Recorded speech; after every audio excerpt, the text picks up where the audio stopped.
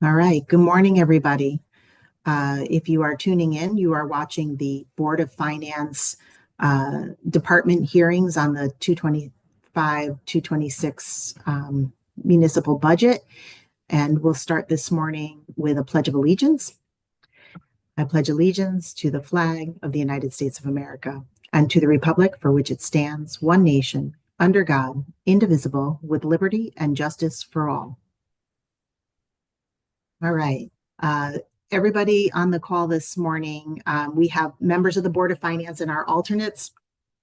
We also have members of the Town Council Finance Committee, and we'll be meeting with our Public Works Department, EMS, Parks and Rec today, and Social Services, and cleaning up the rest of the Town Hall departments. We'll start this morning with EMS. On page 195, and Colin Bassett, Director of EMS, or Chief of EMS, is with us, along with Andrew Weber, his Assistant Chief. So we'll be turning to pages 195 to start in the big book. Just a reminder for everybody, since we're on Zoom, if you could use the raise your hand feature to speak, leave yourself on mute until you're recognized, and remember to announce yourself each and every time that you pop on. That would be great, and then I won't get any of the reminders that I'm not following the rules.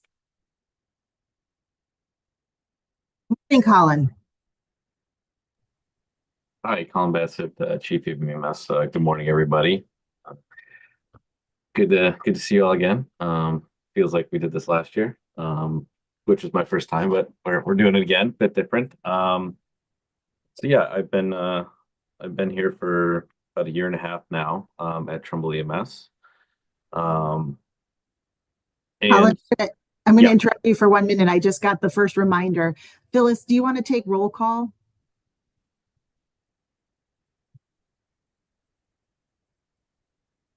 And Phyllis can come off. Yes, I would. I'm sorry. And thank you, David Gallup, for reminding me. I was going to remind you, but I didn't think that was. That's okay. Right. Go ahead, Phyllis. We're going to go with Ann Sather, Richard Wolf, Mary Isaac. Here. Okay. Tony Cinto, Nikki Satine. Here. Kevin Shively. Here. Anthony Dorsey. John Foreman. Paul Timpanelli. Here. Laney McHugh. David Galla. Here. Scott Zemov. Scott, I saw you. He's nodding. Yeah, well, that doesn't help me. I can't see him. Marty Isaac. Here, and for the record, this is going to be a great meeting if Scott can't talk. I'm here. Hey. All right. Oh, I Nice wish I could say something. Okay, Chris Eris. Chris is here. Mark Muscola is not here. Rosemary's here. Here. And Mr. DeGennaro Is here. Okay, thank you. Can I say one thing, Phils? I know you called Anne and I didn't hear her say here, but I see her. Okay, thank you. I'm here, but I'm only here half, like I'm on and off, so That's okay. You're classes here. to teach. For my purposes, my dear, you're here. I thought I counted 4. Okay, thank you. All right.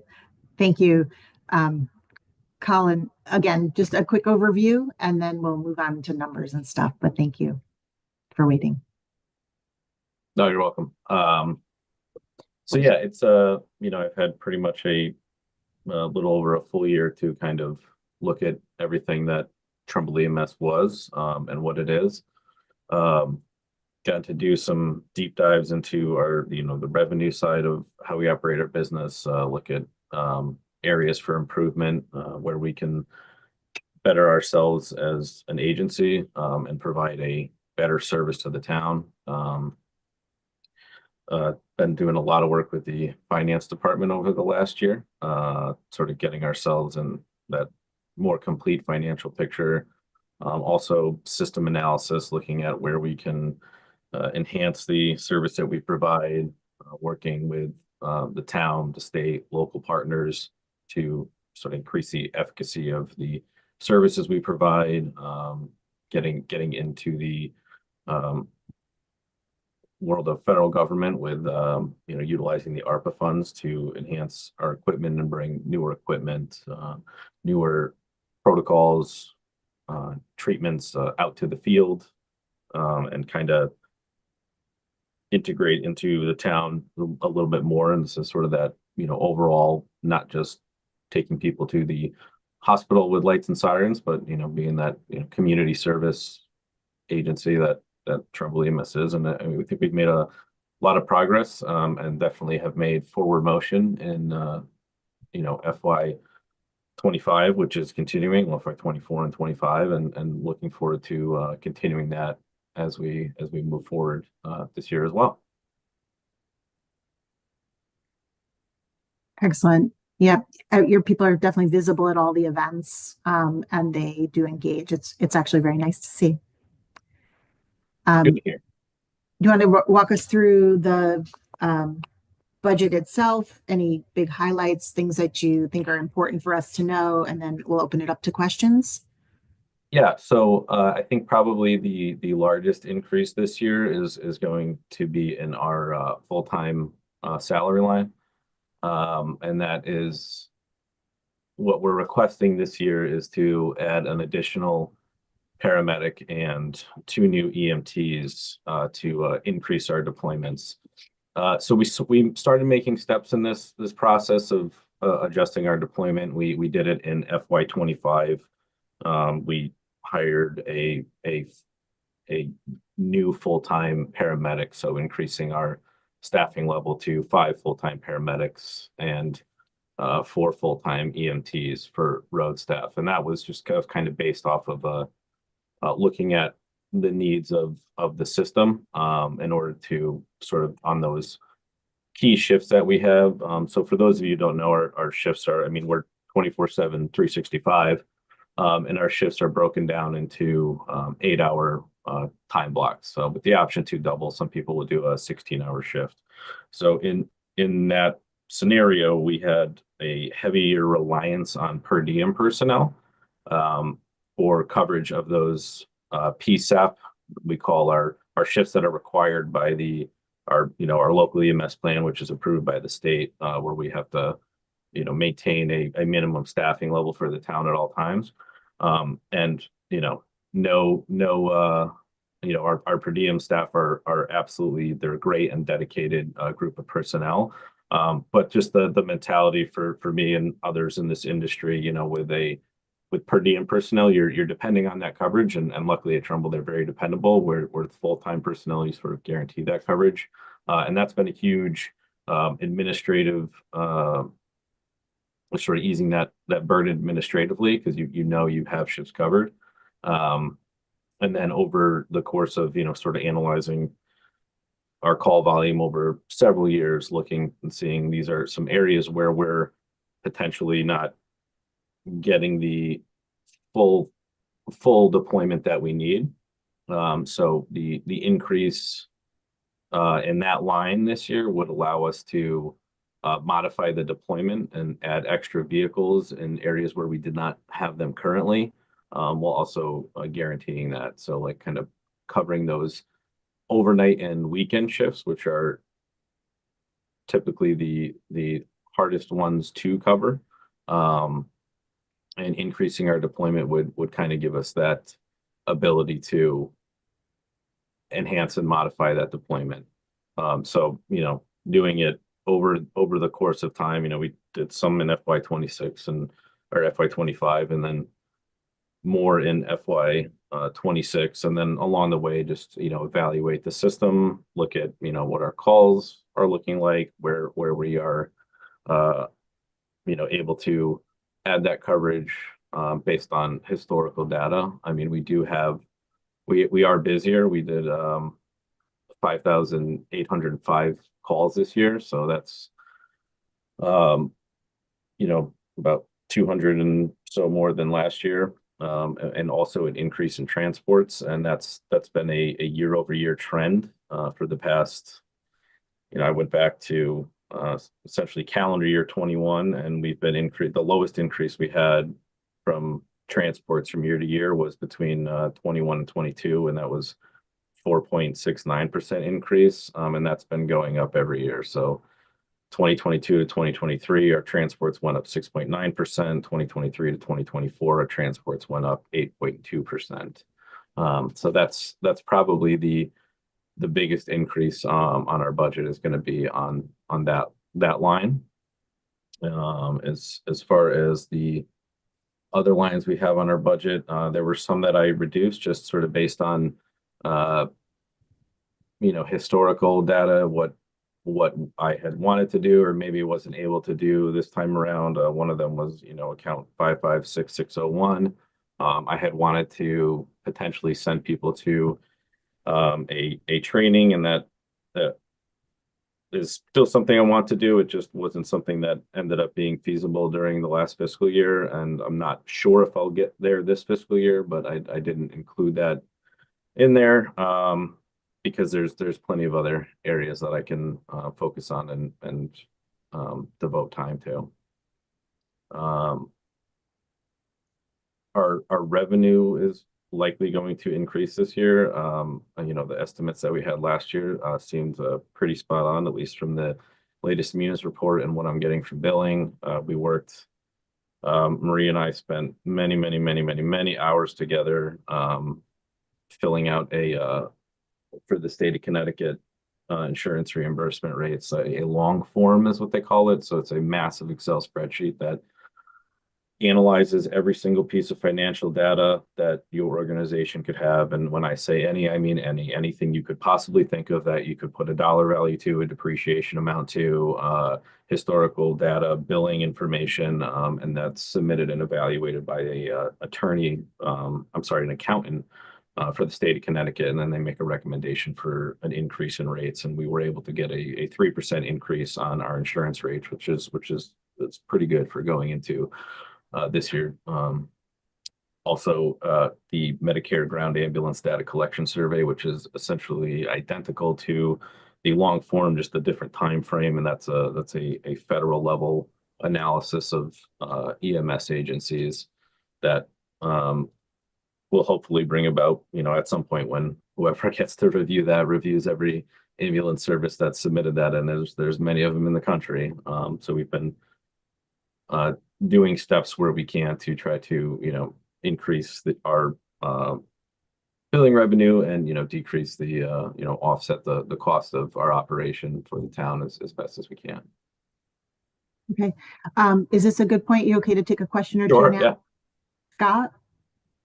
Thank you, Scott Zumov, Board of Finance. So you had talked about having, on your full-time salary line, bringing in a new paramedic and 2 new EMTs to increase the deployment in overnights. And normally each year we kind of get a packet of a lot of good information. Maybe I just didn't see it, but that kind of information on calls, things missed, things that we aren't getting to our mutual aid are kind of answered ahead of time. Okay. But I have to ask because I don't know the answers today. Are we missing calls at that time? Is there mutual aid taking over those? Or is it that we're trying to be more proactive? And then along with that, if putting more out, how are we on our fleet?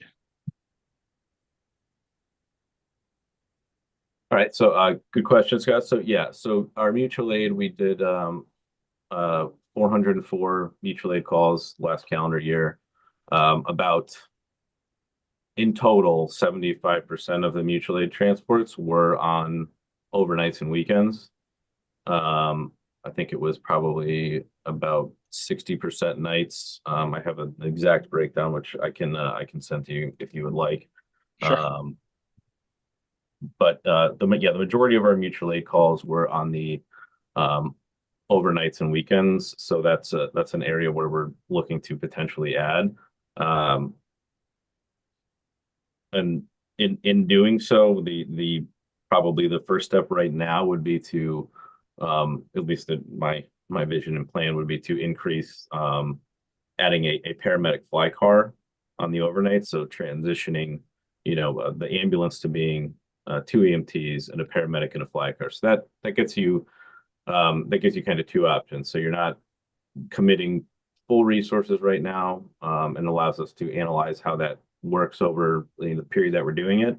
But what it does is adds another responding unit. So you have a fully capable responding unit. So a paramedic in a fly car, let's say if the BLS crew is on a call and you have a paramedic crew on a paramedic in a fly car, they can respond to the scene, and there's no care that they cannot render. They can treat any medical condition there. And then it's, either a mutual aid ambulance would transport with our paramedic, or our other crew would clear and come treat the patient. So that, getting rid of that delay in care or that dependence on mutual aid. And, mutual aid is great. We do, we have all the towns around Region 1. We all work really well together. We got to try that out for real a couple of weeks ago. But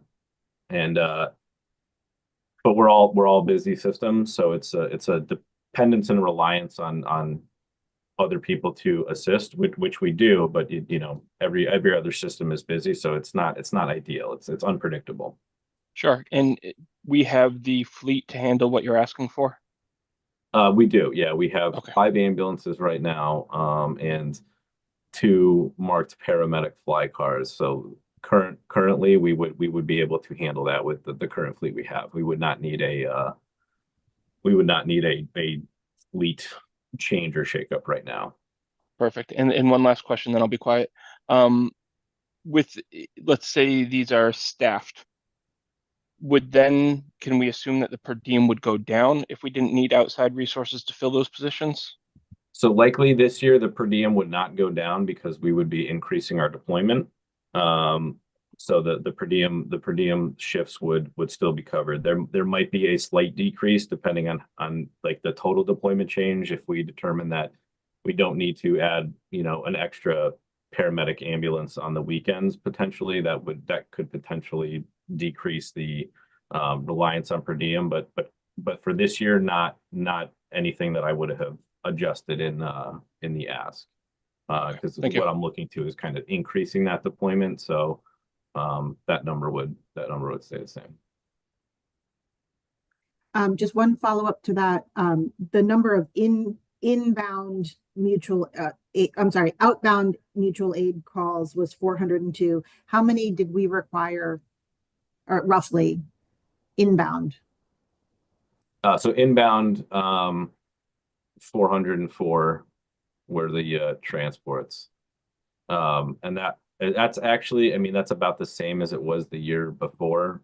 So those were people calendar that came to assist us Yeah, here in Trumbull. year- And calendar year- how many other towns? How many outbound did we do? We did 438 outbound mutual aid calls. So So about even. yes, we did like in calendar year 23, we did 363 outbound. In 24, we did 438. But our inbound there was one more inbound in 24 than there was in calendar year 23. Excellent. I'm going to go to Nikki, and then Nikki, when you're done, we'll go to Marty and then Vin. Okay, thank you. Hi, Colin. Thank you. This is Nikki Satin, Town Council Finance Committee. My question is just about the trend, the year-over-year trend in increasing calls. Do you see that as due to the increase in population in town, growth here? Is it more age-related calls? What trend are you seeing, that's causing that growth?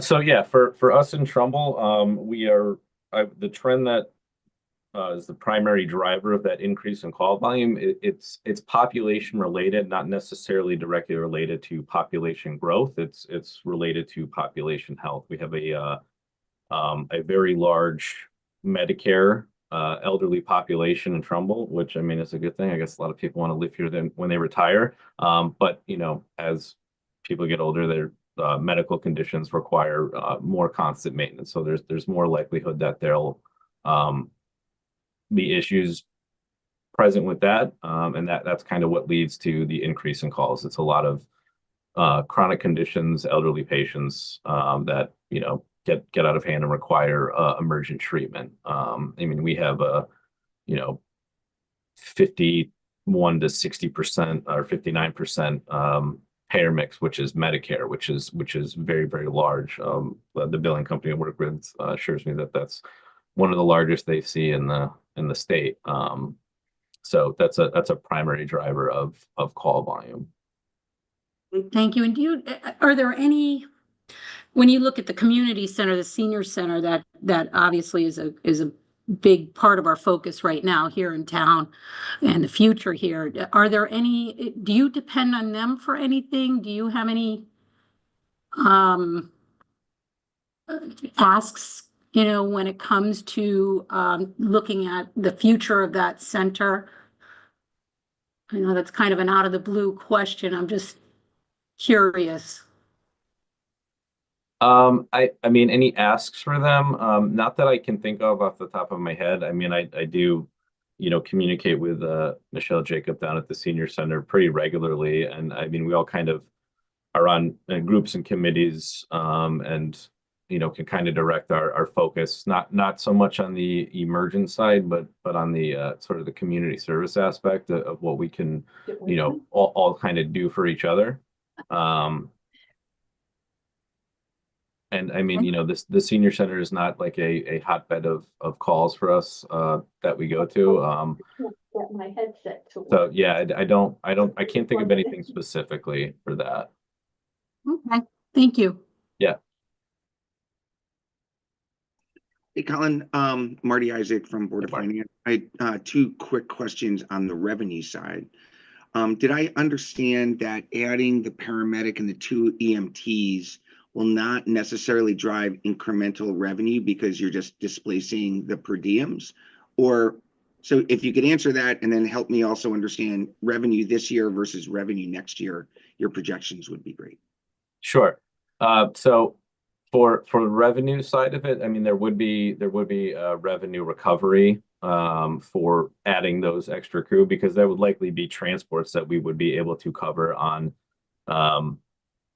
the weekends and the overnights. So it doesn't fully offset the cost of adding people to there, but it does provide a better service. But you know, based off of our current Medicare payer mixes and based off of our you know, ALS to BLS ratio, so a paramedic, you know, treating a patient versus an EMT treating a patient, that's the BLS versus ALS. The revenue increase on that overnight and weekend recovery of mutual aid would be, you know, just shy of $40,000 based off of, you know, our payer mixes and what, you know, historically we've looked at what we can do. And the increase in calls that we're looking at, you know, between just in general, between us and the billing company, you know, we're looking at almost a 300 and change increase in just transports alone, just based on historical data. If it was to stay the same increase as it was last year, that's how I calculated it, even knowing that we've been creeping up. So we're for a second, can you Yeah. just I don't know if you have these numbers at your fingertips. I don't. What was the projection for revenue this year, and now what you're projecting for revenue next year? yeah, so our revenue projection for last year was $2.3 million. We hit the 50% mark on that in Munis earlier than the halfway point of the actual fiscal year. I don't have the exact number that I put in for a projection in front of me. I mean, Maria might have that at her fingertips. Is it roughly the same, 2.5, 2.1? Yeah, it's over 2.6. And so that's good enough for me right now. I'll look it up. Yep. And then last question I had related to that. In years past, before you were in charge, there seemed to be a collections issue that required some process improvement so that we were collecting a higher percentage of what should be our revenue. Can you just comment on that, how you think our process is, and is there any other I don't know if it's a technical issue or a process issue that would enable us to have a higher percentage of revenues collected. So the way that insurance works is, you have the term maximum allowable. So the things we run into where, you can't necessarily collect all of the revenue for like the call that would be generated. There's contractual allowances, deductibles, co-insurances. Those are things that sort of take away from the whole of it. We do have our aging detail. I think you might be referring to that was an area that in the past, and the audit when I first came in, that was an area that was concerned because there was a high aging balance. We've made significant improvement in that. We've reduced that by almost $300,000 since my time here. And actually, I just spoke to our internal auditor, and my summer project is to work with finance and our billing company and to see how we can address that and work on what we do with that that bad debt that we have left over, and the best practice to address it moving forward. So it's not necessarily something that we would have to deal with on a regular basis, or just come up with a better process than that. So, well, Colin, appreciate all your hard work. Congratulations, and thanks very much. Thank you. Okay, we're going to go to Vin, then Mary. Oh, Maria, did you have something you wanted to add? I just wanted to tell you that the projected revenue for 2025 is 2,440,000, and the budget is proposing at 2,007,000 for fiscal year 26. I don't know if that answers Marty's question. Perfect. Thank you. So it's 2,440,000 and now it's 2.76. Is that what I heard? 2.7. 2.7. Great. Thank you so much. You're welcome. So we'll Thank go you, to Maria. Vin, then Mary, and back to Scott. Was that a follow-up to one of your questions, or do you have a different question? I have another question. Okay, so we're going to go Vin, Mary, and then Scott. Thanks, Lainey. Colin, in your summaries of goals and objectives, the very top item is formalize and complete the communication system upgrade. When I look at the capital of your request, I don't see anything about communications. And it also said in your goals for this past year or accomplishments, you were working on something. Could you talk about what's going on with that and how that's being funded? Thanks. Sure. So when I first started, we were kind of in the midst of an AFG grant, and there had been Systems to Firefighters grant. They give a portion to EMS, and one of the targeted areas in their grant was for services that were looking to enhance radio communications.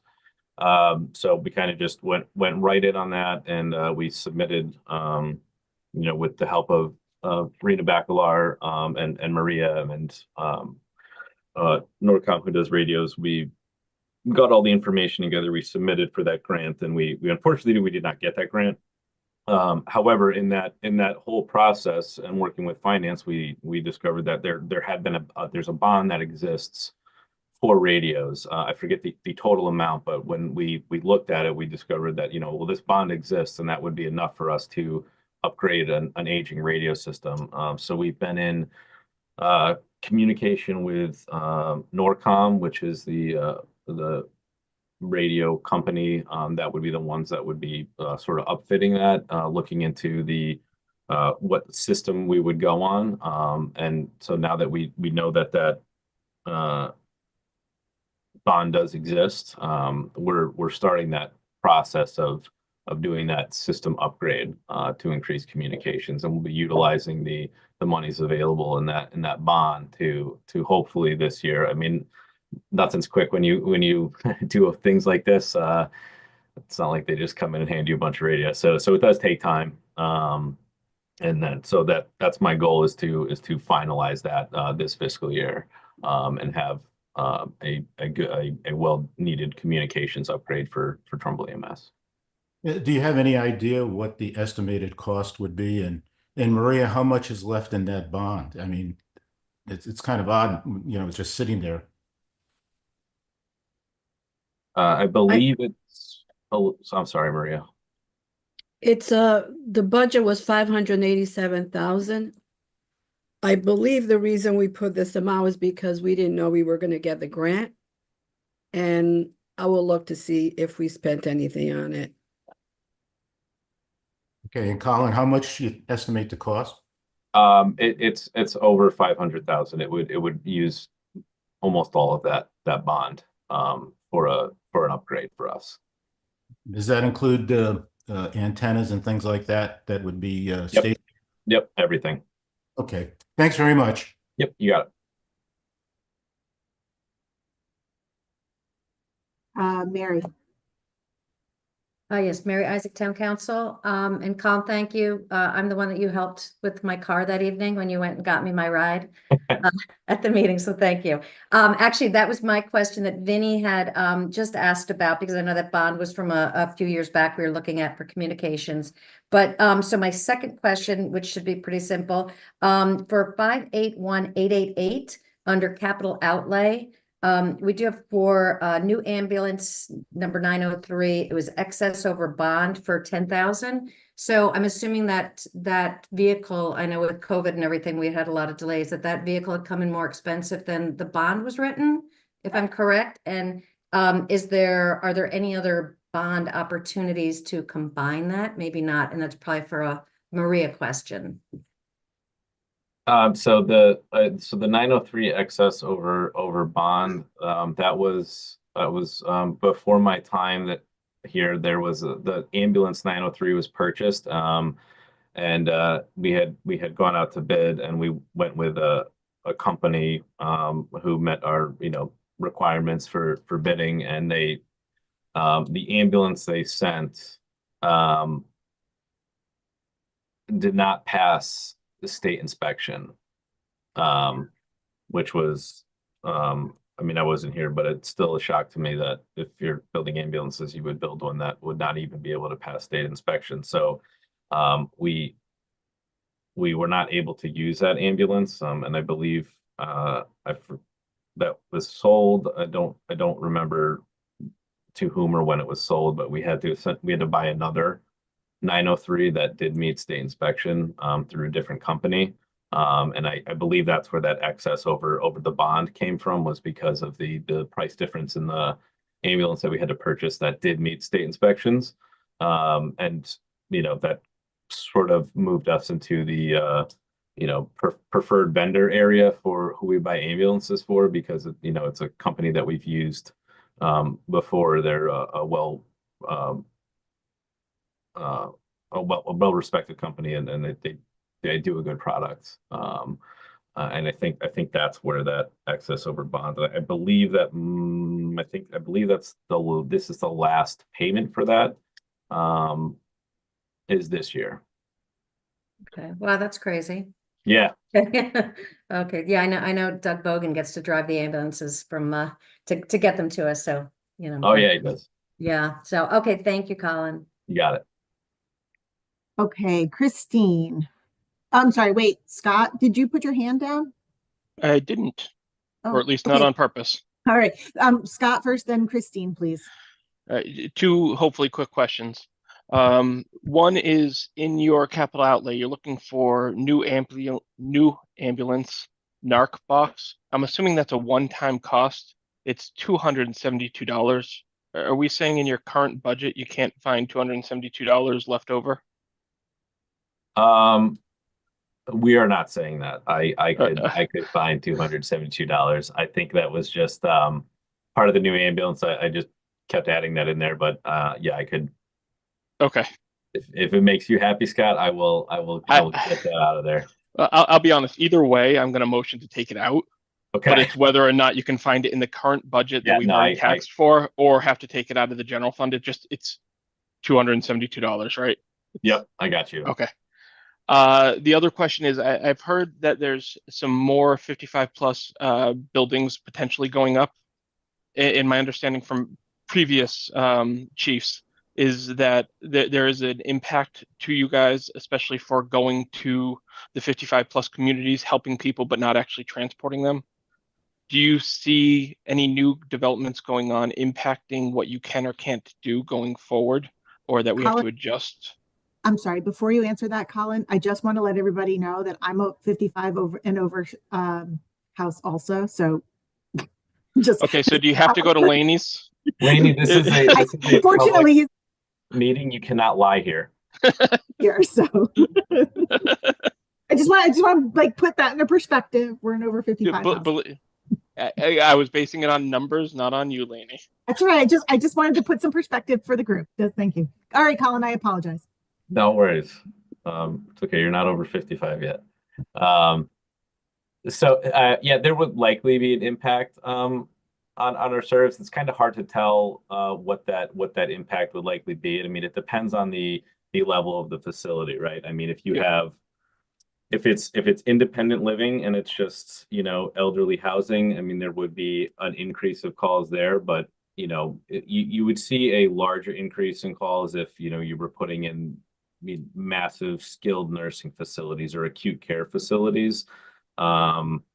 And it's kind of hard to tell what that total impact would be. I mean, there will definitely be an impact in our call volume. I do not believe it would be detrimental, and you know, it would be something that we would be able to get data on and, you know, adjust our deployment to meet those needs going forward. Can we just make sure, like, hypothetically next year we'll know further more what kind of developments they are, so that we can have a better handle on looking forward, so we're prepared instead of trying to catch up? Yeah, absolutely. Perfect. Thank you. All right, Christine, and then Okay, thank you. Thank you, Colin. Christina Alaris, Board of Finance alternate. So my question is on account 501101, the full-time salary. So the first selectman has added an amount that's a little bit higher, about 3,000 and change higher than your request. And one of the notes is for your chief salary to be more competitive with other communities. So this might be a question maybe for Vicky I fully support the idea of making sure that comp is, you know, at market rate, and we can attract fine people like yourself and retain fine people like yourself. Certainly, especially when you're talking about a role that's somewhat niche and a little bit hard to find folks. I guess my question is really, if this amount were to stand, is this the full amount that is needed to kind of make it competitive, or would in a couple of, you know, succeeding years, would you also want to add a little bit more? So like, really, what's the gap between the market and what we're paying now? Before we have that discussion, I think that we would need to discuss that with our human resource director. And if we're talking about salaries as compared to other things and specific salaries, I believe that needs to be done in executive session. Mm-hmm. I believe we'll have an executive session today at some point to discuss salary. Perfect. Yeah, I just wanted to note that as something we should chat about. I agree. I just we cannot talk about individual salaries by person. We can talk about overall department adding personnel and things like that. And I just want to make sure before we have an improper discussion. So yeah, I will check with Dan on that. Perfect. Great. All right. I will follow up on that. And Mary?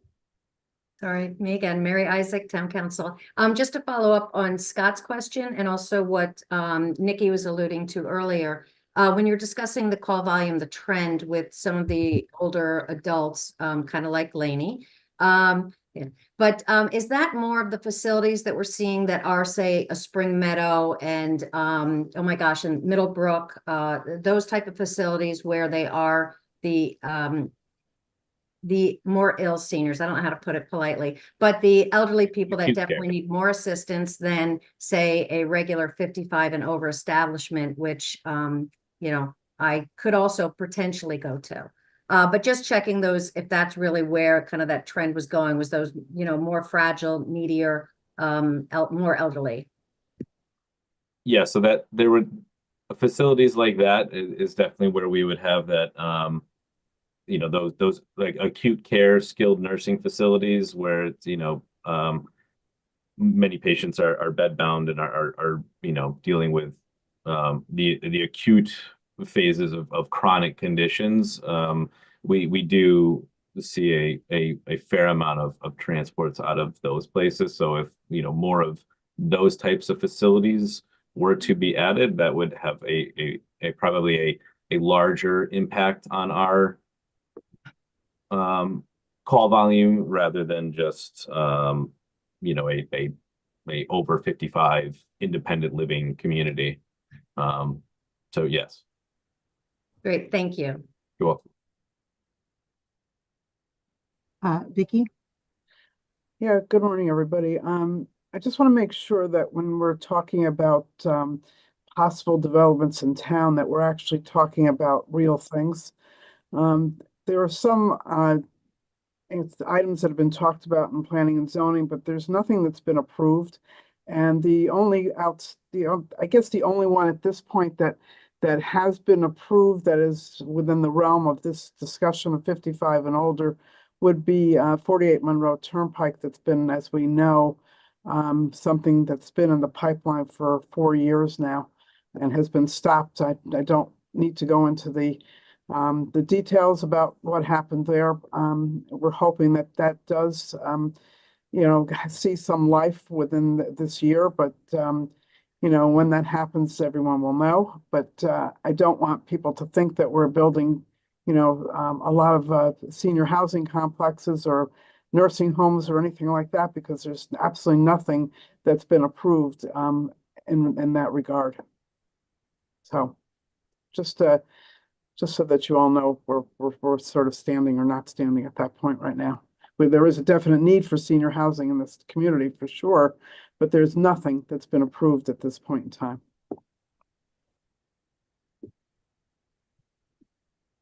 Any follow-up?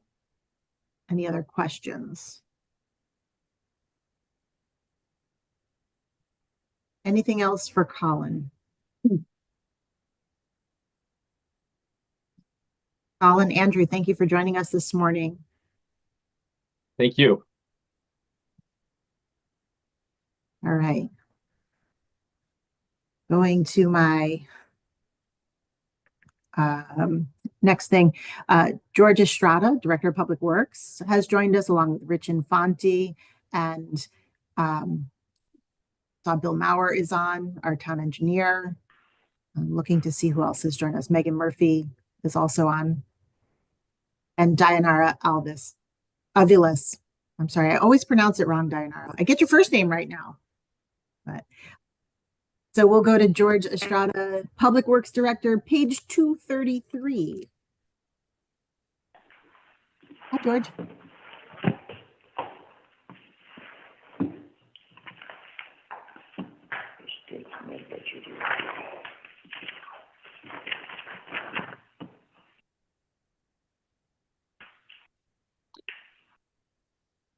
Good morning, everyone. Can you hear me okay? You're a little soft, but other than that, not too bad. Okay. How long now? Can George, you hear me okay? sorry, George, your Dayanara's microphone is open. So when you're speaking, we see Dayanara on the screen.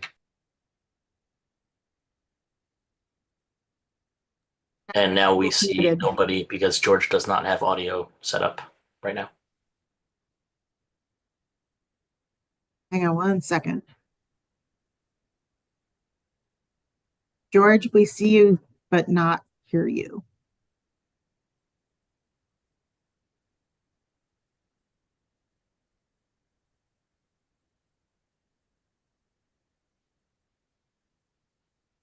Can you hear me now? But now you're echoing. But yes. Are you all sitting in the same room? Dayanara and I are in here. We're just adjusting our technology. I think we're okay now. Now you are good. Okay, sorry. Don't apologize. This is the easy fix this morning. Let me just turn this up for me here. Yeah, all right. So good morning, everyone. Thank you for your time today.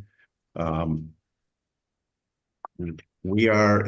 team is on at this point, so we are ready to answer any questions you may have. We presented a budget to the first selectman and worked with her office and finance department to be as conservative as possible, trying to hold the line at every possible turn.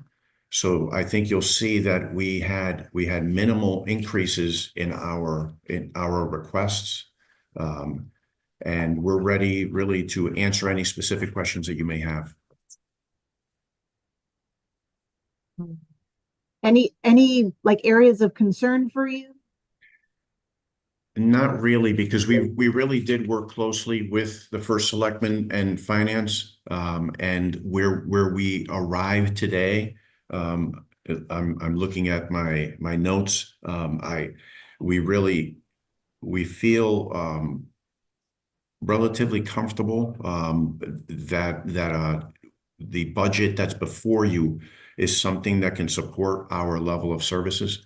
We have a couple of areas where when we arrive at places like snow, that we want to have a little bit of a conversation on some of the adjustments that are made there for your consideration. But overall, beginning with the highway director's budget, nothing there that we would want to point out as that we must have in addition to what's before you. All right. Vin, would you like to open this up? Sure. Thank you, Laney. Vinny DeGennaro, Board of Finance. George, two things. I'm looking at the very first section we're looking at where you have goals and objectives. One's a pretty easy one. When will the transfer station work be completed? I've been up there a couple times and there's that big hole. I'm just curious to know the timing on that. Sure. The current project that's underway, we expect that we will complete that this summer, early summer. And we are in design currently for the reconfiguration of the transfer station internally once this phase is complete, because this phase will provide us a platform from which we can expand now that we've recaptured that front that was kind of a valley down to the stream. Okay. I was up there the other day, and just to give you a note that the guys were very helpful and did appreciate that. So that was pretty good. The other piece of information that you have here is about solar systems. Are those being funded under the grant that's in the successes and accomplishments? We currently we were awarded a grant through UI in partnership with UI. That is in final review in the town attorney's office, and then that will go through the normal approval process with the council for acceptance of a grant. So if all of that is approved, then it's something that we would be looking to implement this in 2025. Okay, so you're filing for a grant that would fund basically the whole project. Right. We've been awarded. It's 100%. There is no out-of-pocket cost to the town of Trumbull. Some of the things, the considerations that were being reviewed were the term of that relationship is 20 years. So obviously anything has an extended period like that. It is carefully scrutinized. And there is a benefit. I don't have the numbers in front of me for that. I apologize. We can get that to you. But there is a significant upside on revenue side for it's basically a ground lease. The company, the grant awarded would have an installation of a system, and that they would pay a rent to the town for the space to install those, which would be at the Public Works Complex and Middlebrook School. If I recall, Middlebrooks just got a new roof, correct? Correct. So it was it's set up to accept solar when the roof was put in? Because we've had the benefit of the support of the Board of Finance and Council for new roof on many of the buildings in the Public Works Department that were very old. So because they're new roofs, it makes sense to do that, because otherwise we wouldn't want to put it onto a roof that's nearing end of life or even halfway down its lifespan, because then we would incur costs to remove a solar installation, to repair a roof, to reinstall. Okay, great. Thanks very much. Okay. Hi, Lainey. Okay, if I continue. Sorry, Mary. Yeah, sorry, Marty. I was, This is Marty Isaac, Board of Finance. And just to be clear, we're talking about any aspects of the report. I was going to direct some questions to the recycling section, if I could, George. Sure.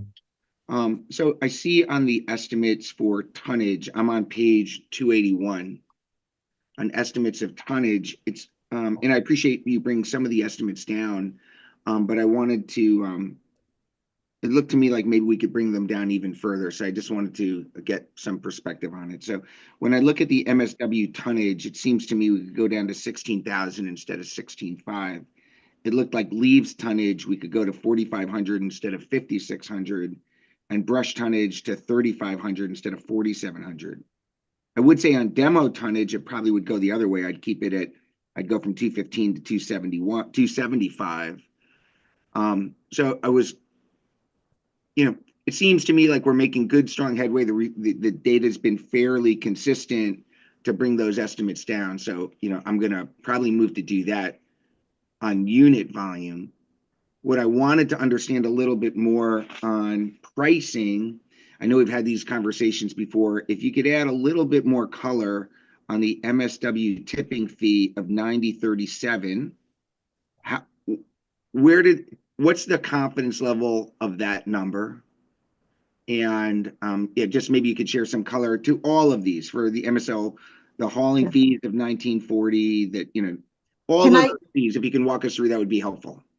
so before you do that, George, can we just do this? Let's go to recycling. It's on page 279, and then we'll back up and we'll go through each department in public. Oh, I didn't know if you wanted to. I thought we were just asking. That's okay. But let's go to Linda, you are fading out on your mic periodically. I think what you said is let's go finish this section and then back up. If you want to wait, I'm happy to wait also, whatever you like. Finish this line first. We're going to go to page 279, and I'm sorry I'm echoing a little bit in here. Okay, so on okay, 279, you want to walk us through the that part, that's fine. So we are, I'm sorry, I lost a little bit of that. So we are on the tipping fee, your question on the tipping fee? I think what Lainey would like to do is just have you I didn't realize. I think she wants to walk through each section individually. So just take it from the top on recycling, and then we'll get to the tipping fee as we get there. Okay. All right, so on page 281 in the budget book, there's a chart, performance activity measures on the recycling center, MSW tonnage. I think that will help people follow the discussion a little bit better. I was getting a little lost. okay. As you can see, the way we approached the proposed funding is based on actuals, and we go back to 2025. So we back into we arrive at a projected estimate for what we anticipate will be our tonnages for the coming year, and then that we back into working with the regional co-op that negotiates the tipping fees for MSW, the solid waste, as well as the recycling waste with Oak Ridge. And then that's how we arrive at what we are requesting on page 282. And Marty, your questions, particularly for the MSW, the 16,100, that was estimated on a 4 to 6% increase, anticipated increase, which would have brought us to somewhere between 88.66 a ton to 90.37 a ton. And we arrived at that 89.51 basically as a midpoint on the projected increase for per ton. Because it looks to me like the 1.45 million was the 16,001 at 90.37. Are you saying that should be 16,001 at 87? If I may, Marty, I'm Diana Vilas, Public Works Controller. Yes. So when we did our estimate, we did take the, I'm sorry, one second. Let me make my. So when we did our estimate, this is the estimate that we got from the Greater Bridgeport group. And so Peter had indicated that at most the rate would be a 9037. So the range is 8866 to 9037. We won't know until May or June. So just to play it on the safer side, we did go with the higher estimate. Then Vicky reduced it midpoint to 5%. Does that answer your question? Maybe there's a first selectman adjustment down there. I see. Okay, I see the first. Yes. Okay, I missed that. I understand now. Okay. Okay, and you brought the down to 16.1 instead of your goal of 16.5. She brought it down to 59 at 89.51. Sorry. Okay, that's helpful. Now I see it. And So I it would agree. be 1.42324 That was a now. good recommendation. I agree with the first selectman. Okay, thank you. Sorry about that. Okay, are we good on recycling? Anybody else have questions on recycling before we move on to the other parts of the department? Mary?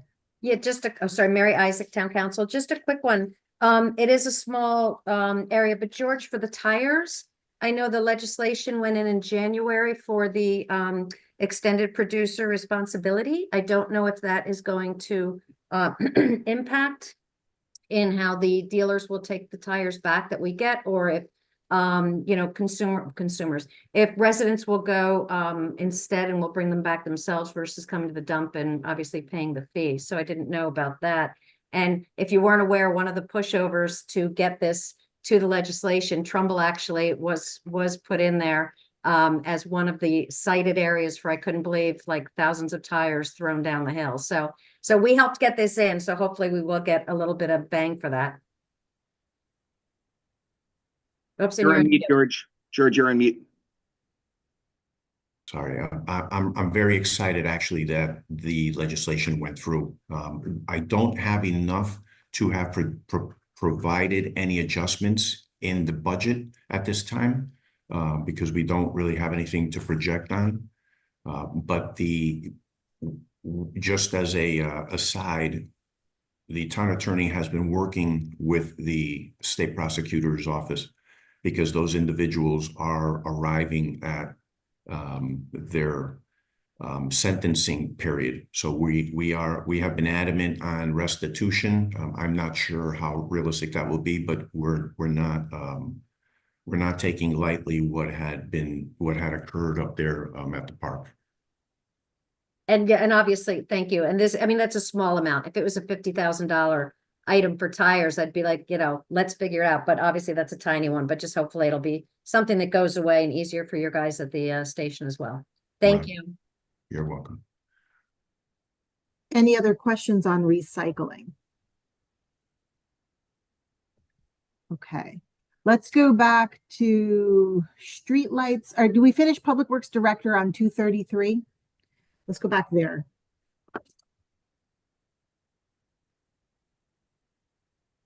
And as I had said to start with, there's a reduction based on historical use for professional dues. We'll work around that with that reduction from what we had requested. We are encouraging more development opportunities for the team in the last year. And as we have filled critical roles, we've had retirements over the last really like 18 months. And the people that have come into those positions, we have encouraged to have additional training. So I think we can work with what we have here.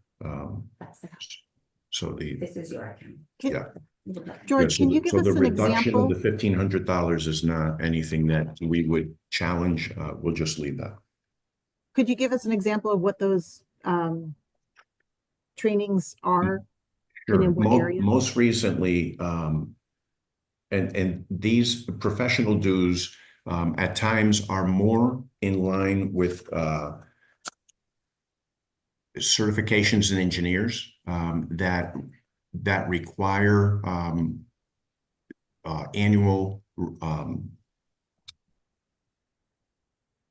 maintaining their licenses.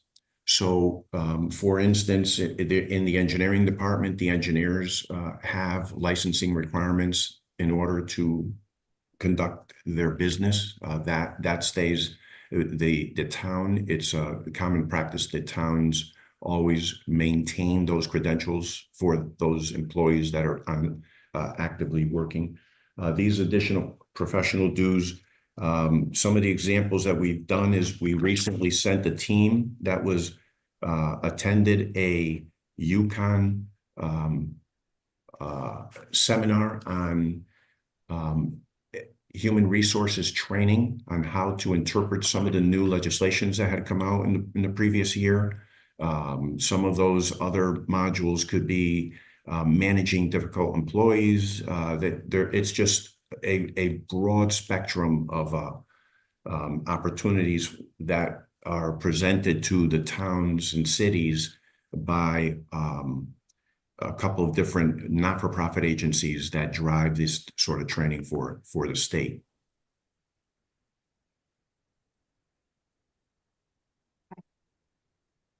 And you think that you'll be able to cover that in the 500 for now? I think I'll leave this alone. Yes, I'll save my asks for where we really feel we need to ask. That's reasonable. Thank you. This is Diana Avios again. Just to shed a little light on this. So George was speaking broadly about the professional development account. Yep.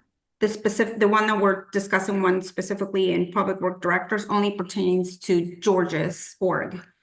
So when he was speaking about training for flagmen, et cetera, that was more for the highway, the next org.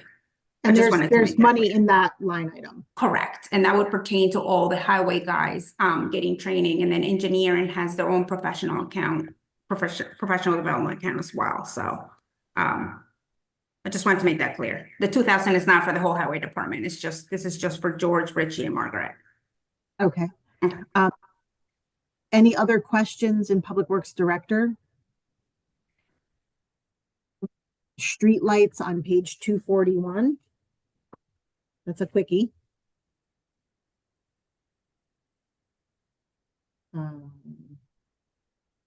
It looks like we got just our rate increase, or is that the number of streetlights? And streetlights, we have the annual conversations on this. It's a pretty standard, consistent rate. We try to manage the expansion of streetlights carefully. We obviously do not want to transform Trumbull into an urban center, to appear like an urban community. So we have guidelines for how a streetlight qualifies, and we adhere to that. And we're pretty consistent in the way that we handle that, and it's a very fair way of handling that. Scott? Scott Zimmer, Board of Finance. Is there, and obviously over the years you've done stuff, well, UI has done stuff to lower the rate, right, by switching the bulbs and things of that sort. But this number actually puts us back to 2019 number, which, you know, trending is a bad trend to head back in that direction, because we used to be over $500,000 a year in electricity for the lights. Is there anything else that we can do to at least stabilize it or bring it back down so we don't just continue to trend back up? I think that it's a great question. The relamping is really the only way of doing that, and that can really only be done every certain amount of years. It's not something that's done because it's an expensive process. It's usually undertaken by the utility, and that is incorporated into the rates, so that it's minimal or no out of pocket to the municipality. At times, there are some rebates or grants that are awarded for that. The town relamped, I believe, just before I arrived in 2020.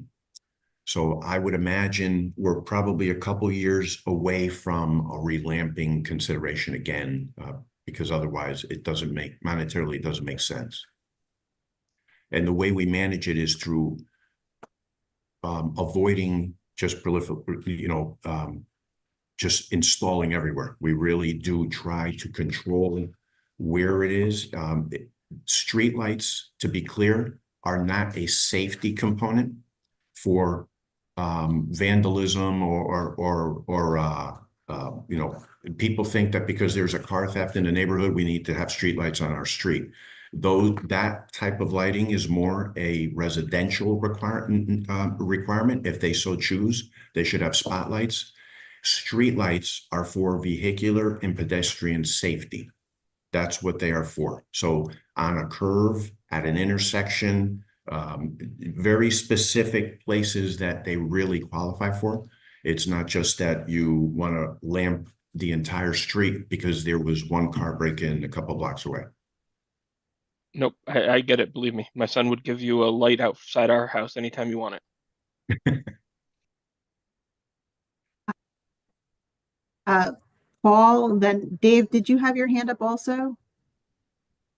Question was answered. Thank you. All right, good. So we'll go Paul and then Mary, please. Good morning, George. Paul Tompanelli, Board of Finance member. And thank you, George, and your entire team for the continued excellent work you do. Thank you. For our town. We're very pleased with it. Thank you. George, do you have enough historic data to show us a 10-year, say, trend line of the number of streetlights that we had 10 years ago and the number that we have today over that 10-year period? Number of lights. I don't have anything here, but I'll make a note of this, and I'm sure it's something that we could probably request from the utility. Terrific. And as long as I'm asking you to do that, is it also possible to do that with traffic lights and fire hydrants? I'll look into that. Thank you. Mary? Mary Isaac, Town Council. Just checking, I know Greenwich had just passed something recently, George, a lighting law. They were working with Lights Out Connecticut and dark sky compliance. And it, unfortunately, it does go forward. It doesn't go backwards on UI. So if you're going to try to constrain something for lights down, the compliancy, everything like that. But I'm just curious if there's anything that you and the other municipalities are looking at that could have, obviously you're saying safety for the lights, but ones that they are on, like I know my street, it's not a busy street at night by any means. And we do have the lights all the way down. So they do have where there's either, motion detector, things like that. I don't know if UI is working on any of that. If we're still kind of stuck with the number of lights we have, is there a way to at least address kind of how they're being used or any way to kind of reduce the cost, at least to us, for that?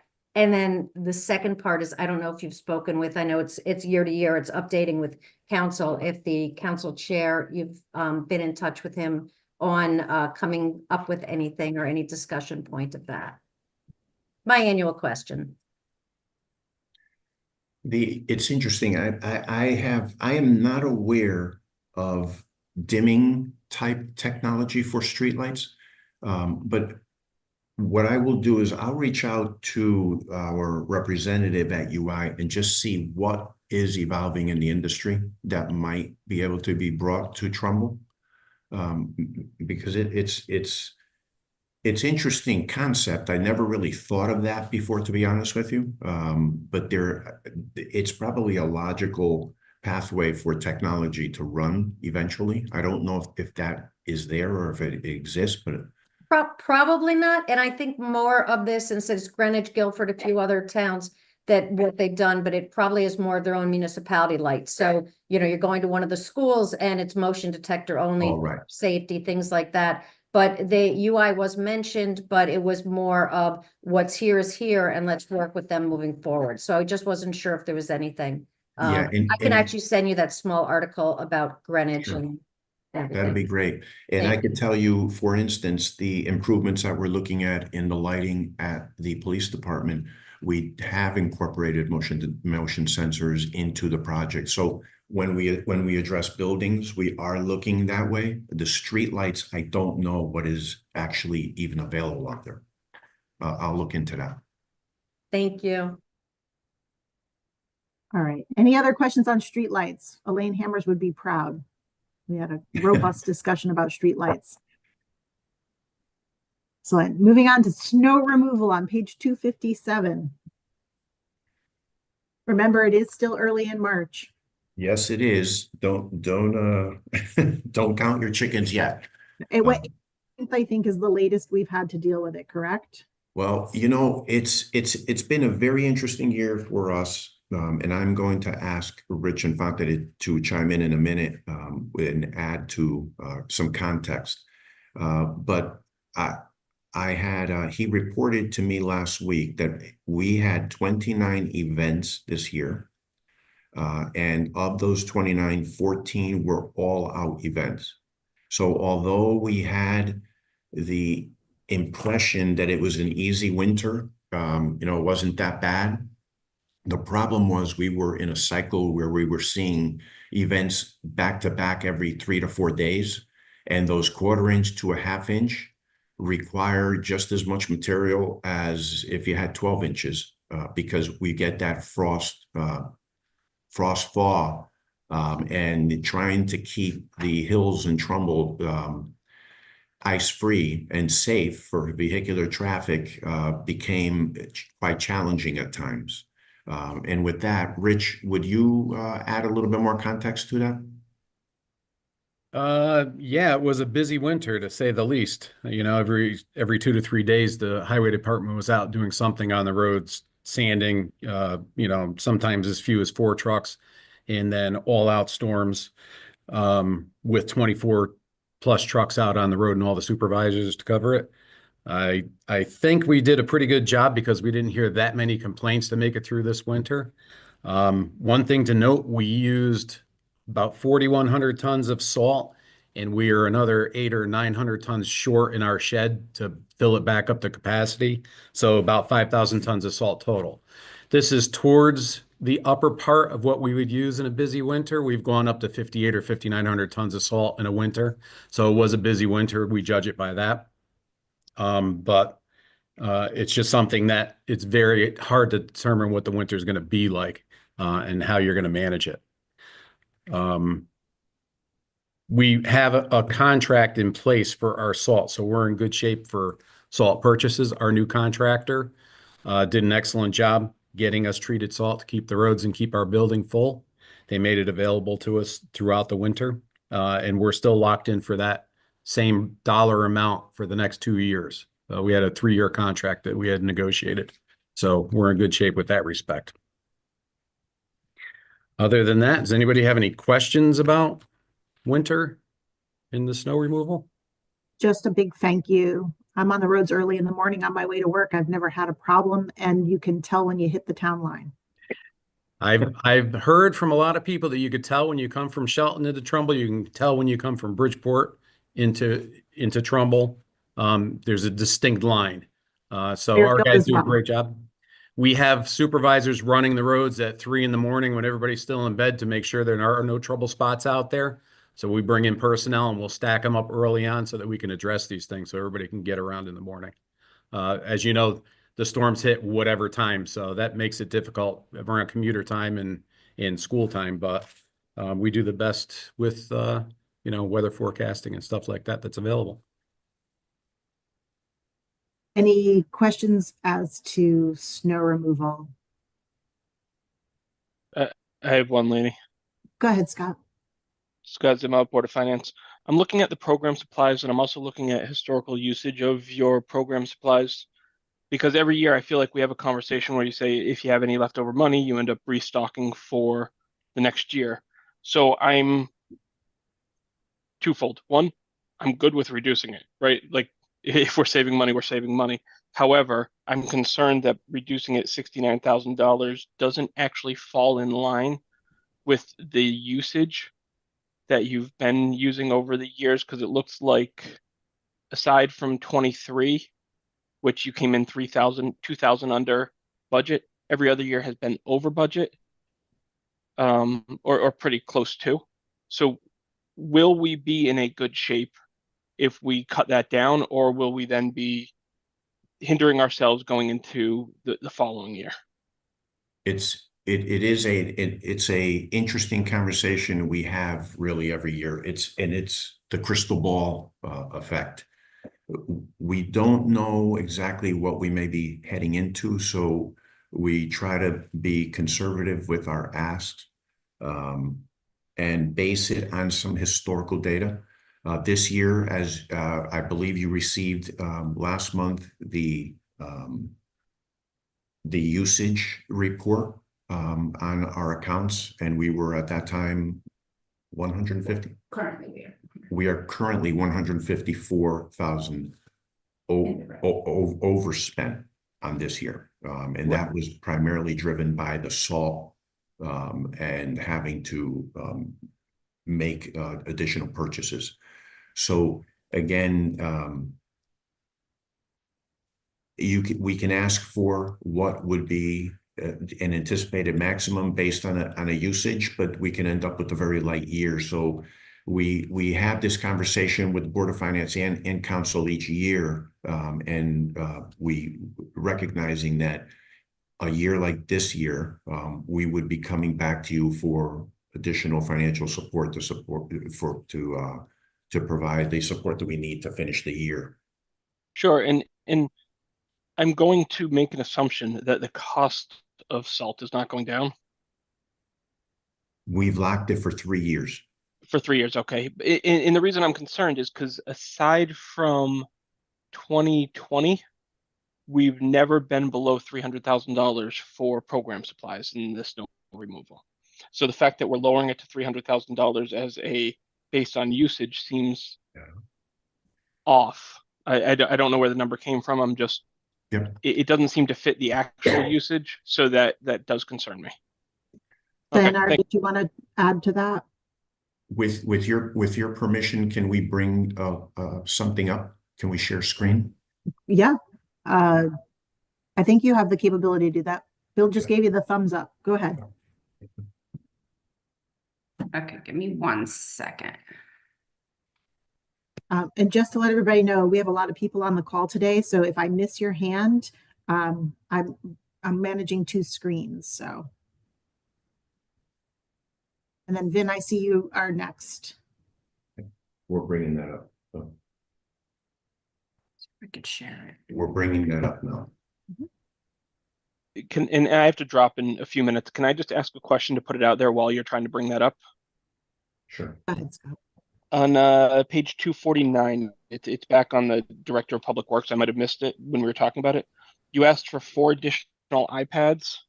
I'm just wondering what the true value add is to that work, because you already have, I believe, 8 or 9 of them. Aside from that, and I just want to get the numbers right, if there is a value add, which I'm sure there is, you asked for an increase to 3 on the phones, utility phones, but you're asking for actual 4 more iPads. Yes. So do you actually need This 4 is- added to the utility phones, or are we getting rid of 1? So if I may, the iPads are actually, Public Works, our supervisors and foremen do not currently have iPads. The ones that you see there are actually for engineering that are being charged under the highway account. So with the 4 that we're requesting, the only one that has an iPad right now is Richie. So we're requesting 4 additional iPads, and that is for our foremen and our 3 supervisors. The reason for that request, Scott, and I think that you'll have great appreciation for this, as we did with the tree warden about 2 years ago, we are looking to institute the iPads in the highway division so that as those supervisors are in the field, they can do follow-up inspections, close out tickets in a timely fashion, and also record and document progress on work that's being done. So currently, those supervisors are coming back to the office at the end of the day with a pad full of things that they saw and things and following up and things can fall through the cracks that way. So having an iPad with a live ticket system in front of them, they can go through their districts quickly, and they can document closure and conditions, existing conditions before contractors paid or whatever. That seems fair. And then the follow-up to that next part, right? So line 590014, it says includes 3 additional requested iPads for $8,000. Yes. But again, you're asking for 4. Is that number right for an $8,000 line item, Yes. or should there be another It is iPad somewhere in there? 4, yes. The number 4 is correct because it is for the 4 supervisors. They're currently only the director of operations, Rich Infante, has an iPad. So he has been working with his team, and the other 4 now will be working as he does with live, pulling up the ticket system, the work order system. No, I get all that. I just want to make sure we have the right number. Like I said, It's on 4. a further line, you indicated 3 to attach to the phone utilities What is it? What is on this? page 252 of the budget book.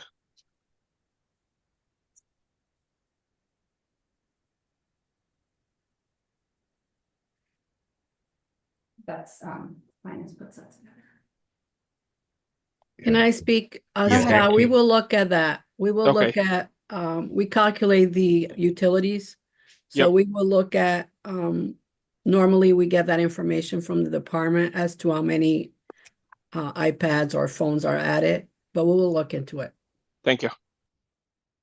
Just as an aside, there will be some good news coming from Bilchin in the phone account as well. So there may be an offset to that. I'm going to ask Dianara just to the worksheet that she shared to give you the explanation on this.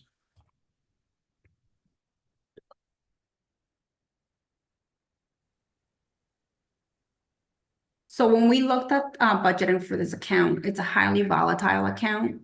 You could tell that 8 out of 13 years have exceeded the approved budget. So in 2014, 15, 18, 22, we had massive overruns. Just like 2025, we right now are $154,000 over budget. So the question becomes, how do you budget for this?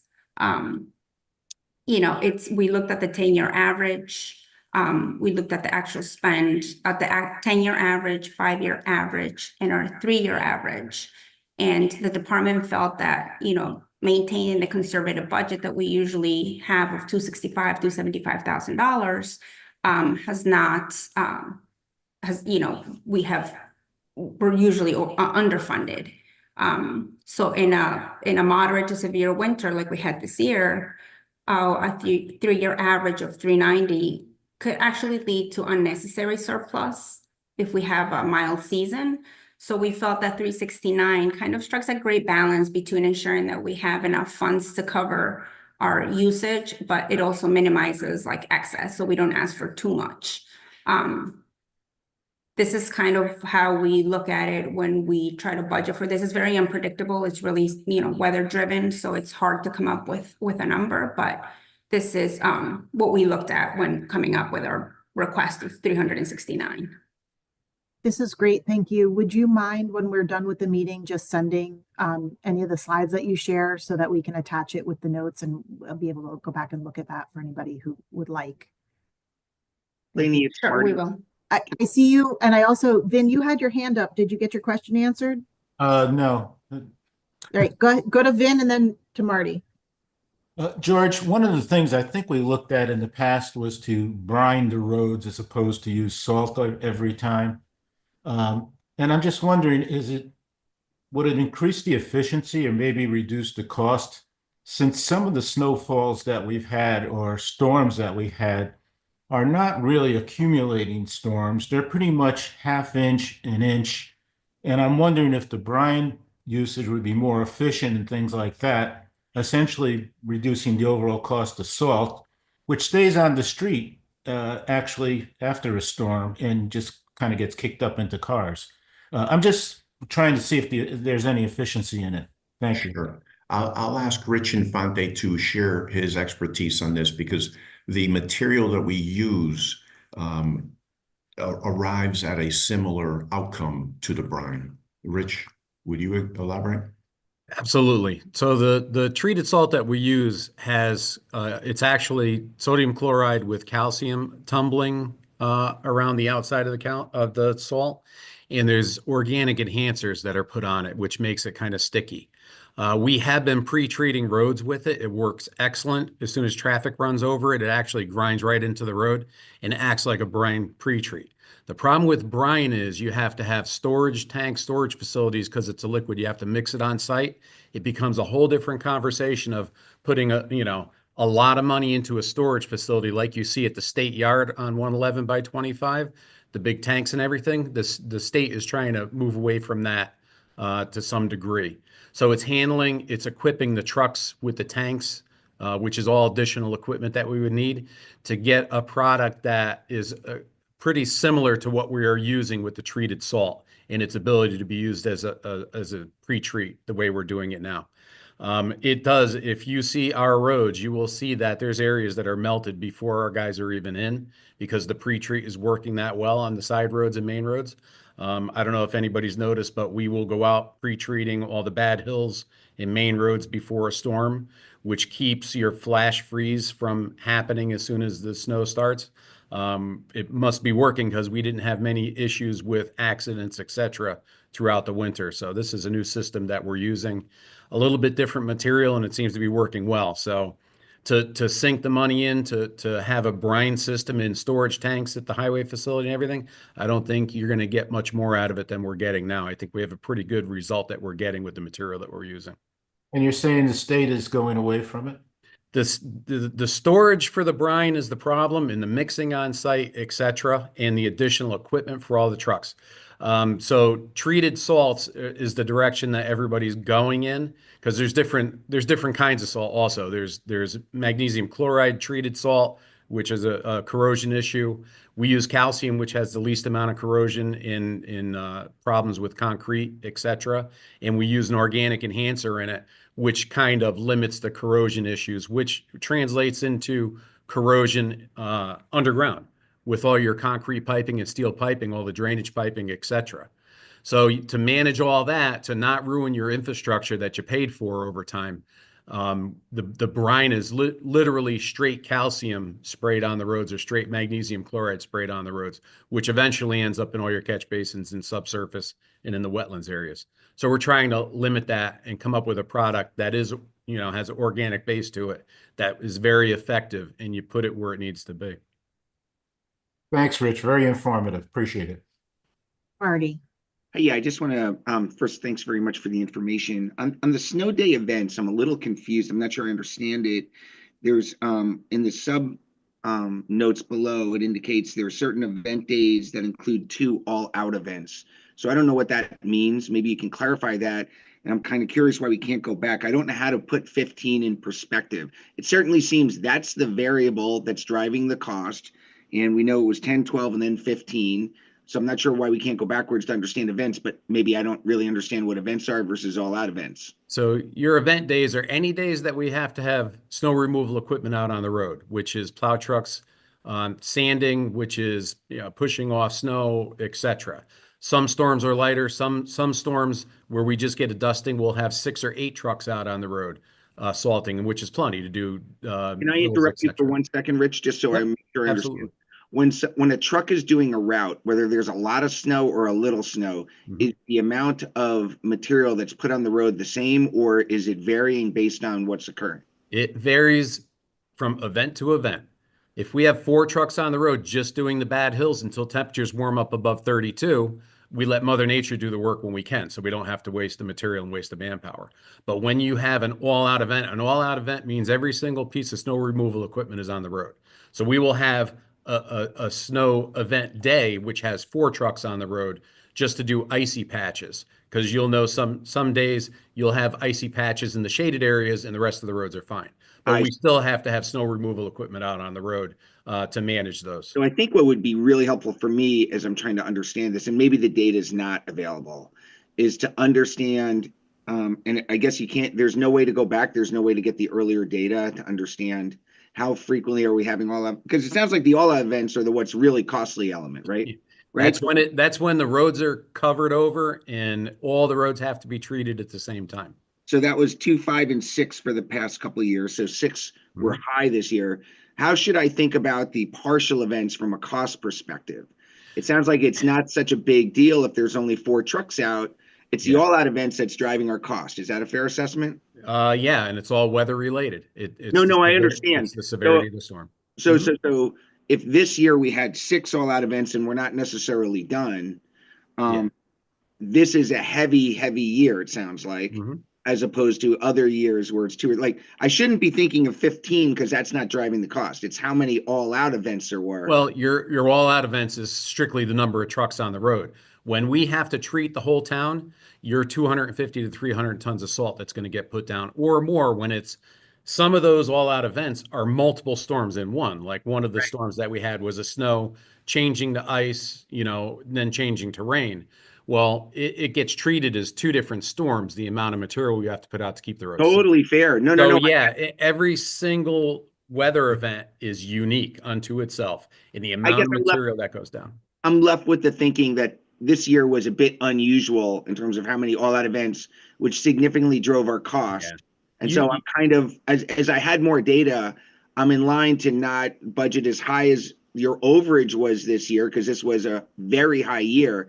I wish I had more data on how many all out events went further back in time and gave me more confidence that, you know what, we typically have 3 or 4 all out events and 6 is unusual. You shouldn't budget for 6. It happens once in a while, but that's unusual. Yeah. And I understand you may not have all that data, but as you're going forward on this chart, I think it would make sense to show all out events versus, 4 trucks, because all out events is what's driving cost. But thank you for the information. Yeah. And Marty, if I may, to expand on what you just said, you're absolutely right. This year, it was one of those years that's an anomaly. It's much heavier than it has been in several of the previous years. Yeah. However, the data you're looking at in front of you with that 6, remember, I started the conversation, updated as of today, it's 14 all out events. So because what you have in front of you was assembled in January when we submitted the budget to the first selectman. So we've arrived now, since that point, we were at 29 and 14. Oh my God. All right. So just so I'm clear, we have 14 all out events this year, and in prior years we had 5 and 2. Is that what you're saying? Yes. So this is not, it's an anomaly. It's an anomaly. Yes. Okay. All right. I just want to make sure we all keep that in as we're budgeting. This is, we shouldn't even almost look at this year. Right. Okay. That's why we gave you the sheet. No, I get that sheet that we'll send you gives you the full out, and then we bring that band closer to a more reasonable request, because we try to eliminate those high points, because you can't budget to the high points. Did you say, I didn't write that down. Did you say 29 and 14? Correct.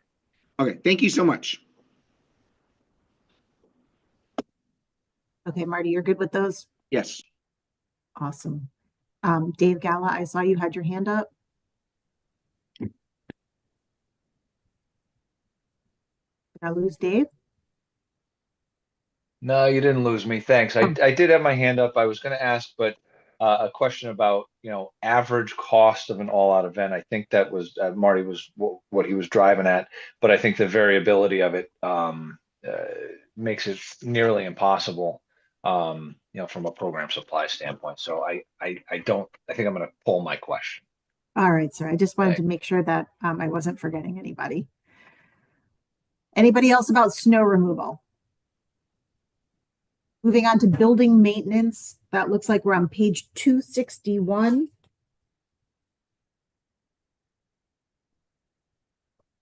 George, you have anything you want to highlight there before I open it up to questions? I'm just looking. Dimitri is here, right? I'm here under Noreen. Okay. You see me? Yeah, I'm at the rec office. Okay. I don't have a camera. Sorry, guys. Okay.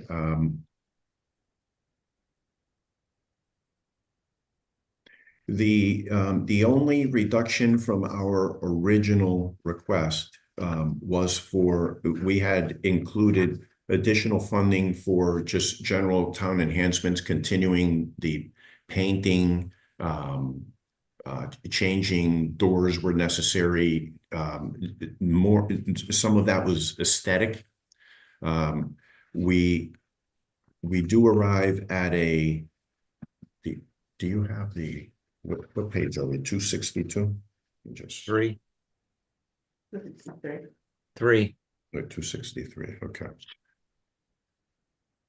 So in reviewing this with Dimitri and Dayanara the other day, obviously it's a not to exceed budget. So that's how we approach the budget each year. But should we have something catastrophic that occurs to a piece of infrastructure along the way, then that's a different discussion. We will work within the funding that is being provided in this request. And Dimitri, you have anything you want to add? I'm prepared to answer any specific questions that the board has about this budget, but as George indicated, it really is a not to exceed budget. Most of the elements that make this budget up, we have a lot of contracted services at this point, so we can track our costs pretty reliably, unless there is a catastrophic problem. A hot water heater blows up. If a garage door gets, they're beyond end of life, they need to be replaced just for security. Those are the kind of things that we can't really anticipate with any degree of accuracy. And so that's what that's what we'll see slight variations from year to year. But we try to, within all of our ability, to balance it out by the end of the year. We hold back as long as we can and fix what we need to do. And then try to get ahead of the game for the following year as we get a little bit further along if we have the resources available. Any questions on building maintenance? Already just put his glasses on, so we'll wait 1 second just in case. No, you're good. On from building maintenance, we'll go to fleet maintenance. Good morning, Doug. Doug Bogan is with us. Talk about fleet. George, do you have anything? Page number, Laney? Said Doug Bogan, I'm the general foreman now. Oh, I'm sorry. That's okay. Congratulations. I'm a week into this, so go easy on me. I have behind me Aaron Trucy is my senior mechanic, who's actually acting supervisor right now. So if you have any questions, we're kind of working together right now while he gets up to speed, as I'm working with Richie to get myself up to speed. So to page 271 in our big book. And you can look at fleet stuff there.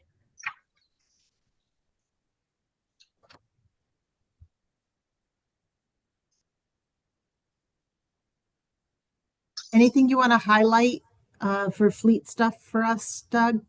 Well, I'll let Aaron speak, but I'll talk about I'll have him talk about diagnostics. Everything's computerized nowadays, and when I took over, 8 years ago or so, I got our first computer system in to diagnose trucks, and it's antiquated now. So, Aaron, if you would like to speak. I know we had asked for a new tablet. That's a top-down system.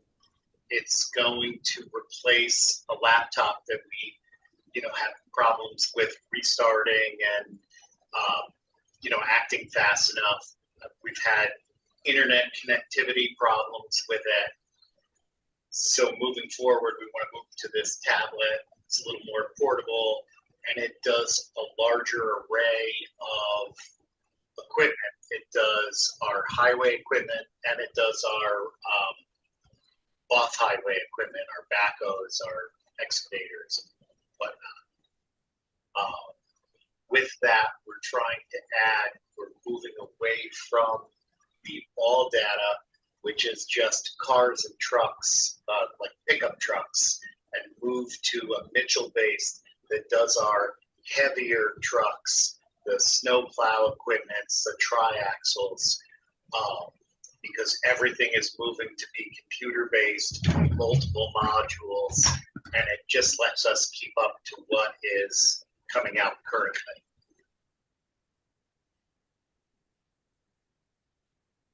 Okay. Yeah, what he said. Obviously, the more we do in-house with the labor that we've already paying for is, money saved. Any questions on any of that in fleet? Gonna let the new guys off easy? Seriously? All right. Well, that's awesome. Thank you guys. Good luck in your new roles. Thank you. We have good people. Wait, can I just make one comment? Yes. I don't know if people noticed, but they have the gasoline price locked in at $2.31. You cannot buy it for that. That's great, though. Congratulations. I believe that was all Kevin Bova, I believe. So I'll give credit where credit's due. Kevin Bova was able to lock that in. That's sweet. Nice. Excellent. Okay. Moving on from fleet, we've already done recycling center. We're going to Inland Wetlands Commission on page 153. Lainey, can I just point out, you guys skipped over highway. We did. Let's back up to highway. Thank you, George. Page 245. I thought we had been talking about that, but I guess we got stuck on snow removal and I kept thinking roads. All right, backing up to Highway Department, page 245.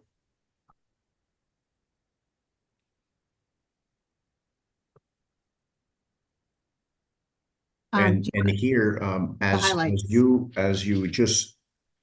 we just mentioned, Doug is our new general foreman. He assumed the position that Tom Baldwin, a longtime team member, occupied. He retired a few months ago, and through a civil service selection process, Doug is now the general foreman there. So we want to congratulate him. On the highway, let me just look here.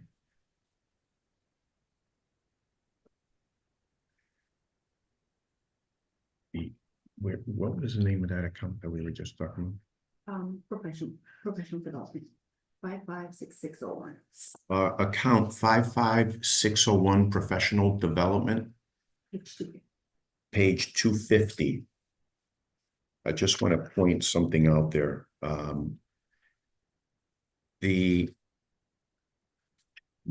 We are now fully staffed, which is the reason for the level of funding that we have requested there. So that one particular line is not based, our request is not based on historical usage. It's based on expected need for the coming year, because we have a number of people that are in new capacities.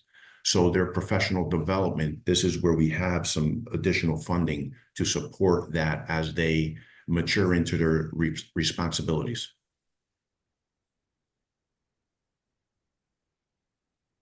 And I think that's really the only highlight that I have. Same things like historical, because we had. And that's 803. Yeah, same page. Yeah, so the same page, 578803, line striping. If you look at where we are with our current spending, and I give you this just because I think these may be some of the questions you may have for me. If you will see that if you base what we're requesting on previous usage, we've only used half of that account, because the other half gets used now when the weather breaks, and it's when we spend the remainder of that account in the way of line striping, crosswalks and center lines and that sort of thing. So I give you that just as point of information as you're looking at the budget and trying to arrive at areas that you may want to consider for reduction. Please don't look at that line, because we have a lot of work to do now in the spring with that account. Ben? That was it. Those were the two that I just wanted to give you some insight on before you even asked. Thanks, Laney. I'm not sure if this is the right spot to ask the question, but I figure I'll ask it anyway. I travel down Daniels Farm every day like a lot of folks do. It still is, it seems to be getting worse, especially on the section from where the exit all the way up to the schools. I know you've done a lot of reclamation projects, filling in things. When can we expect some improvement? I know it's a long-term project to do the entire road, but it kind of is something that really needs attention. Rich, do you want to talk to this with the pothole truck? Yeah, last year we had brought the pothole truck, which is a newer technology for injection spray patching. That took care of a lot of the trouble spots on that Daniels Farm Hill. As you know, Daniels Farm Road is being redesigned and will be reconstructed. So we're trying to maintain it the best we can until that point that we actually do the reclamation and milling and reconstructing the roadway. So we will do additional patching. We crack sealed it all to stabilize it, keep it from falling apart. So every, multiple times during the course of the year, we are working on Daniels Farm just to keep it so, you have drivability on it until we do the major reconstruction. Can't you, as another part of it, I think you did a patch, which was probably about 200 feet, or maybe even 300 feet towards where the school is. Mm-hmm. Just do the curve and just go up the hill there and just do that over. That's probably the worst part of the whole thing is when you come off the exit and go up the hill. It's really beat up. Yeah. We will take a look at that because we've been working with MetroCog on trying to get a schedule of what we can anticipate in the way of the funding for the overall Daniels Farm improvement. If that is going to be too far out, then we will probably have to do what you're saying. We took that initiative near the school because it had arrived at complete collapse. So you're right. We will probably need to ask for the funding to do a 1-inch mill and a 1-inch skim coat on it just to hold it, the integrity of it until we come in for something more substantial. I'm sure that a lot of the folks on this side of town would appreciate it. Thanks again. Yeah, we try to avoid doing that just because of the expense, but when a road begins to arrive at end of life like that, then we really have no choice. Mary? Mary Isaac, Town Council. I just have to say, my new puppy agrees with Vinny, unfortunately. I would have said, don't waste the money, but the puppy was a little nauseous going down Daniels Farm yesterday. But anyway, no, just a quick one. On the catch basins, it looks like you are going to make hopefully or be close to the 3,000 this year after getting the bid last year and the company that actually is going to come through and get to them. I know there was an issue last year with the company just stopping. So that looks good. And then I do have just one question, and it's probably because I've forgotten. I thought for under 589902, occasional, for the leaf collection sweeper. And again, I may have forgotten last year, the year before, I thought we had tried it out and then had decided that if it was something that was working, we were going to purchase a new sweeper. And I thought we did, and maybe I'm wrong, and it was just a conversation and that never happened. I'll let Rich address this on delivery time and the technology. So we had rented the first vacuum sweeper for the LEAF program a couple years ago. It works excellent. We had since purchased one of our own when we were renting one. As you know, in the capital budget, we had a second vacuum sweeper approved to purchase, but we will not receive that in time for this coming leaf season. So we will need to rent another vacuum sweeper for this leaf season. So we have the two to cover the town. And that will get removed from the budget once we receive our new sweeper, which is probably going to be in January or February of next year. Great. It was somewhere in my brain up there that I thought we did that. Okay, thank you. And yeah, I know it just definitely makes a difference. The roads look great with the leaf pickup. I have to say it's been, the last couple of years looking fabulous. So thank you. Marty? Yeah, same with Vin. I may be asking this out of sequence, but I'm going to go ahead anyway since you're the same guys. On the road things, two questions. I received from feedback from the public on two areas that I wanted to make sure I was answering correctly. You know, the pavement reclamation program that we're doing, I'm a huge advocate of, seems to pay off a lot of dividends for the town. I got one comment from somebody said that it would, you know, their perception was it was paved with a cheaper alternative, and the product was, you know, in essence, gravel covered in tar, not the smooth surface. So they were concerned of, you know, hey, you know, the rollerblading or whatever they might do on the road wasn't as nice. I know that's not our primary goal, but I wondered if you could just comment on road surface with the pavement reclamation versus what we used to do. I know we cover a lot more, but if you could just clarify that for me, was that a true statement, that person's observation, or that was a one-off and not really what's happening?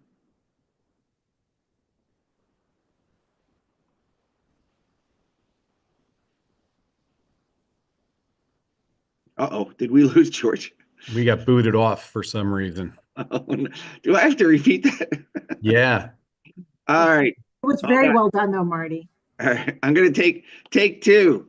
Not sure what happened there. All right, welcome back, guys.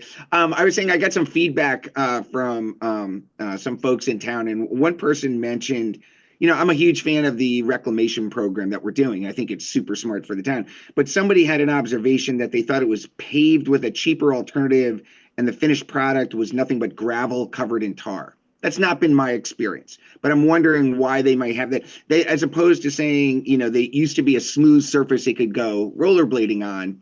Is that potentially just a one-off issue? Is there a radically different change in the pavement reclamation program? I didn't know how to respond, so I thought I'd ask you. There's all different levels of paving and pavement preservation going on in town. They're probably talking about the chip sealing. So, you know, you can reclaim a road which is grinded all up, regrade it, and all new asphalt. If the roads aren't that bad, we mill the roads, which you take off the top couple inches and repave that if you have a solid base underneath. And then once your road starts getting about 14, 15, 16 years old, to extend the life out, we're doing pavement preservation, which is crack sealing, chip sealing, etc. They're probably talking about the chip sealing, which we put down. It's a layer of tar, and it gets protected by fine stone, 1/4-inch stone, and then we fog seal over the top to smooth it out. So that's to extend the road life out.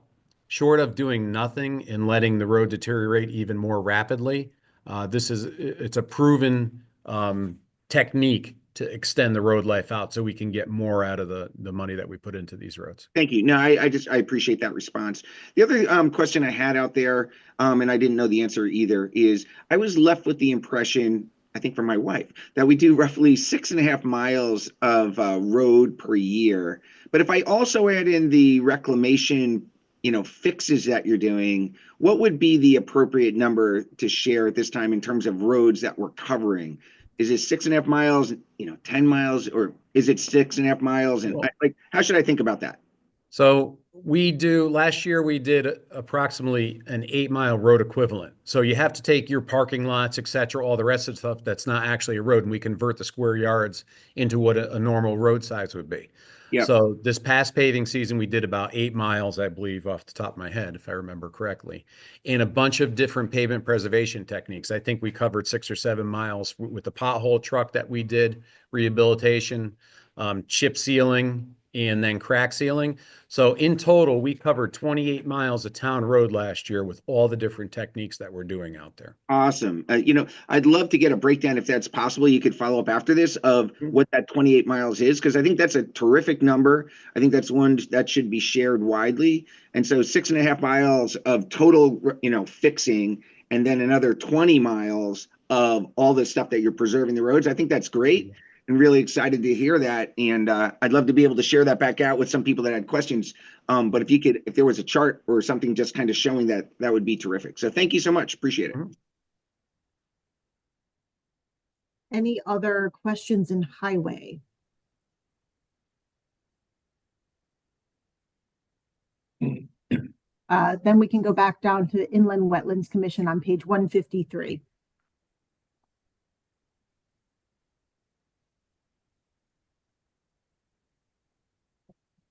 Bill Mauer and Tatiana are here. I'm here. Good morning. Hey, Bill. Good morning.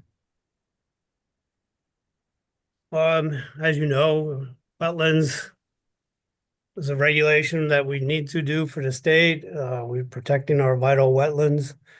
Applications come before us and they get approved or denied.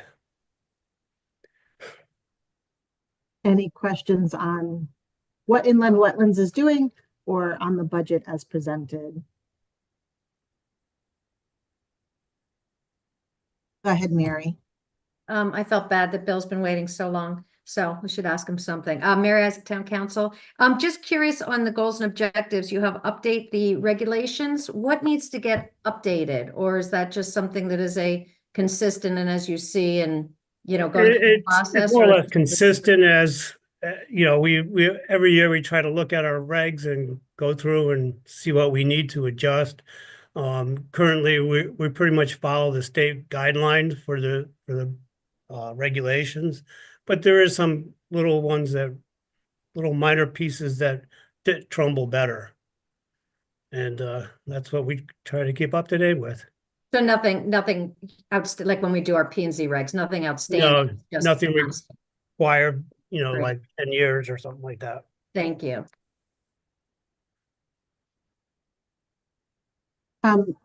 Question on your seminars. In 2024, it was $150. You had requested, the revised budget was 1,000. And then the department request for the coming years, 1,000 again was reduced by half. What was in those seminars? So the seminars are basically, there's a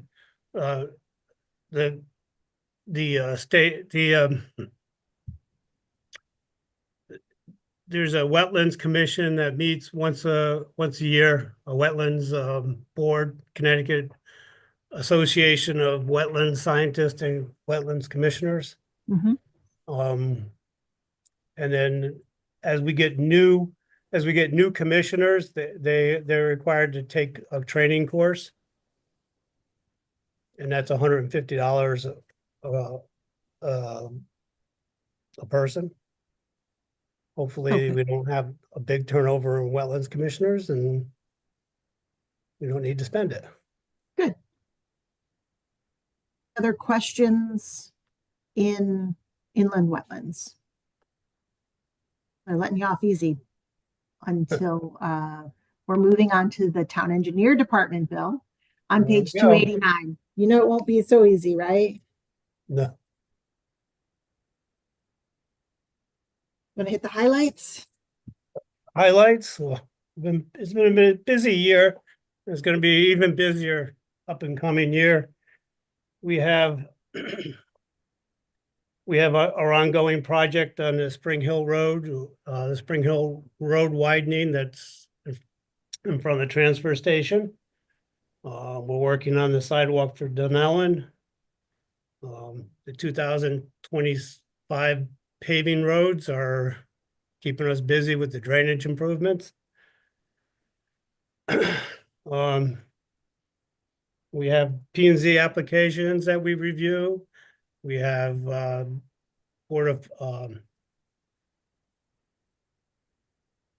Zoning Board of Appeals applications that we review. We're working on Daniels Farm School, the parking lot improvements. We're currently in design and hope to have that under construction this summer. We have the South Nichols drainage improvements, phase 2. Unity Park paving this summer. And a lot And of the high school. The high school, Bill. Yeah, the high school, but that's more of a Board of Ed project. The bus garage culvert design, we finally got going after all these years. And ongoing culvert redesign, Williams Road, culvert hopefully this summer. Any other questions? Any questions for the town engineer department? Paul?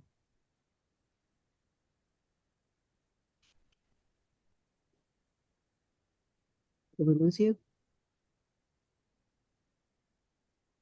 Oh, there you are. I'm sorry, here I am. Good morning, Bill. Morning. On page 290, you're listing of successes and accomplishments of the department. Can you update us on the permitting for the Katz's Pond dredging, number one, and number two, what was the decision? I think I lost track of this one. What was the decision with regard to the design of the boardwalk at Great Oak Park? So the design, I'll start with Great Oak. The design of the boardwalk on Great Oak Park has been tabled.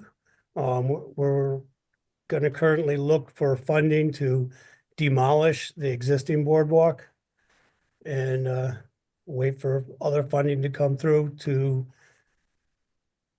maybe make this a pocket park that would be viable. Currently, there's no plan to proceed to build a new boardwalk at this point. Not at this point, not at this time. Secondly, can you update us with regard to the dredging project at Katz's Pond?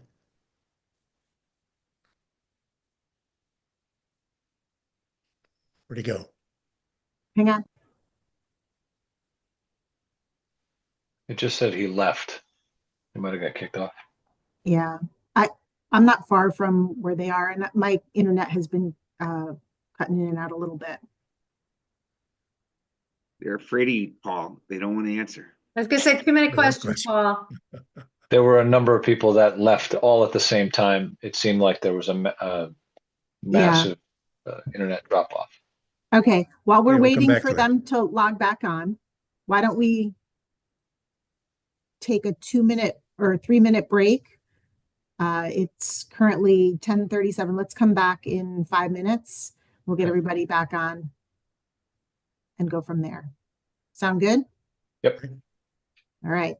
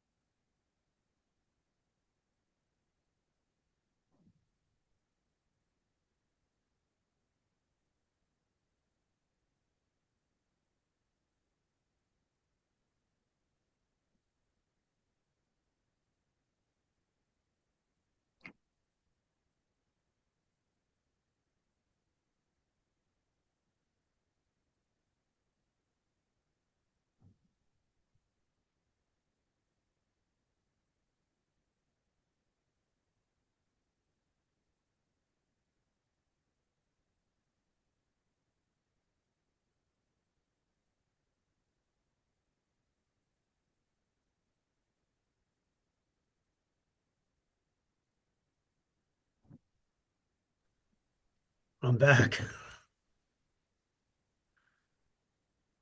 All right. Let's go ahead and come back into the meeting. If you're back. If you're back and ready, just go ahead and kindly turn your cameras on for a second. Hi, Gail. Good morning.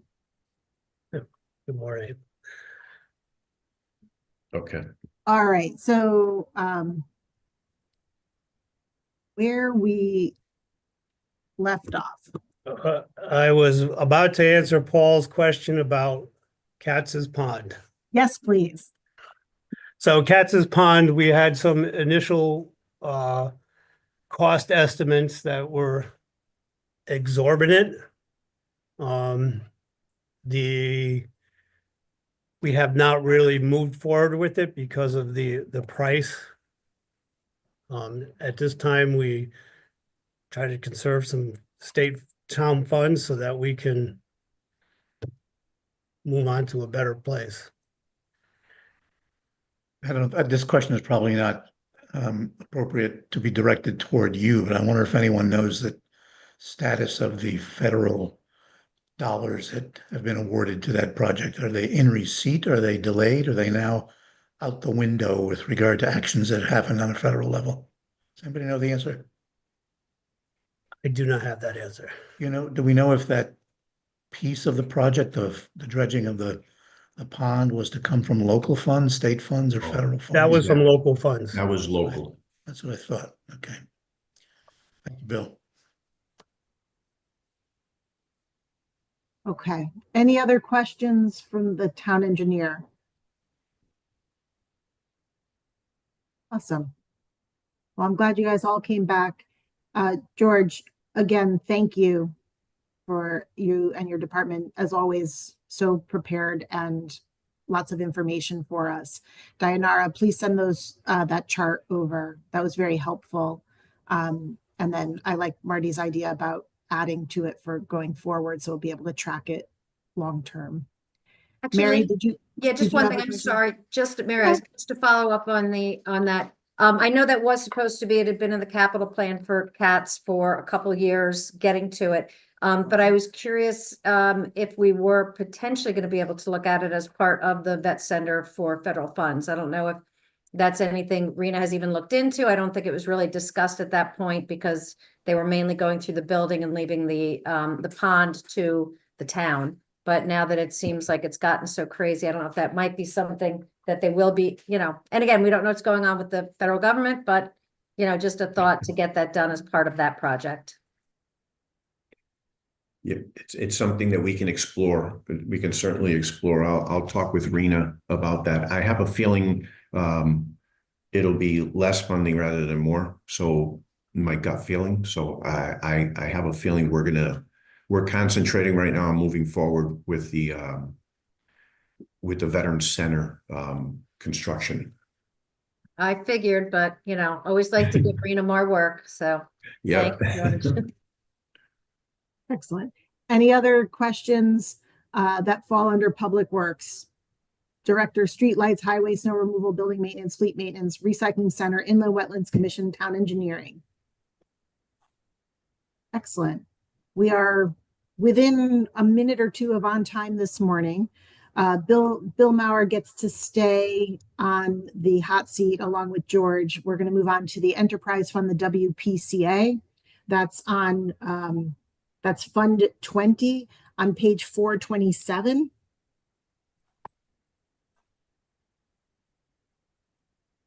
For those of us who were able to take the pump station, poop station tour, very informative, far more complicated than I ever thought. I definitely learned a lot. Page 427 in your books. You want to hit the highlights, Bill? Oh, well, it was a pleasure having everybody to do the tour. I thought it was a good stepping off point so that you could really understand what we actually do. The condition of our pump stations, you saw some of the newer ones and some of the ones that were not so new. Currently, we have started the preliminary design of the Wildwood Pump Station, Whitney, and the Merritt Boulevard pump stations. We're ongoing with the sewer line project under the Merritt Parkway, which I don't know if you understood what we have a line that actually goes under in a culvert that a couple of years back actually we had a break there and we needed to do a temporary repair. The state DOT said you need to go under the road, not in the culvert. This was a design that was actually handed to us earlier, but that's ongoing.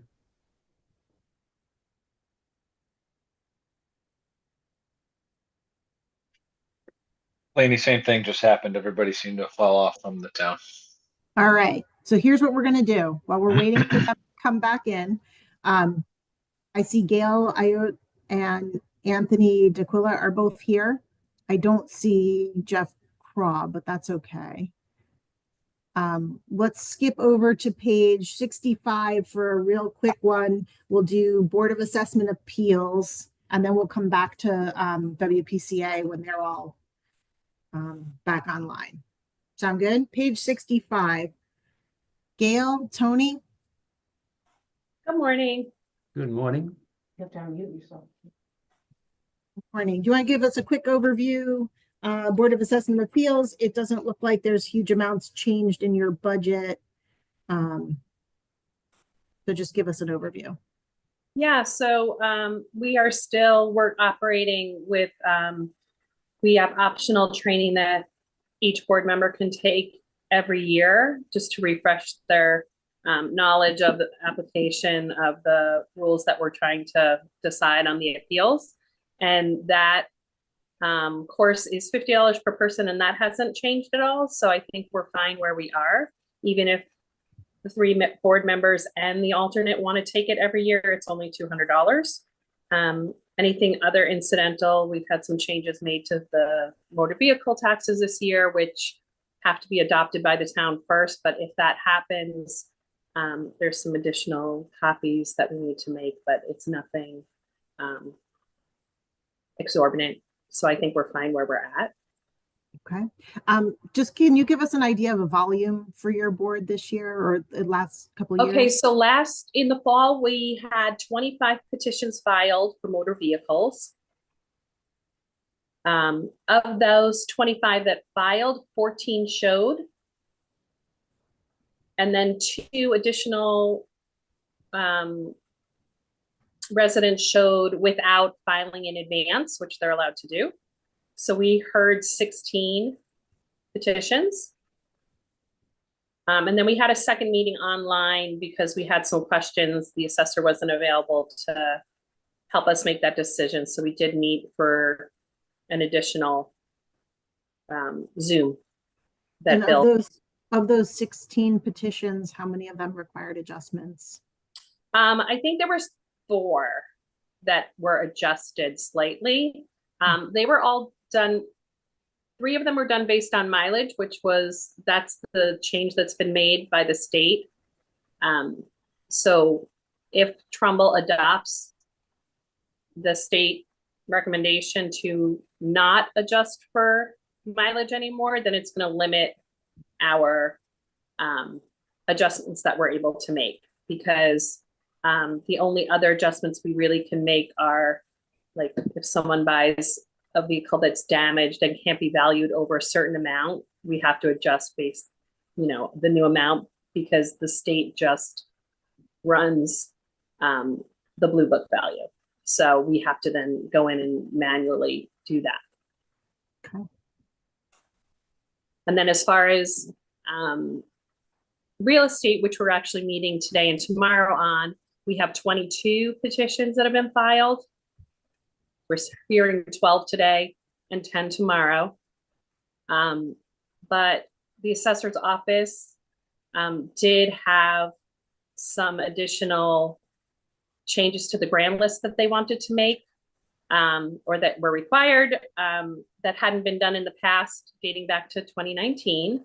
So the assessor recommended that we allow for additional time for, because those notices are being sent out now. So we actually yesterday just put in a request for Vicky to extend our availability so that we can meet till the end of April, so that those notices can go out this week. And then if anybody would like to petition with the board an appeal, they have a couple of weeks to appeal, and then those appointments will be made towards the end of April, if that makes sense. Because there were apparently upwards of just over 250 adjustments that needed to be made on properties that had pulled permits and had made improvements to their homes, but it was never, those adjustments were never made on the grand list, if that makes sense. Any questions on that for Gail or Tony?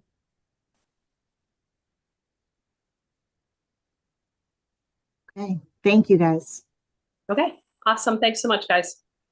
Have a great day. You too. I see George. That's a good sign. Diana is coming back on. That's a good sign. We're here. Where? But you're freezing a little bit, so you may not be there for long. Let's just say that. Okay. Bill, we were talking WPCA. So yes, we went over some of our goals for the upcoming year. I'd like to point out that I added a new sewer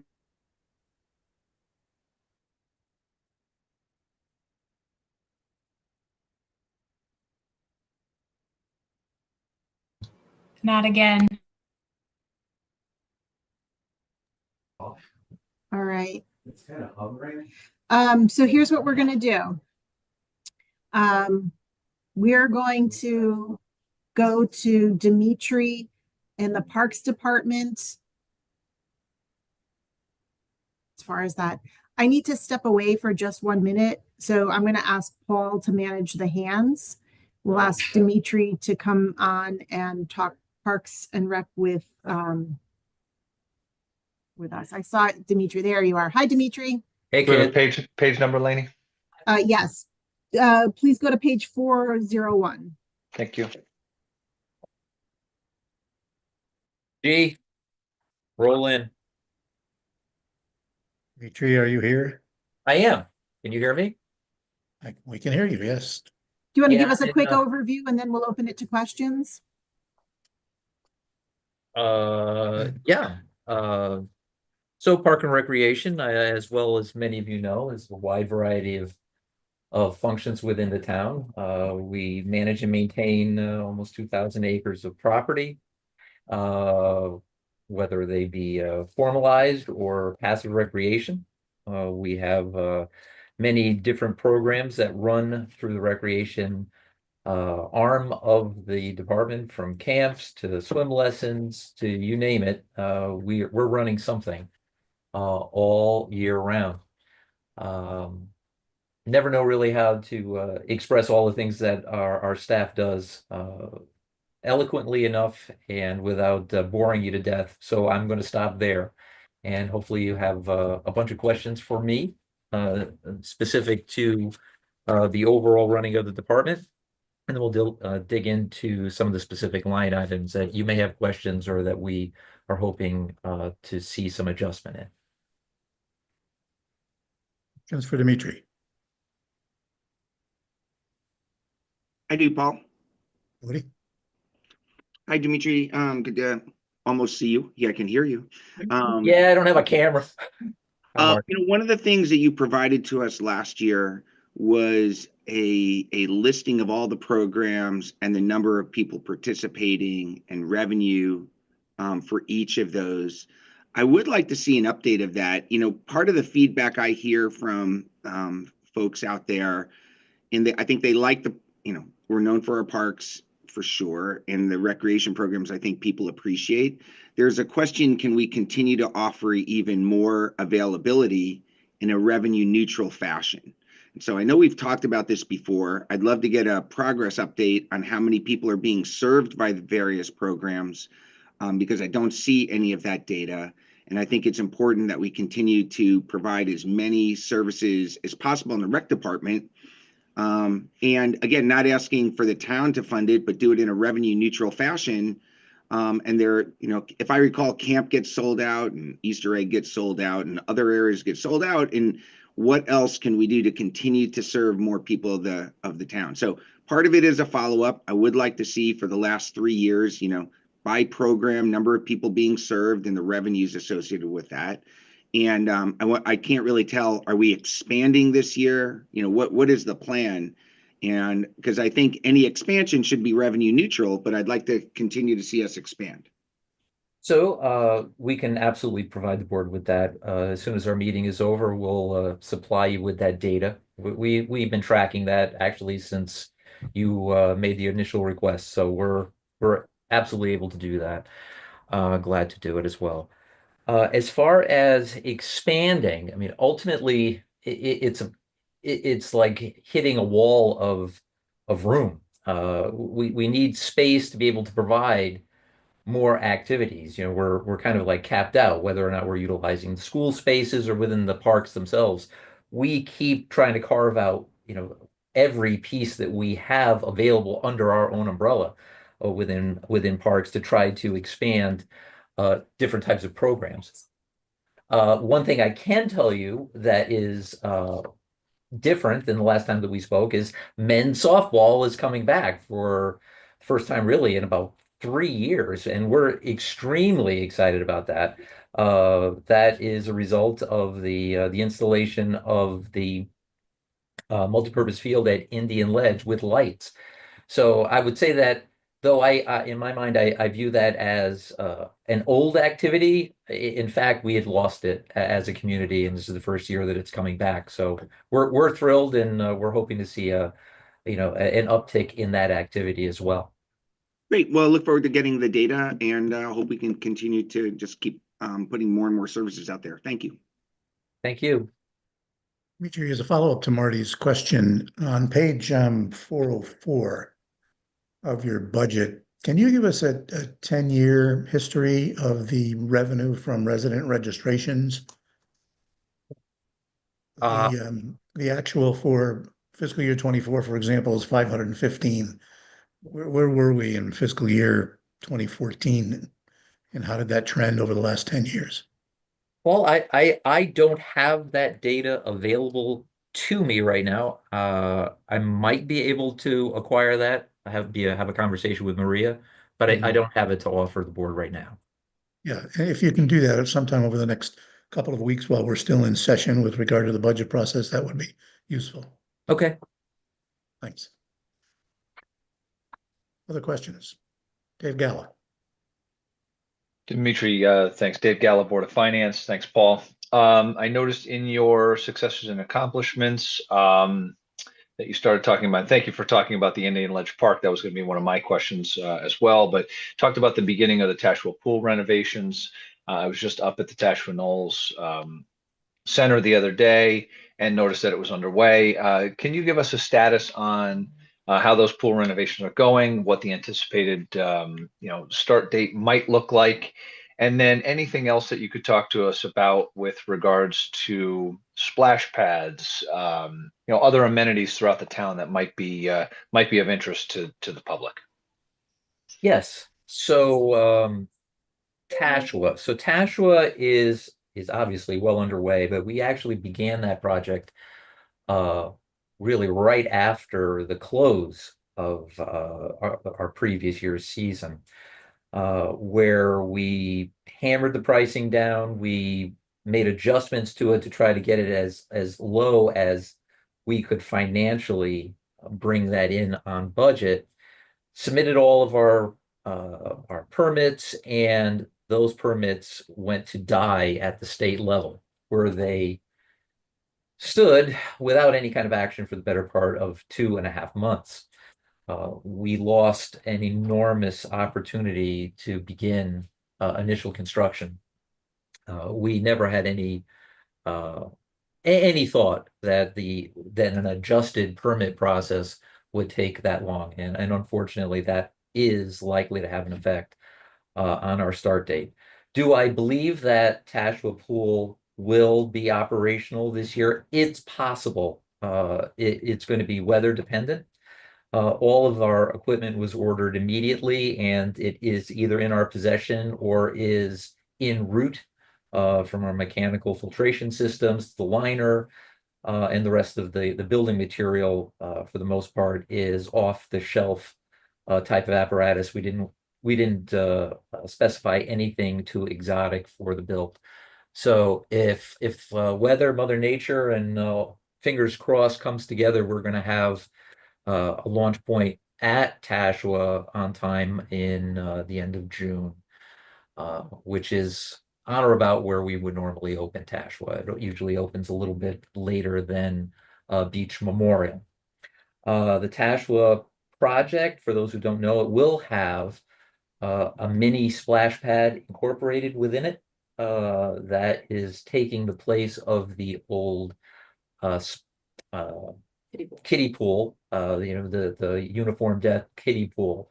It's certainly a lot safer. The mechanicals associated with it are a lot more simplistic. Getting health department approvals, obviously much easier.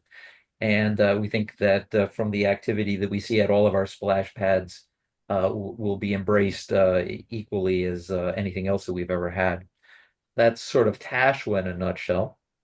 Beaches, on the other hand, we're ready to go. We're just waiting for some dry weather at this point to do some finished landscaping, but the Beach Memorial splash pad is installed. If anybody's taking a drive by there, you can't help but see it. It's lovely, and we anticipate that there'll be many more residents served there than ever before. All of the mechanicals are in, so that project is complete at this point.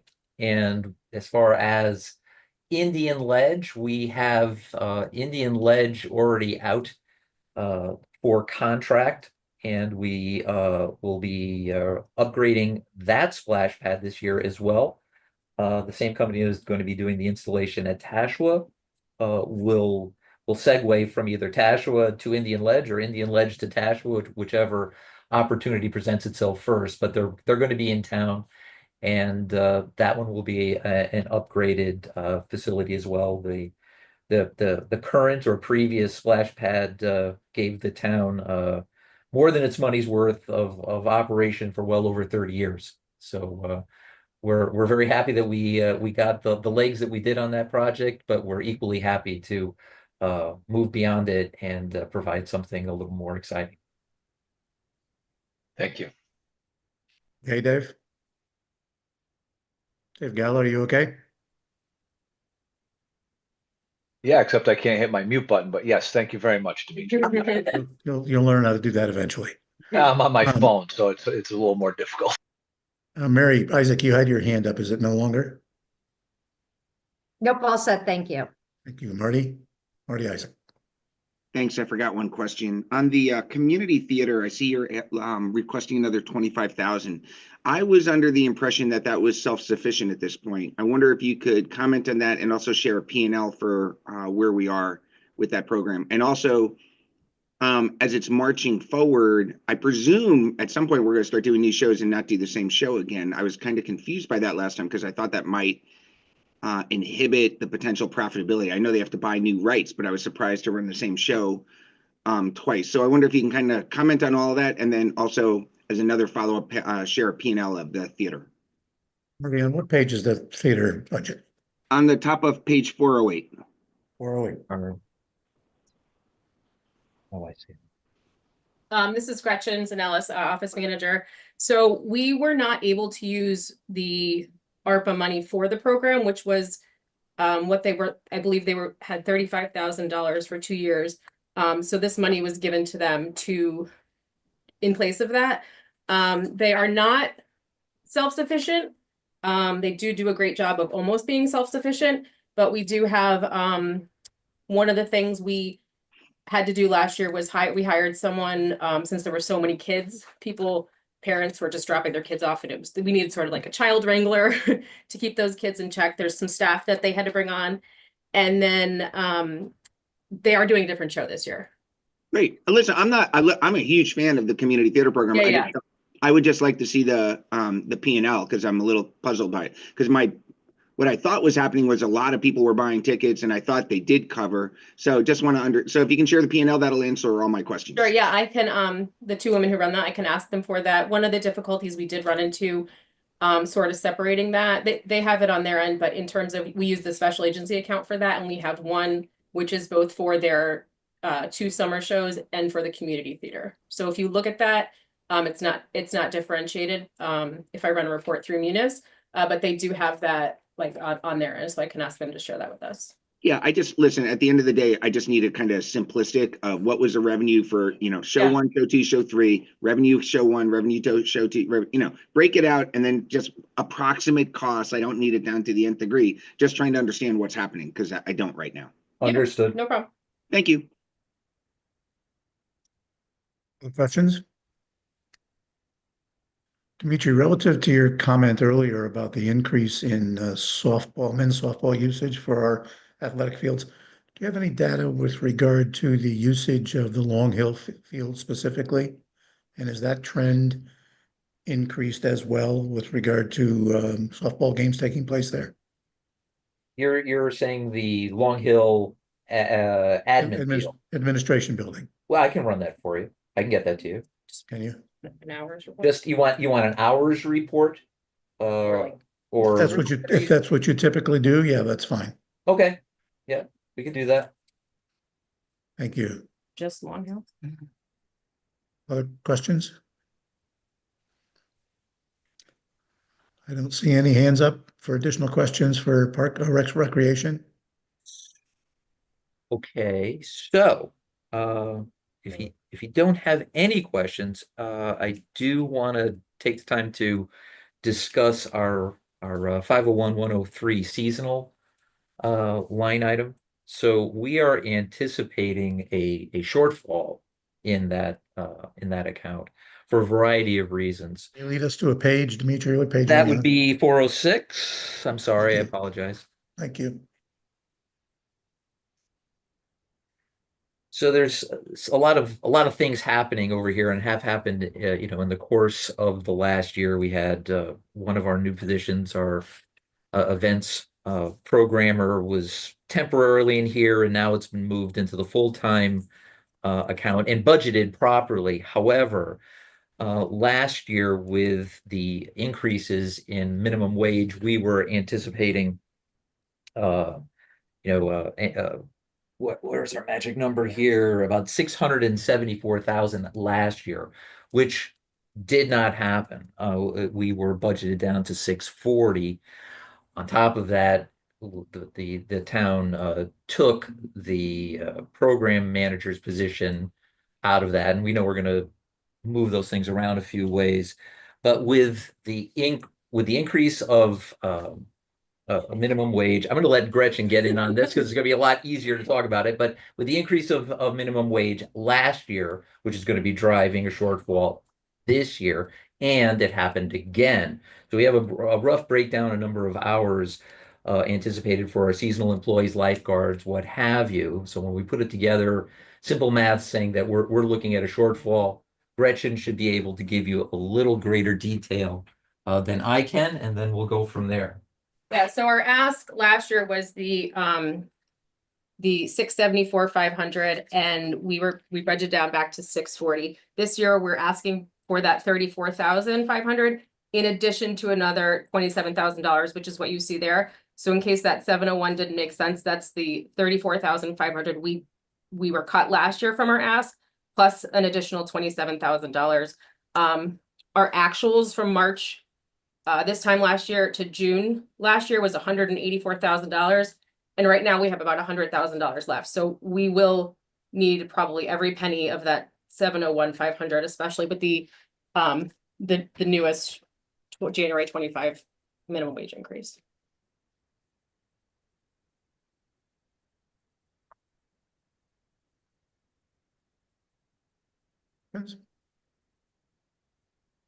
second. Hold on 1 second. Hey, Al, can you go over to, Woods, people from, Data, that's the Canberra people are coming there. They might need. We can't hear you, Dimitri. Dimitri, we He's can't in the hear other you. room on the phone, sorry. Right? He's talking to someone else. He's not talking to you guys. Yeah, right now. Hey, Gretchen, you're able to be with us and answer questions? Sorry, guys. Yeah, I can answer. Minor questions. emergency, Yeah, I'm I can back. answer questions. All right, Dave Gallo. Thanks, Paul. Dave Gallo, Board of Finance. So I just want to understand, because maybe you lost me there as we got toward the end. Sure. Your department request was for 701,500,000, which is $34,000 plus $27,000 more for Correct. this year due to minimum wage increase. Yep. Where I think you lost me, and where I see the first selectman's adjustment to add approximately $27,000 to the 640 was to move 34,000 to full time. I guess. So right now, what that position, we will be, in addition to what I assume we're going to be short this year, we have hired Erica Pivor, or anticipate hiring Erica Pivor as our full-time events and program manager. She's taken over the farmers market, the concerts. I don't know if you've seen a difference in the last year or two. She's done an excellent job for us.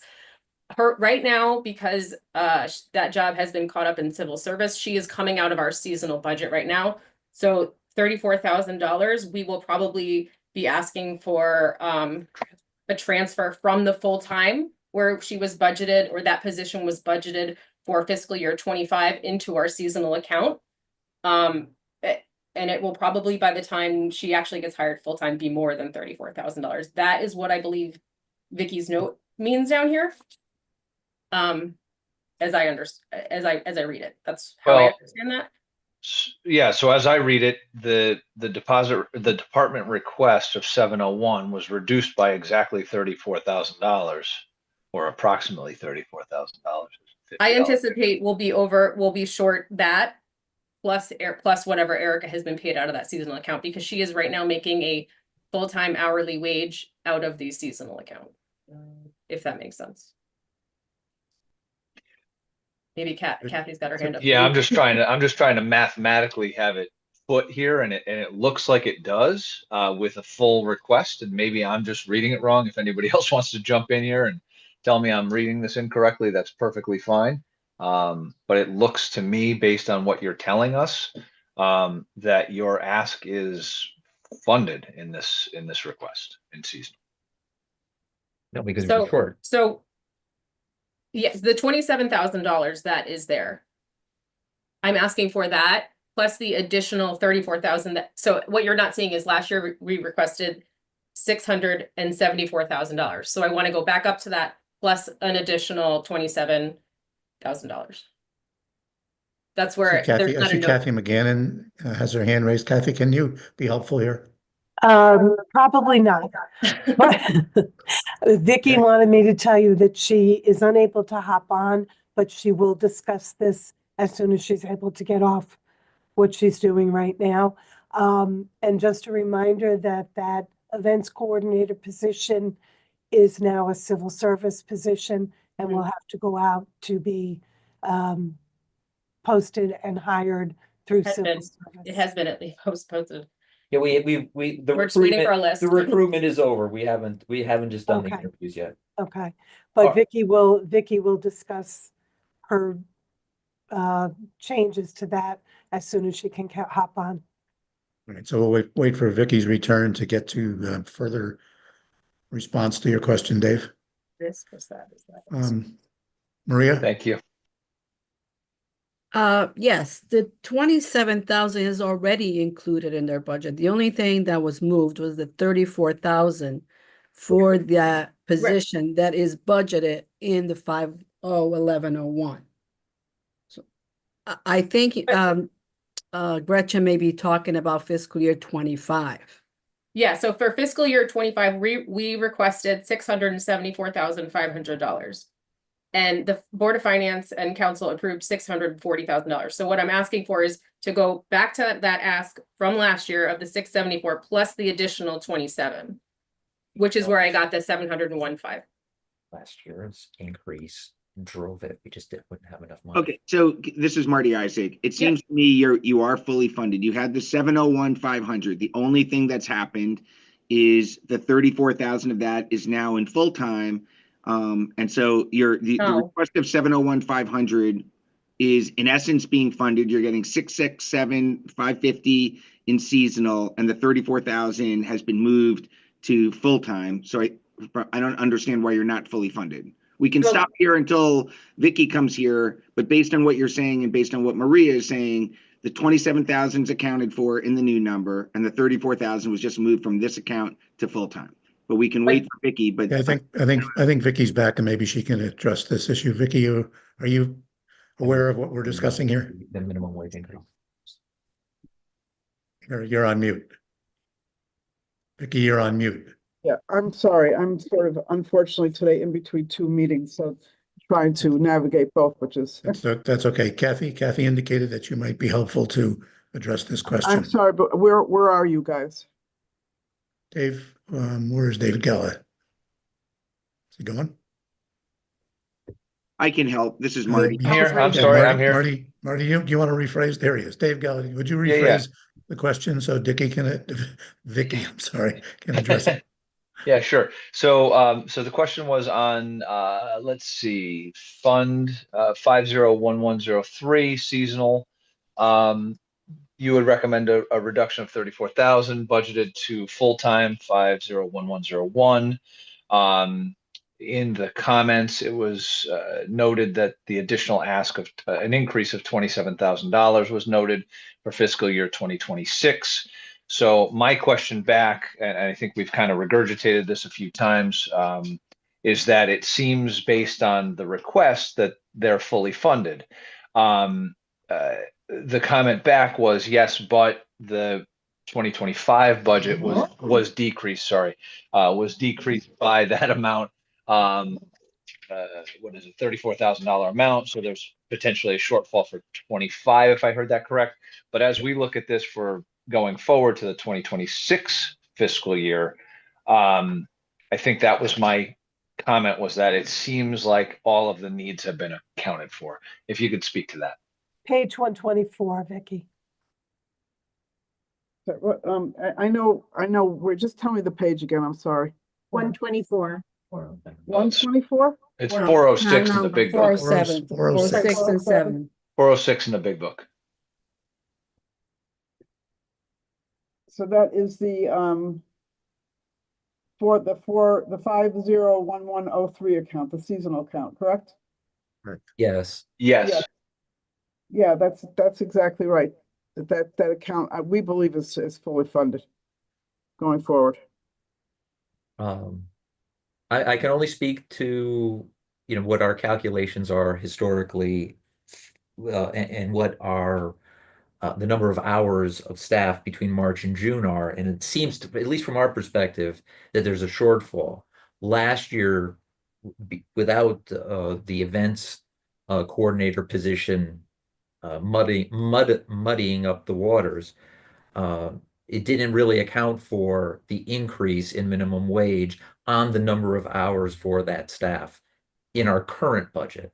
So we were calculating on trying to address that in the next year's budget, and also calculate in the adjustments for minimum wage yet again.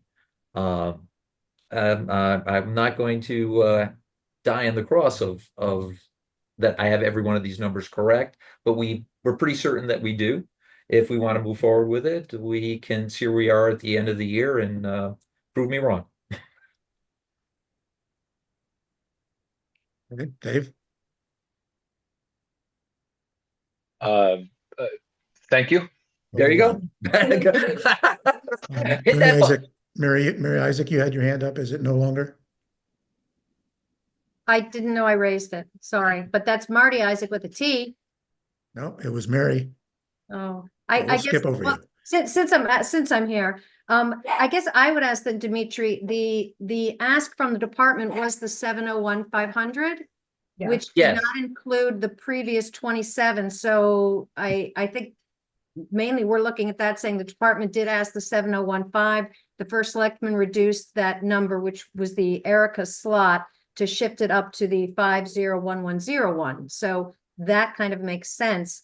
To me, I guess I would say if you can provide, it's probably just a quick thing to do, to provide the number of employees at the rate that you're saying the minimum wage has increased by that number and number of hours, to just see where that pans out. But, but I said the Isn't- ask was the 701,500. Isn't so. it in the description under seasonal T? It is, but that's what I'm saying is the number of lifeguards. I mean, if you're saying that, as I said, Well, I mean, it doesn't matter if it's 1 lifeguard or 100 lifeguards. It's really the hours. And then okay.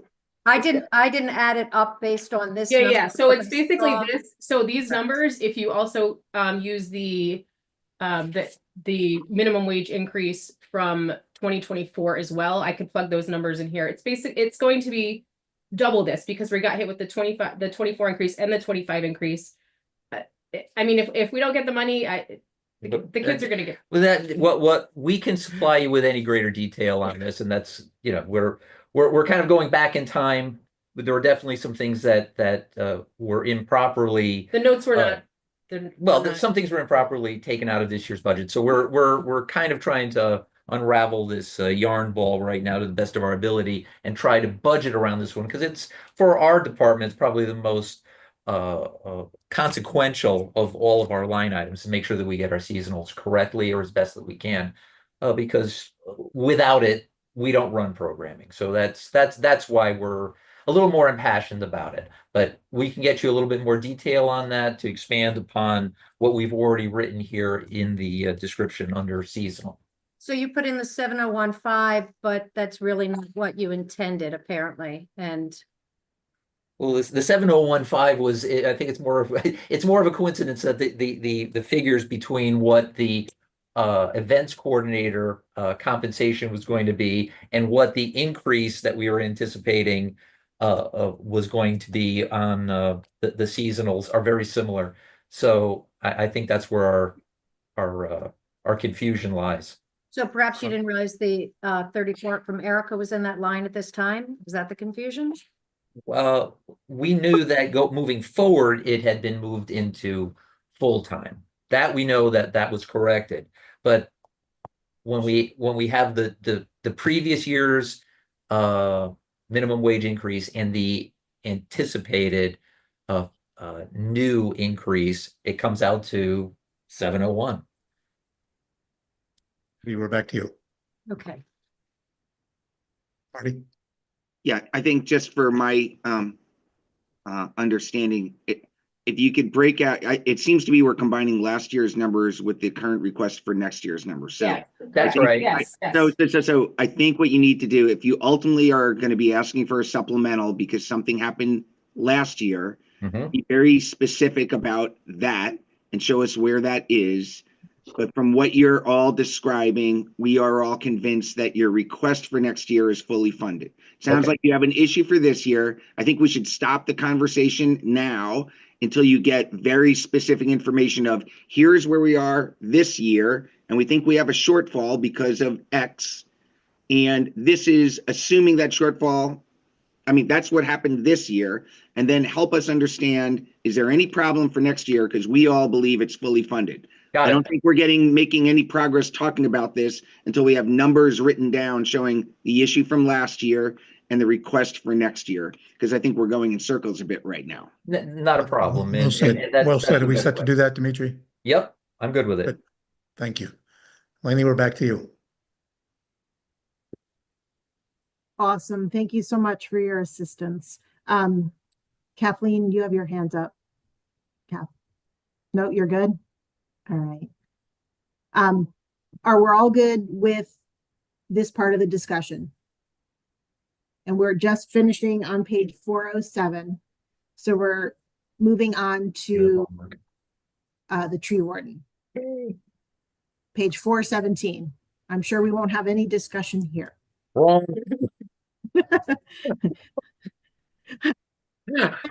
Paul, I may step away again for another minute or two. You can handle this one too. Page 417, tree warden. Dimitri. Hi, everybody. It's still me. Congratulations. I think we can short run what the tree warden and this budget actually provides. We give you innumerable reports on this during the course of the year, and hopefully everybody is well versed at this point how it runs, and that we're doing, I believe, remarkably better in terms of budgeting, projecting, and being able to give you enough data to have faith that we're doing it correctly and keeping the people safe in the community. I'll open up if you all have any questions specific to this particular budget. I really only have one item that I want to discuss with you. All right, you bring up your item first, and then we'll open it to questions. Got it. So we're going to go to the part-time tree wardens. So 501102. It's on page 419, and correct. It's the top section. Correct. So it was reduced based on the idea that it was actual usage, but there are a number of things that contributed to this. So we have myself, I'm the actual tree warden, and there are two part-timers that handle a great deal of the functionality. Short story, we had a great deal of difficulty recruiting for the second tree warden after July. Once we actually had that individual hired, he had a family emergency, which took him essentially offline for many, many months. And by the time that he returned, he chose not to continue in the role. He barely even started in the role. We started the process all over again to find his replacement. We did. We started to get that individual up to speed, and there was an illness, and that individual was out again. As it stands right now, that person is back to work and is performing that function. So actual historic usage, I don't believe can appropriately be based on what this last year represents with that position. Now we have both positions with personnel in them, and it should be fully funded at the rate indicated. That's it. Okay. Questions for the tree warden?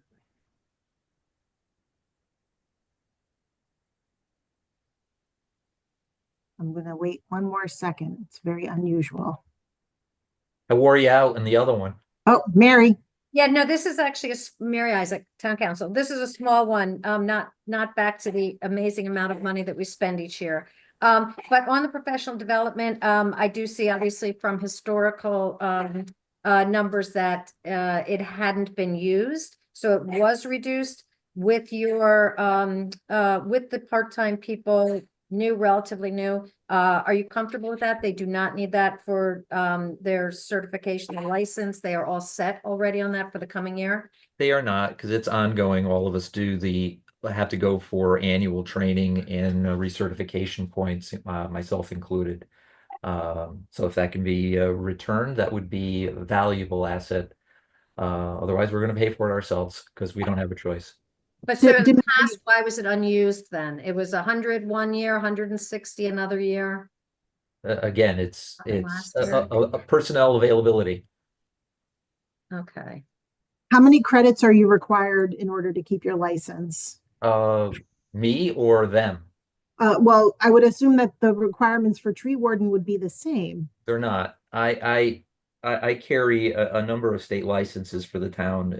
I'm a supervisory pesticide holder as well. So if you use any chemicals in this town, it's essentially going through my license. So that's a set of points. And you essentially have to go for educational credits whenever they become available for that one. And then there's also for being an arborist.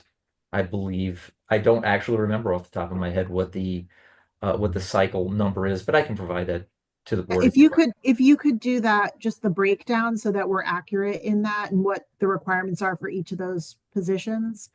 I can.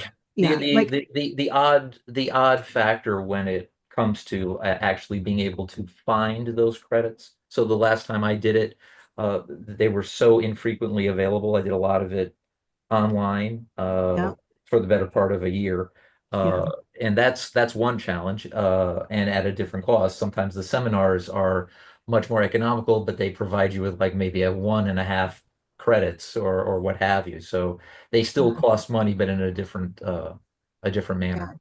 So for my licensure, I'm required to have 20 hours per year. Over how many years? 1 year, every year. 1 year. Yeah.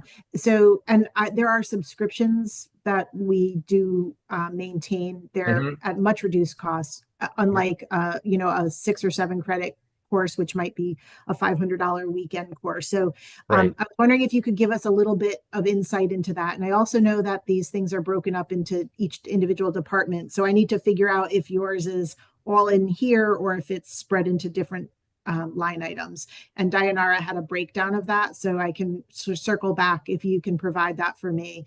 And then I can ask a follow-up question to Dayanara just to find out exactly where those funds are and how much, so that we're accurately budgeting for that. Understood. Okay. Anybody else have any questions on those items?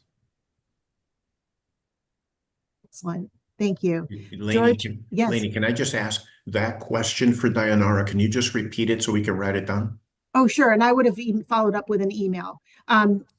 So she had indicated that the professional development and certification was broken down by department. So there were people in highway, there were people, everybody had a different thing. If there was a schedule of how much each of those positions needed, like for the state licensures for Dimitri, and are they all in parks?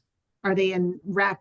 Where are those certifications so that we can make sure that the budget matches? When we break it up into little areas, it's harder to follow. So if we could have a place to look at that in one quick shot and then confirm, you know, what's required and what's a nice to have. So, you know, it's good to have our people trained, but there are some that require licensure that you have to do every year. Okay. And that was prioritized to make sure. And we're not talking about huge amounts in these, but that way we're just accurate. We'll prepare a schedule. Yeah, something like that. Okay. She said she had it broken out before when we were discussing it. In another she's here with me. She got it. All right, great. Okay.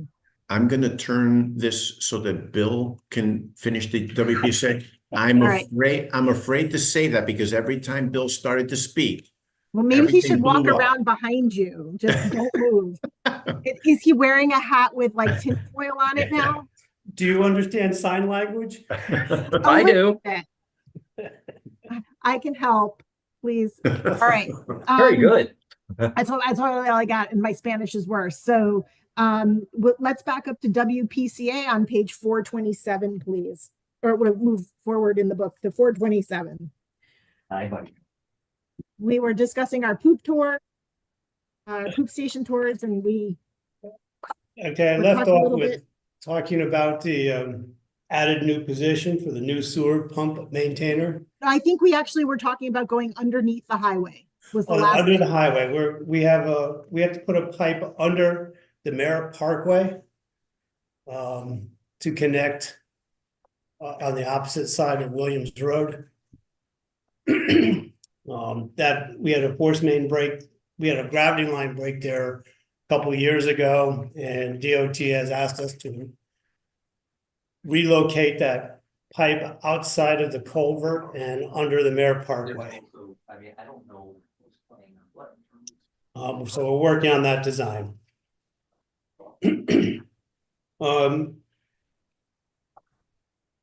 Like I was gonna, we did after our tour, we have added a new position for a new sewer maintainer. This is to bring the staff level to 3 maintainers.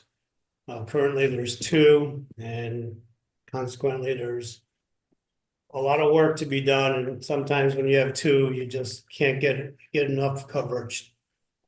we're hoping to, Talk about the OSHA requirements with 2 people at a site for certain Yes. tasks and. yeah, so, yeah, we have confined space entry requirements that we have to maintain. If you remember, like at the Wildwood Pump Station, there was that, the can that they had to go down, that requires 2 people. At least 2 people. Just to refresh for people who didn't go on the pump station tour, we have 13 pump stations. Not all of them are the same size. Some of them have very small access points. One is actually in somebody's front yard. They're all able to be monitored remotely on an electronic system, but there still are tasks that have to be done at each pump station almost every day. We have currently 2 people maintaining all of the sewage flow from our town to Bridgeport. Other things that I learned on our tour, please do not flush anything down the toilet except what's supposed to go down the toilet. And even things that say they're flushable are not necessarily flushable or biodegradable and are required to be manually pulled out. And you couldn't pay me enough to do that. How'd I do? Did I learn some stuff? All right. Those were really long gloves and not something I ever want to see again. All right. So we did talk about, coverage for those stations, how much manpower it does take. It was, Bill did have a presentation prepared, a slideshow. Could you make that something that could be sent out if people wanted to see that or posted? That was Absolutely. That was pretty amazing stuff. Any questions on WPCA or where we're headed or that position? Mr. Timpanelli. Hold on, Paul, you're muted. Thank you. Paul Tipinelli, Board of Finance. Bill, I don't think when we went on the tour, at least I don't recall that we actually visited the pump station at Trefoil Drive. And I note on your list of accomplishments and successes that the Trefoil Drive station had some issues of late. Can you tell us what those issues were and where exactly is that pump station located? Which one are you asking about? Trefoil Drive. Trefoil Drive is across the street from the transfer station. We just on the actually, we had an emergency repair there that we needed to. The pipe work from the pumps out failed. And we had to bypass the station and rebuild it. So that is all done. That was recently? That was recently. That was the end of the summer. The station came back late November, I believe. Okay, And that was thank you. emergency work. That was all emergency work. Thank you. Any other questions for WPCI? Any other questions for Public Works while George is still on the line? Excellent. Thank you guys so much. I appreciate your tenacity and getting on and off and the internet stuff this morning. And I appreciate all that you do for us. Okay, thank you we want to thank the board for its support of Public Works. We appreciate everything you do. All right. TR has joined us. Judge Rowe is coming online, and we are turning to page 29 to talk about the probate court. Thank you, Madam Chair, and hi, everyone. How are you? I guess I'll be brief and then if there's questions. So the Trumbull Probate District is Trumbull, Easton, and Monroe. The annual budget is, this year, the ask is $25,000. Trumbull's share of that is about $14,500. I know you've been talking a lot bigger numbers than this throughout the morning. Nevertheless, I appreciate you giving me a minute. Trumbull's share is calculated under the statute as a percentage of the grand list, the gross grand list for the 3 towns. So we typically come in Trumbull between 57 and 59%. I think this year was just under 58%. So,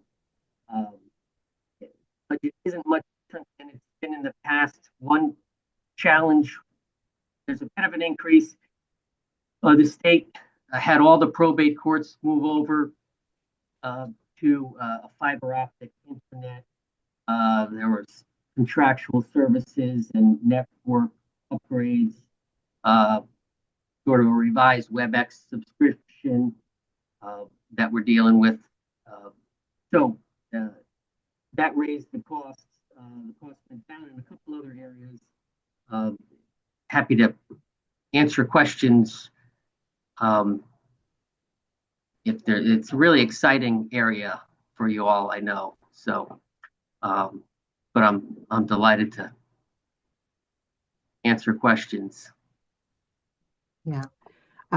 Unfortunately, had the experience of needing to visit your office, and your staff is just wonderful and very helpful. Thank you very much. I do appreciate and acknowledge them today. Thank you. Anybody have any questions on probate, how it works with the 3 towns? It's broken out pretty clearly. All right, sir. Oh, wait, Okay. Mrs. Tesoro. Oh, boy. Just, good morning. Did he just say, oh boy? Not in a positive way? Did the mic pick that up? Yeah, I just want to make sure that you know that the town of Trumbull is a big supporter of the probate court that we house right in the town of Trumbull. And I know, and I'm being serious, really. Yeah. I know that the citizens of the town of Trumbull are thankful that the probate court is here. And I know that Monroe and Easton also support us as well, support the court. So thank you for all you do. Thank you very much. We're happy to be there on the mezzanine of the town hall. We share the mezzanine. I see Rebecca's here, our other mezzanine neighbor. And if you're on the mezzanine, usually in the morning, and you want to hear bad music combined with poor karaoke, that would be Kevin Bova. Usually it only is between 8 p.m. and 8 a.m. and 8:30. So you got to get there in that little window. But you have the misfortune of being on the mezzanine that time. That's Town hall is a hopping place to be, and the mezzanine is the most interesting disappearing floor in the whole town of Trumbull. right, right. Well, I appreciate everyone's support and help. All right, thank you. Okay, thank you. Best wishes. Thanks. Okay, now, Megan Murphy, are you there? I'm here. Hi, I saw that you popped on early and Scott is now back from his drop off.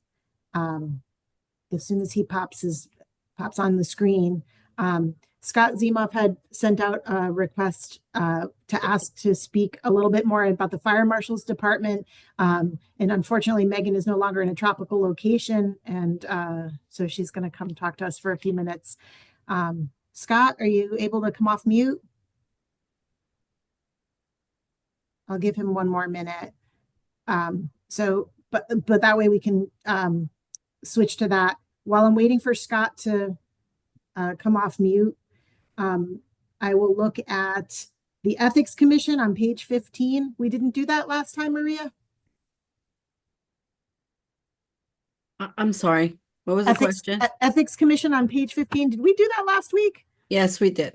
Okay, so we It don't was have to do. just clerical fees. There was just clerical fees. And then, okay. I'm just looking for Scott. I would like to hold off on the Selectman's office until after lunch, closer to our time. So if I can just get here. Megan, do you want to give us a little bit of an overview on the schedule for the fire marshal, what you currently charge, and then we'll open that discussion up. Sure. So currently right now we have licensing fees that we charge, blasting permit fees, removal of underground fuel tanks, any applications for liquor licenses such as restaurants. Believe it or not, the movie theater now requires a liquor license. Our daycares, our healthcare facilities, residential boarding care facilities, which are our group homes, the theater, and then temporary summer camp licenses when we had the circus come coming to town, and I'm not talking about the daily circus that happens, I'm talking about the three ring circus that used to come. We had permits for them and then also for fire reports. We also, as far as building permits go, what we do is we charge for permit for plan reviews, and it's based off of the square foot of the project. So just to give you an idea, if somebody comes in and pulls a building permit and the square footage on the building is between 2,000 and 4,999 square feet, we charge $200 for the building plan review. And then if they have to do fire alarm work and sprinkler permit, that's another plan review and another fee. And those are all based off of different square footages. Other things that we charge for, special installations, so rooftop units, computer fire suppression systems, kitchen fire suppression systems. And then what we also have is a tenant change of name form, which that is used when somebody is literally, you know, one accountant moves out and another accountant moves in and they're doing absolutely no work. It's literally just a new name is going up on the door. And then we also have a temporary tenant form permit that is primarily for the mall, for like the specialty stores that you'll see pop up at the mall for like 2 to 3 months around the holiday season. And then we also, if you fail to comply to get a building permit and we catch you, then there's a $50 fee that is charged for doing work without permits. So those are the fees that we currently charge for. Megan? Yep. Would you be able to just send an email after the meeting with just a list of what they are currently? So when we follow up the discussion, because what I think I'm going to let Scott discuss what he had wanted to ask, and then we'll be able to have a discussion about it, but we'll have it like in one place, just that quick, like a table. Sure. Awesome. Scott, I'll let you take from there. Thank you, Scott Zuma, Board of Finance. Megan, thank you for coming on today. I know this wasn't your day, and you tried to sneak by us with a vacation. I get it. So what my thoughts were, and tell me if I'm way out there, I had some brief conversations with some on the town council who seemed amenable to a fee. Sorry, let me just make sure I have the right understanding, and then we'll move on to the next step. Okay. For apartment complexes, you have to, or somebody within your department has to go in every year to each individual apartment and check the fire systems or something along those lines, correct? Correct. And that is not a fee. There's no fees or anything after initial build of those complexes that's paid to the town to offset that increase in manpower. Correct. Okay. Where I was going is I want to say it was a year or two ago, and I'm sorry, I lose track of time, where you had to add another staff member strictly because of apartments. Essentially, they were, you run through the town and then start again the next year doing checks of these fire systems. Correct. Okay. What my goal is to implement a fee onto the apartment complex owners to offset the annual maintenance. Again, I'm not out to make money, but I am off to offset the additional staff that you needed to bring on within the fire marshal department to check these places. So my thought process was, and I'm sorry, I don't know what page we're on. I just jumped back off from another meeting. To take the salary of the person who essentially does that, divide it by, number of hours in essentially their hourly rate. It's on page 5 in the book, if anybody is interested. Sorry, what was that? Something 5? 205. 205, thank you. Yep. Okay, so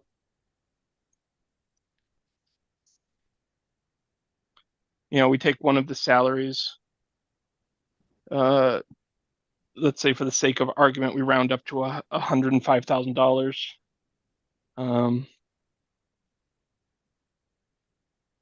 And I don't know if we can do a adjustment fee schedule, or if we just have to kind of build in a fee that's a little bit higher than the salary, right? Because like I said, I'm not out to make money, but I do believe that we should be compensated for the amount of time that it takes a fire marshal to go through these apartment complexes. So what are we, 50? So we're saying it's about $51 an hour. How long would you say that it takes roughly to do one apartment, not a complex, but an individual apartment review? And that includes any kind of delays that were incurred. So I'm looking for on average. So it's kind of hard for me to say that. To walk in and do an inspection on one apartment may only be 15 minutes. And then it depends upon how many times we have to go back to do the re-inspections. Yep. So, and that's why I'm looking for like an average. I'm not going to hold you to it, but if you tell me on average it takes 15 minutes, we have to go back on average 2 times. So we're really looking at about an hour per apartment. Probably. Okay. So with that, I think it would be fair to impose a fee. I'm rounding up, but I'm doing it for the sake of not having to adjust the fees every year, to $55 per apartment annually, because you have to go in there annually, and that would offset the fire marshal's salary that we had to bring on to do that one singular job. So would you like my feedback on that? My opinion on that? I would. Okay. I saw your email that came over this morning. Just to give an idea of what you'd be looking at, the numbers that you talked about when you ran the numbers for $90,000 to try and come up with. That would be an $11,400 fee that would be sent to Garden Apartments on Main Street by the mall annually. A couple things with that, and here's my concern, is that we would be the first town that does anything like this. After I got off the phone last night with Lainey, I called my secretary and we both were scouring the internet, pulling fee schedules from local fire marshal's offices. There are fees that are assigned to apartments, but nothing like this. And I'll go over a little bit with you what we did find out. My concern, with a fee like that being established, is that the first thing is that rent, that fee, that $11,000, let's say $12,000 for just easy numbers, is going to get passed on to tenants. I'm concerned that it could end up triggering fair rent commission on some of these properties. The other thing I'm also concerned about is that with that type of fee that would be slapped onto these apartment complexes, is that it would come out of their maintenance budgets. And instead of them maintaining the properties and maintaining systems and fire safety systems, they're going to start to neglect those systems and end up, the properties are going to start to fall apart.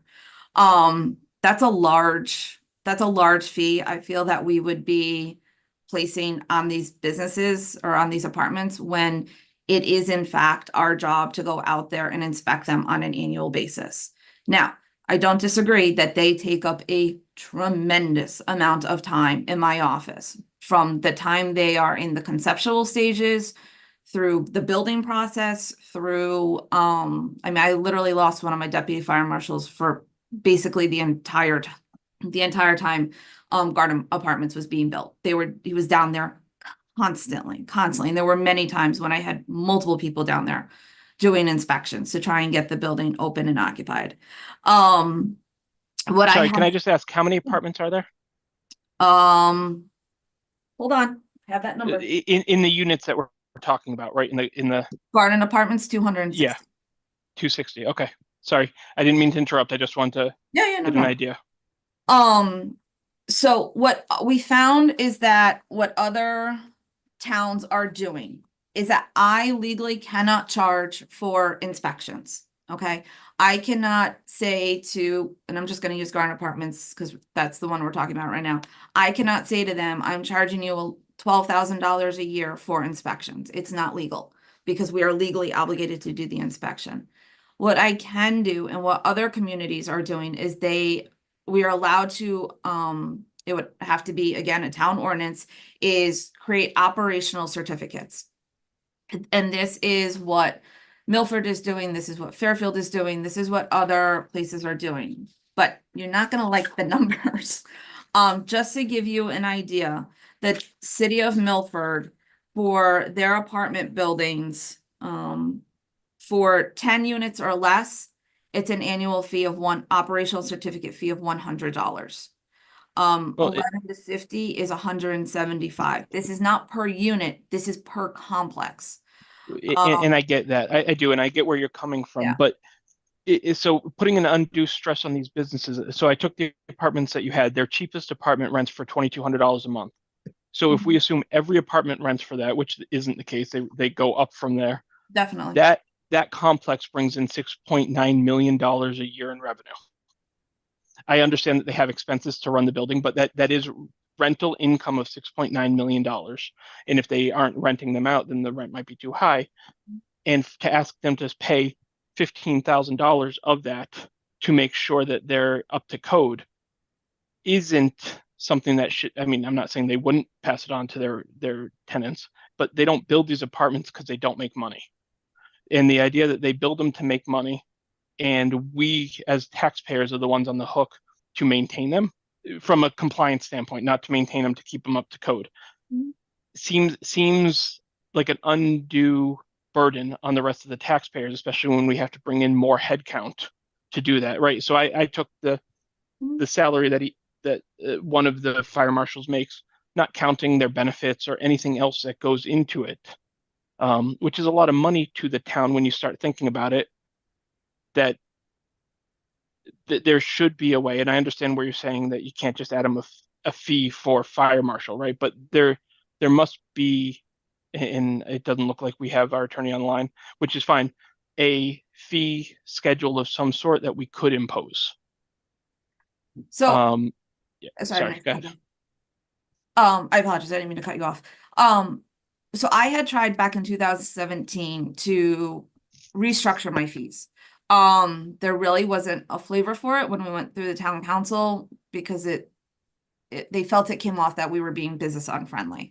That is never my intent. I want to be open and welcoming and, help any business that can come to this town. I would like to restructure some of my fees, and if there is a flavor for it at the town council level, then I would like to do that. I've been, like I said, crunching numbers all this morning and trying to figure stuff out. I think I can, without causing drastic pain to people and businesses, I think I could probably increase my fees another $10,000 a year by restructuring my fee schedule. I understand what you're saying. I completely do. I'm just very it's just, we would be the first of its kind to do it. Let's put it that way, to try and impose those types of fees onto apartment buildings. But if it's what the first selectman wishes me to do and the town council, then I'm definitely open to exploring it.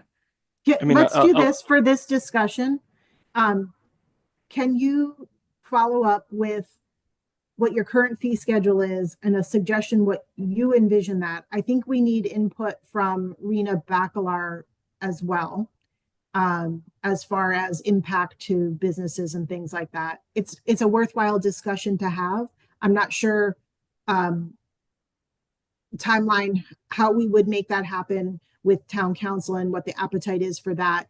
I see that Vicky has her hand up. And Dave has his hand up. I'm gonna let them chime in and then we'll figure out where we are with this discussion. Is that okay? Good. Sure. Vicky? Yep. So thank you. And, I do understand where you're coming from, Scott. And I will tell you that we must remember that the apartment buildings have owners who pay taxes to the town of Trumbull, and a considerable amount of taxes. So let's not forget about that. It's not that they're here, having all these services provided to them and they're not already paying for them because they are.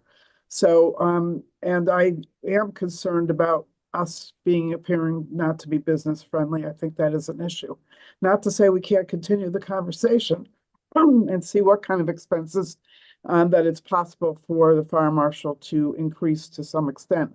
I would not be in favor of doing something like this, which I believe would just be passed on to the tenant to pay. I don't think that would fix the problem it would fix the problem, but the problem would be somebody else's problem who who could probably not afford that. So anyways, I'd be interested to see, Megan, what else you think you could, you know, adjust in your fees. We have done that in the past in other building department and fire marshal's department adjusted fees. It may be time to look at that again.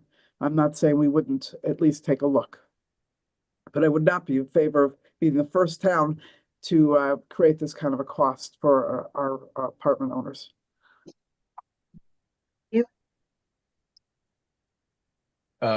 Vicky beat me to it. My exact sentiments on the taxpayer comment she made earlier. Although I do see some merit in taking another look at the fee structure. I guess with that in mind, can we ask somebody for a rundown of what these apartment complexes actually pay in taxes? I'm not saying they don't, right? I'm not negating that at all. But we are in a tough spot, even reading your own write-up for Selectman Tesoro, right? We're in a tough spot, and we should be evaluating the fees. And I understand that it may be passed on to the tenants of these places. But in fairness, if they can't afford it, then they actually won't be passed on, right? Because then the owners of these complexes will have empty apartments, which won't be beneficial to them from a business standpoint either. That should not be the goal for anyone. That is not the goal at all. All I'm saying is there's fees that are elastic and inelastic, right? So there's some where they will have to take it out of their own personal bottom line, which is minimal in comparison to the revenue that they're bringing in, as opposed to passing it on to keep their bottom line level. Those are just my opinions, and I just think it's worthwhile to have the conversation and not just keep things as status quo. It's a good exercise to have this discussion. We've talked about these things in line with tipping fees and all sorts of different things. I think it's good for us to look at the fee schedule. I also think it's important to know that the inspections that Megan's office provide are for public safety. It's not because we want to spend more time in the apartments and things. It's to make sure that people are safe. And that's part of the state requirements and that oversight that is really important. So I don't know how you charge for that anyway, because that's something that's regulated by the state, which I think that's what Megan was saying in backup. So for follow-up to this, to make the discussion a constructive one, if Megan can pull her stuff together and just do a quick one-page email so that we can look at the numbers that are current and what she thinks is supportable, like that could be supported if we were to adjust it, and she has some information on what other towns are charging, and then we can have that discussion as part of our deliberations, and that would have to go to the town council anyway. So it may not, it could be adjusted afterwards, but it may not affect us for the budget vote. But it is a worthwhile thing to look at, and I applaud you for taking the time and doing your homework, Scott. So, all right. It is currently 12:05. I would like to come back at 12:30, 12:35. Tom McCarthy will join us at that time. We will go on to discuss our departments, including town hall, and then move through, I'm sorry, I'm looking on the wrong page, social services and the rest of the little town departments that we have. I anticipate that if we have salary discussions in that next section, that we may go into an executive session, and I will double check to make sure that who can join us in that executive session. And if you remember how much fun that is on Zoom, it's like taking flu powder, and we'll actually leave one meeting and go to another meeting. But let's take a lunch break at this time. Megan, I really appreciate you coming back. I think it's a very worthwhile discussion. I think that it will prompt us to look at a lot of different things a little bit differently. And then we'll come back at 12:30 and move on in our discussions. Is there any other follow-up, any other thing that I'm missing that people have asked for that they haven't gotten information that they're looking for yet? What about the bundt cake? I told you no bundt cake today, but for our voting session, I will make a cake. Okay. Probably be able to do that for I just you. need to get that on the record. Thank you. It was a good cake though. I was pretty proud of myself. All right. We'll see everybody at 12:30 and we'll figure out where we are from there. Thank you.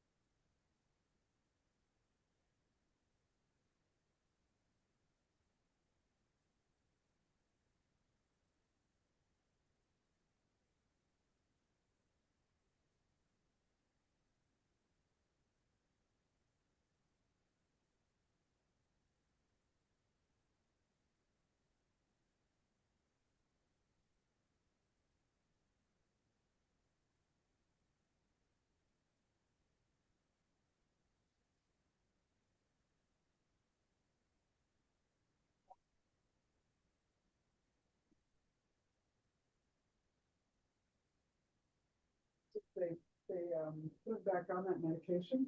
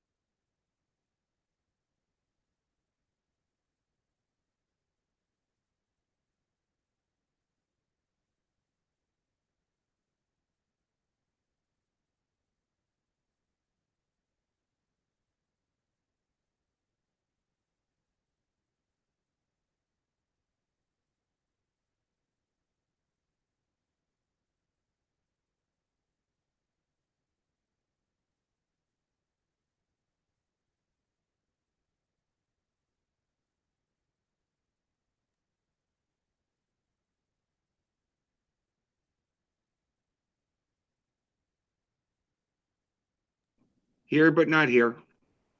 Here but not here? Chewing. I'll come back Oh. one time. That's okay. Everybody's popping on. That means he's stuffing face.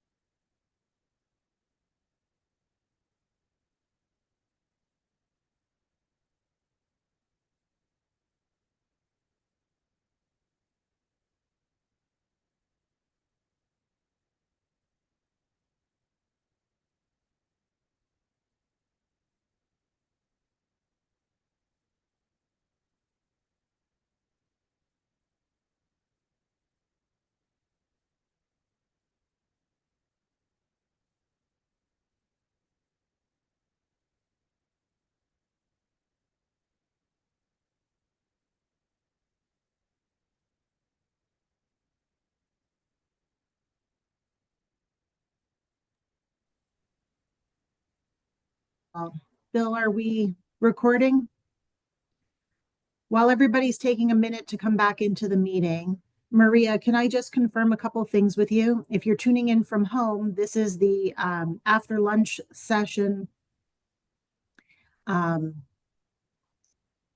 for the Board of Finance Department hearings on the 2025-2026 municipal budget. Maria, can you confirm which of the 2:00 hour departments we already took care of last week? The 2:00, we have done none of those. We haven't done transit, finance, town hall, board of finance, No. purchasing, town clerk. Okay, I just No. wanted to make sure. We did do the ethics and we did do the town council. Okay, excellent. All right, so as we are coming back on, I know Kate is supposed to come on. What time did she say today? I didn't actually hear from Kate, so whatever time you tell me will make work. She says around 2. Okay, that should be fine. And I see that Jean Rabineau has come on. Jean, will Tracy be joining us also? I do not believe that he's going to be in today, but I could be wrong. He may join us by video. Okay, if Tracy pops on, we'll make sure to acknowledge that. Otherwise, I think what we're going to do is start with elections on page 33, because I think the other discussion might take longer.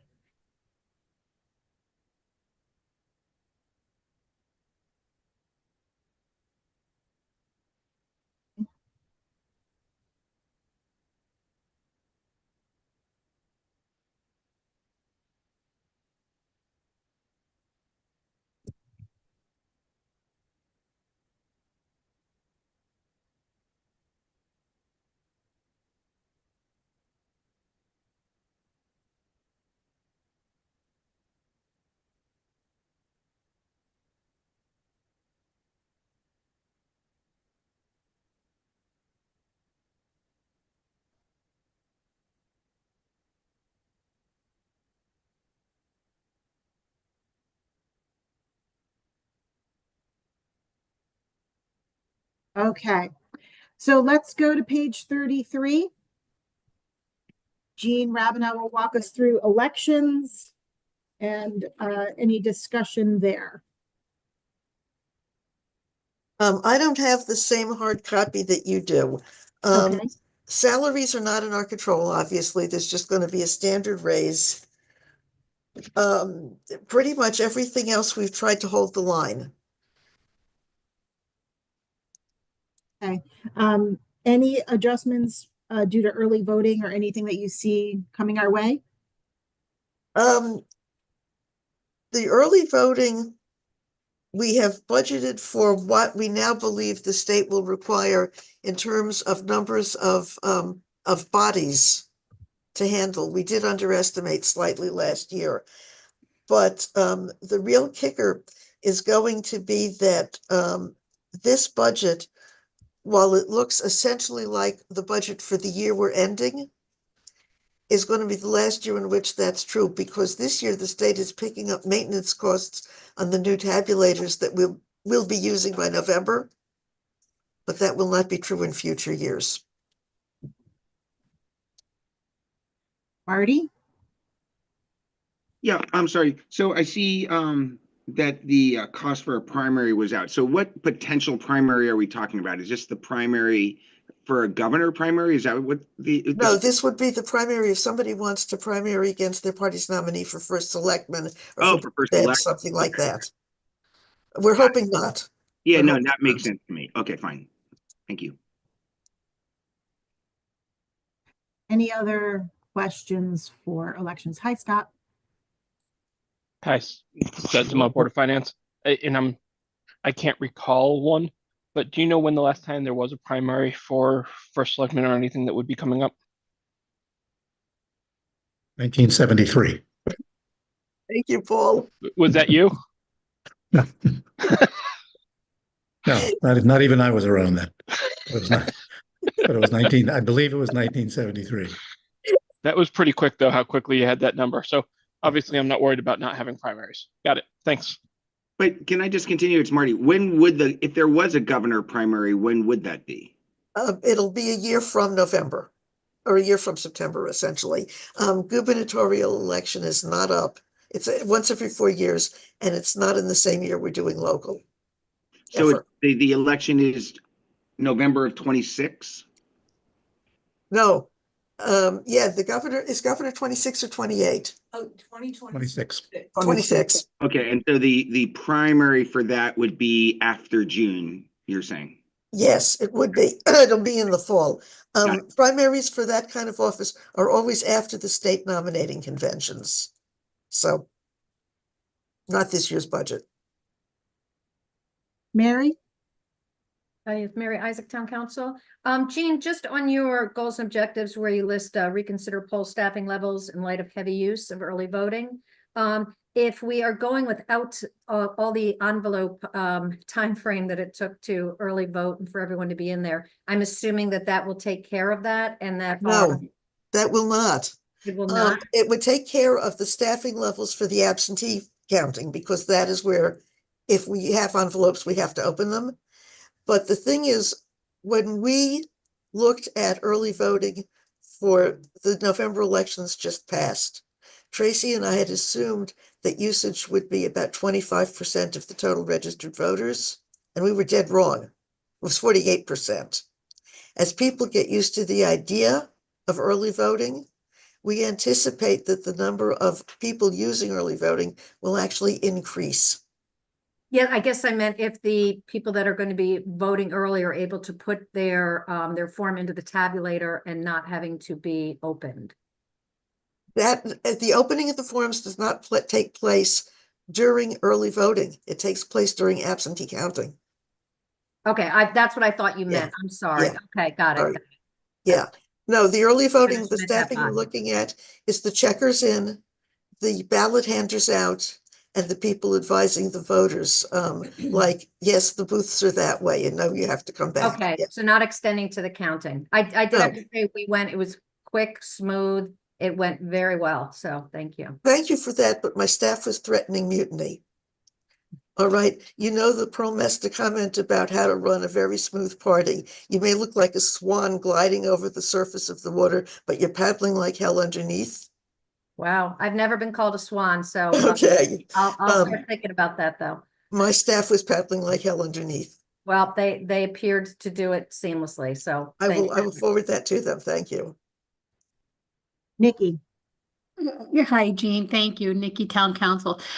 Yeah, I just, that would be in proportion, obviously, to the election cycle that we're in. I mean, clearly, Jean, just to, obviously, it was significant due to the type of election cycle that we were in, as you rolled this out in a completely new system. So I think moving forward in the next I guess in 2 years, we'll see another challenge, right? I would think in that election cycle, but this upcoming year, we should be pretty steady, right? I am hoping so, yes. One of the things that is a plus from our point of view on early voting is that if the numbers continue to rise even gradually in terms of the percentage of voters using early voting, we may be able to cut back some of the staffing at the in-person voting on election day, maybe cutting back to 1 check-in line per polling place rather than 2 and so forth. So there may be some offsets. We're just going to have to see how it goes. Tracy and I were planning pretty much for worst case scenario though this year. Right. Well, thank you. That had to be quite a challenge, rolling something like that out in such a busy election cycle.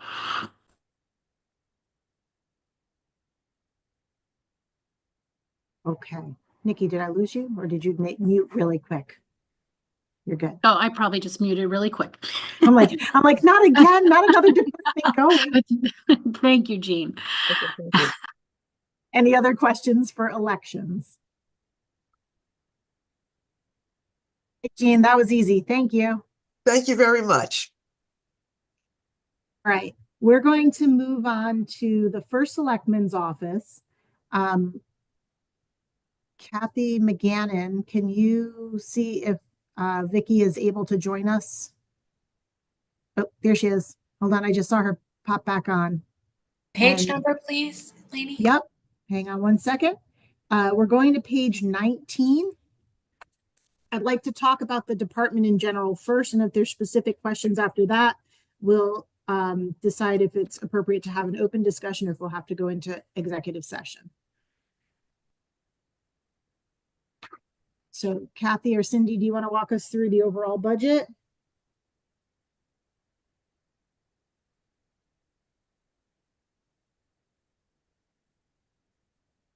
Anyone at all? I'm on here. Do you want me to Yeah, do you want to start? Sure. I don't know if you want me to spend time reading over the goals and accomplishments, or you just want it on your spare time when you can't sleep and have some time to read. You could just read all of that. That is significant, which I'm proud of, obviously, of all the accomplishments that we've had over this last year and the several years that we've been in this office. And, many of my goals and objectives continue to be the same they've been, and some additional ones as well. So if anybody has any questions, feel free to ask. Okay. You want to just talk numbers real quick? Well, you know what, before you do that, this is Marty. If you could just say if you want to point out the new goals for this year. I mean, yes, I think you've done a great job, and I think, a lot of things are really humming in this town. But if there's anything new in that list that you want to draw our eye to on new specific goals for next year, that'd be great. Well, you know what, again, as I said, a lot of my goals are the same they've been. And certainly we continue to strive to keep our taxes in check. And I know you're sitting here looking at the budget, which we've tried to do that again in these extremely trying times. Every day things are different now. So, we're hoping that with the budget that we've put forward that, is sustainable, and that we're not going to have any surprises in the either from the state or the federal government going forward, but we don't know that. I did see this morning, and I didn't get to read the article, that the governor is calling for a possible special session for the budget. So I just didn't even get a chance to look at what he was referring to. I don't know if it has to do with federal monies or what. So I don't want to speak to that because I just don't know at this point. So So again, we're talking about still, maintaining our AAA plus bond rating, and looking to do our AA plus and looking to go to a AAA if possible. We're going to be working with the Hillcrest Buildings Committee, and the architects there's meetings tonight to choose an architect for that building, so that's going to start to move forward. You'll see at the end there that I'm talking about the Trumbull Mall area market feasibility and land use study. That also will be a subject of conversation at the end of this month when we review that study, at least the first phase of the study, and we're going to be moving on to phase 2, trying to bring that study to market to obviously assist them all. I'm going to look this year to review our senior tax relief programs. I had that on my list for a couple of years, but so I'm going to make that a priority item, that we look at that, because it really has not been looked at closely for several years, and I think we need to do that as well. We're talking about the Senior Community Center, obviously that's been ongoing conversation, and we're looking to bring that to some sort of fruition this year at this point. So again, lots of issues here that we've been focusing on for years. One big thing for people in this town, I'm always about safety issues, both pedestrian and vehicular safety. We've made some large improvements, to that in that regard, with the traffic lights that we put on 111 and on Main Street, and we're looking to address the Trumbull Center corridor. We all know that area down there is a prime location for major issues, especially the Daniels Farm, White Plains Road intersection where CVS is. So we continue to focus on a lot of infrastructure issues with the state and pushing the others along that have been in our capital plan and so on. So just a brief overview. Certainly. Yeah, no, thank you. That's helpful. I just really also want to thank you. I know it took a long time to work with the state to get it done, but my stress level is so low because I go out of Long Hill almost every single day, and that left turn was awful for so many years of my life, and it's fantastic. It's funny how a light can really change things, but it really is helpful. So I know that took forever with the state, and I'm grateful for your persistence to get that done. So thank you for that. It was a long time coming. It's very frustrating that issues such as those that are really real safety issues, obviously, and we certainly didn't want to have a collision at any of those intersections that someone really got hurt, and thank goodness that did not happen. As you probably remember, years ago, in order to get the light at Tashua Lane and 25, there was a death there that finally pushed the state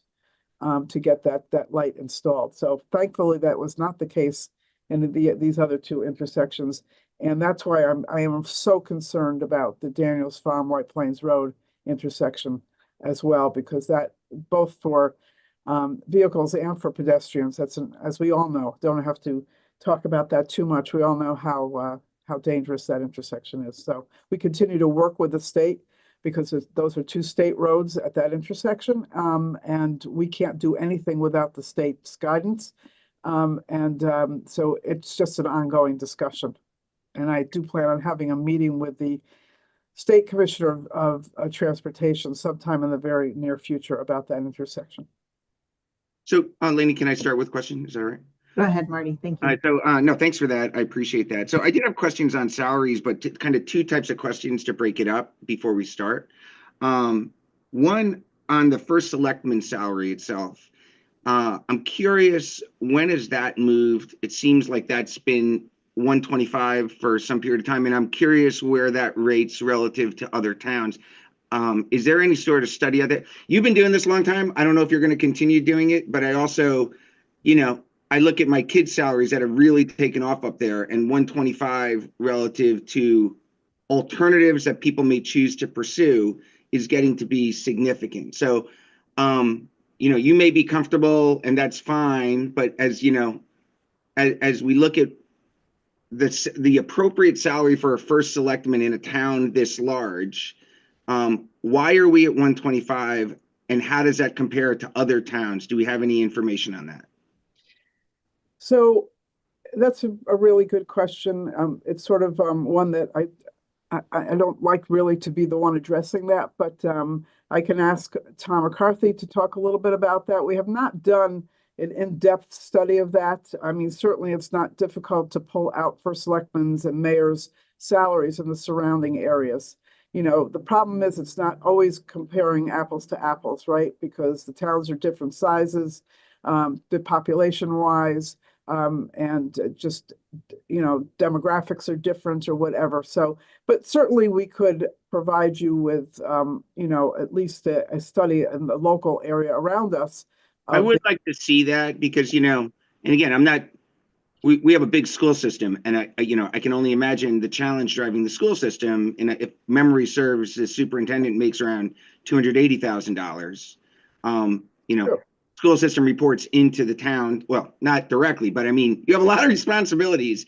And so I just don't know if 125 is appropriate for this. Again, I'm not less concerned about you, more concerned of, getting qualified candidates to continue to want to serve the town. And is that the right number? So I would love to see some analysis on that. And I guess I'd also be curious if we're doing the analysis of seeing the gap between, you know, a superintendent of schools and the first selectman by town, as long as we're doing it, because I would kind of like to understand that ratio. It's certainly a legitimate argument. I'm certainly not going to stand in the way of that. I think that initially, a long time ago when I started in this position, there was you might remember this, a compensation package for the entire town that was in place by my predecessor. The town council did away with that ordinance. We thought it was really, I don't want to say it was unfair, but it took large jumps without really any measurement, or at least we thought at that time. So we did away with it. And I actually, early on, I believe, did not take any salary increase for the first year or whatever back in the day. And I've taken very, very little salary increases since. And I haven't asked for anything more either because, and that legitimately, that's probably not a great thing to do because of what you just said about encouraging other people to take this position. And believe me, I'm not independently wealthy either. So it's not like I would say that, you know, I'm not worth more than I'm being paid. I'm not going to have that discussion at this point, but I do think going forward that there needs to be some sort of a schedule or a study done to determine what is the pay that this. Yeah, I would like to see that. I appreciate the sentiment that you turned some back. I would like to see that analysis. And then Tom, before you go, just, you know, so it's kind of the opposite discussion on the next pieces. So I look at the first selectman salary and I wonder, is that too low relative to everything else out there? And then maybe you can add some color. And I don't know when it turns that you go into executive session or not. So I'll just ask the question and we can decide how we want to do it. It seems on the administrators, they're getting a sizable bump this year. And I wanted to understand the logic of why that was took. So when I look at it, it seems like the first selectman isn't getting a bump at all. I'm concerned it's out of market. And then on the other positions, it seems to have a very big bump. And so just trying to understand the rationale on why are we here? So, okay, but before you talk, Tom, because he's going to talk, I see it coming. You see me trying. I'm trying.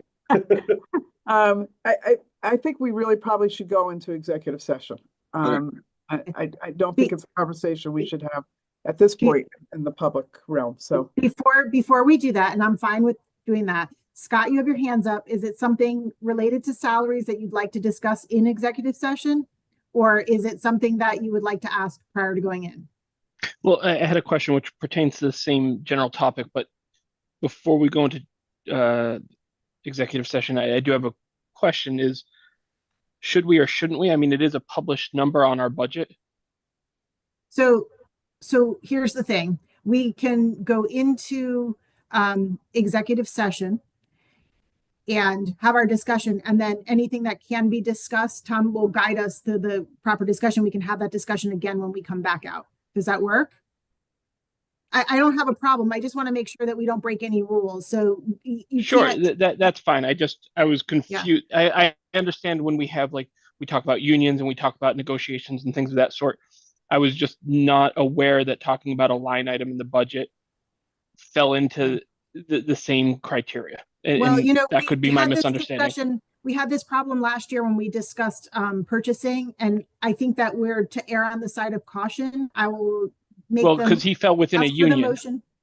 I'm sorry? That's why he fell It was- within a union, which is different than, I have been advised that any discussion about this, we should have an executive session. So let's do that first, and then we can come back out and make public what can be made public and do that Sure. the right way, if that's okay.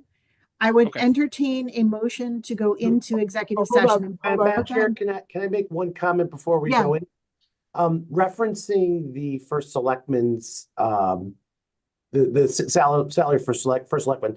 I just want to be, this is something I could certainly say in public, and I don't think there's any, I actually think you could probably have conversations about the first selectman's salary in, non-executive session. The other side, the rationale to go into executive session is because if there's references about current employees, by the way, you have to go into executive session about that. That is what, if you're talking just generally about a line item and just asking questions about dollars, that is not something that has to go into executive session. But my sense is that you're probably gonna talk about stuff that has to do with particular employees in the and that would lead you to executive session.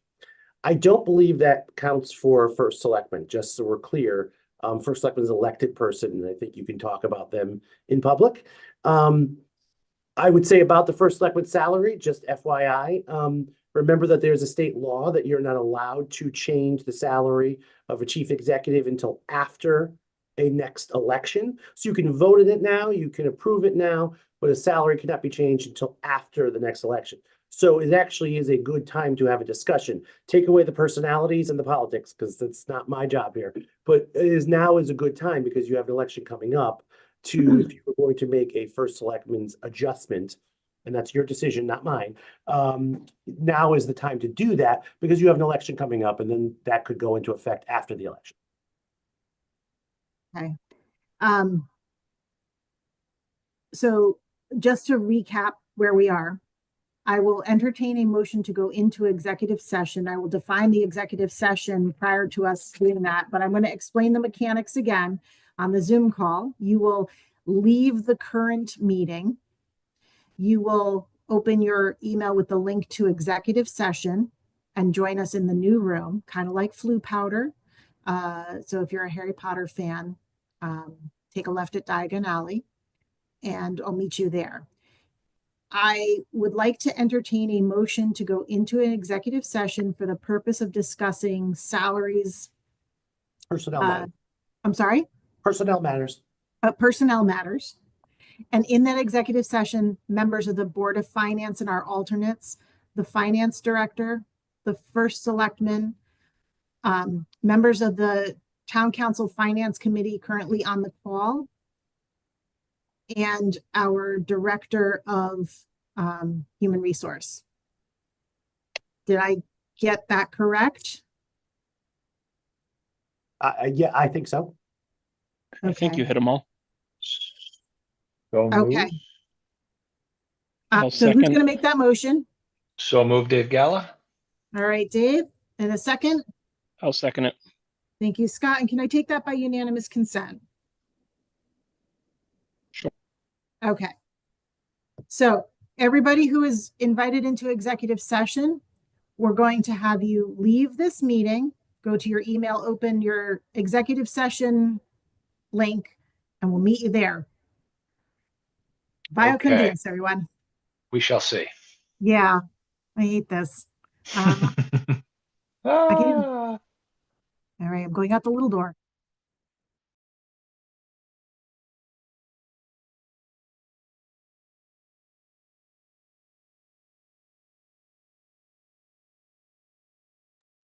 Bill, were you looking for me yesterday?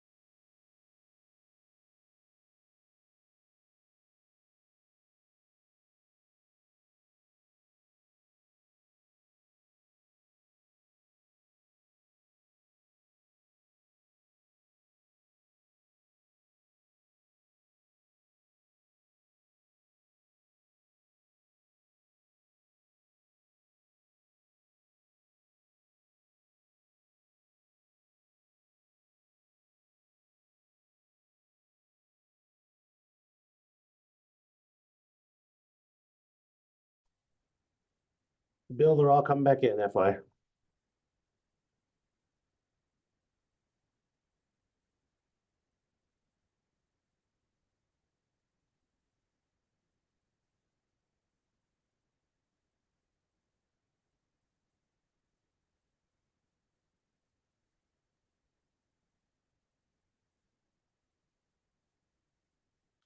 Lady, I think you muted. Yep. Yep, there I am. Bill, can you bring me back in as your co-host? Sounds like a game show, huh? All right. We made a motion by Paul Timpanelli and seconded by Dave Gala to come out of executive session at 1:36 p.m. We did that by unanimous consent. That's for Phyllis. And we're all back in our regular meeting. This is a continuation of the Board of Finance budget hearings for the 2025-26 municipal budget. And we had an executive session discussion in regards to personnel and salaries. We're now back in. I just want to let everybody know that the discussion encompassed several departments and our pay scale. And there will be follow-up from the Human Resource Department. Tom, do I need anything else? No, I think that covered it. I mean, we talked about personnel matters. That's in the executive session. Okay. Any other questions on town hall or that department? If not, we are going to move on to social services and then the health department. I see that Michelle Jacob is on with us. We'll be turning to page 321 in our big books, and we'll start with social services. And I also see that Sumit Sharma, our new health director, is on with us, and we'll be moving into that department shortly. I appreciate your patience in waiting for us today. And this is day 2 for Mr. Sharma as our health director, FYI. Wow, welcome. Let's hit the ground running for sure. So ask him a lot of really detailed questions about the department. Goodbye, everybody. All right. Thanks. So here we go as social services on page 321. Hi, Michelle. Hi, good afternoon, everyone. Hello. What you got for us today? Want to give us a quick overview and then we'll talk numbers? Sure. All right. So, social services budget. I'm sorry, did you want me to go over the goals really quick or just if there's any? You can hit the highlights on your goals and accomplishments and then we'll move into numbers. Right. You know, I really feel like the last year we were focusing on spending all of the ARPA funds we received. So that is what really kept the department busy. They were really successful, my staff, at implementing all that. You know, we had a few goals there that we succeeded at. Our food pantry is doing really well. We've established, you know, vendors for dairy and meat and produce, and that's something we've been working on a long time. So that's finally completed. As far as what's to come, you know, we're working really hard. The Human Services Department has kind of grown. We have so many small departments within our department. So what's great is now, you know, we never really worked in silos, but now that we're one team, we're getting together on a regular basis. And that consists of the counseling center, senior center, social services, TPOD, the food pantry, most of them missing, but we're all meeting on a regular basis every other month just to make sure we stay in touch with each other. And we're not duplicating services, but also we're sharing services, and it's working out really great. So that's kind of a goal this year, is to really get established, get everyone together on the same page. And now we're focusing on training staff, making sure everyone's up to date with what they need. You know, so that's really important. Yeah, everything else is pretty simple. If anyone has any questions. Otherwise, I can go right into budget. Excellent. And I don't think I have anything to share. This budget is very small. No significant changes. We did move around seasonal and contracted services. We do use a licensed clinical social worker to do some general counseling for seniors. We really only have one worker in our social services department. When we get calls that are pretty significant, we have a homebound senior that has a lot of complicated issues going on at home. It takes a lot for one person to work with this individual. So that's when we call on a professional who will come in and do a couple visits, do a deep assessment, and then make recommendations for our department on how to move forward with it. And that's been actually really helpful. Also working with the counseling center and making sure there's no one falls between the gaps and services are in place for our residents. I think that's it for social services. Any questions for social services? Mary? No? Since you asked, no, actually I do really quickly, but I wasn't going to. On the community gardens, I know that Sarah Kidd had gotten the grant. I'm not sure when that was going to be kind of overhauled there. Sorry, I can't speak. But for the fresh produce that you mentioned in the in your goals, is that going to be something that will be happening perhaps this summerish into fall, that's going to be helping the food pantry, or is that further down the line? No, we get fresh produce delivered once a week right now for our clients. Most of it's donated, but we've always had a goal of working with local farmers markets and doing some type of event here with produce as well. But yeah, I just meant the community garden, because I know that was part of it, that it was going to be working supposedly with the pantry to provide, the community aspect of it coming from there. So I didn't know if that was something that had started yet or in the future. Garden that will be built here, or the one that's already in existence? I thought it was for both. Okay. Yeah, I mean, it hasn't been done yet, but I'm hoping that obviously will be implemented. And I know we will have our own gardens here, and that whatever is grown here, we will in hopes be able to do that. I'll send Farmer Marty over to help. I'll need it. Thank you. Nikki, I'm sorry. Hi, Michelle. This is Nikki Satin, Town Council, Finance Committee.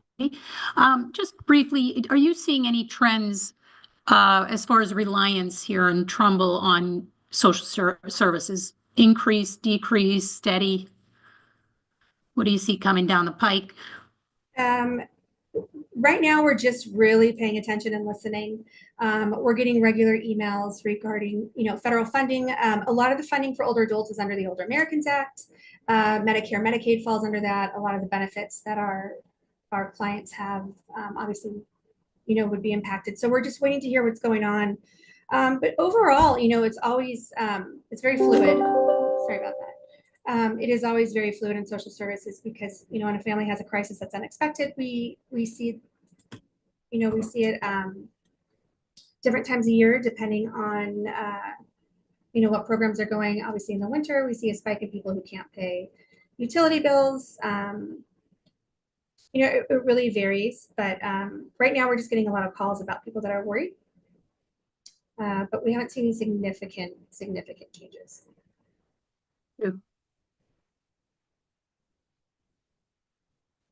Any other questions in social services? Okay, thank you there. We'll move on to the Mary Sherlock Counseling Center. Or do we have to do senior services, or do we cover most of that? They are separate. So we can do senior center or do senior services first, and then we'll do that on page 341.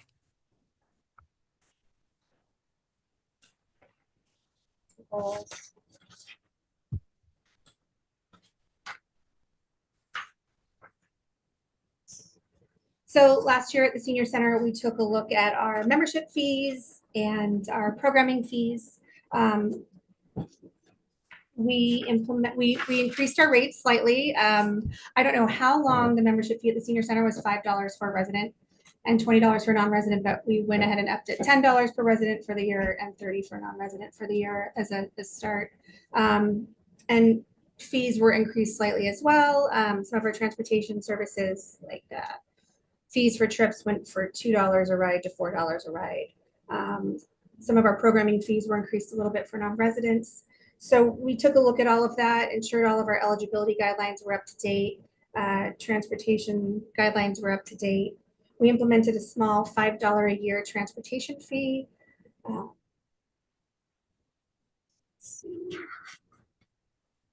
We received ARPA funding from the state of Connecticut that put aside funds for all of the senior centers in the state. So we are continuing to spend that money.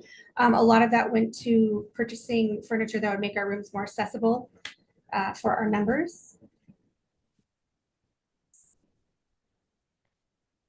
Everything else was, we met our goals as far as the events we wanted to put on. We did increase our transportation services by about 17.5%, which was great. We do bill the state for rides.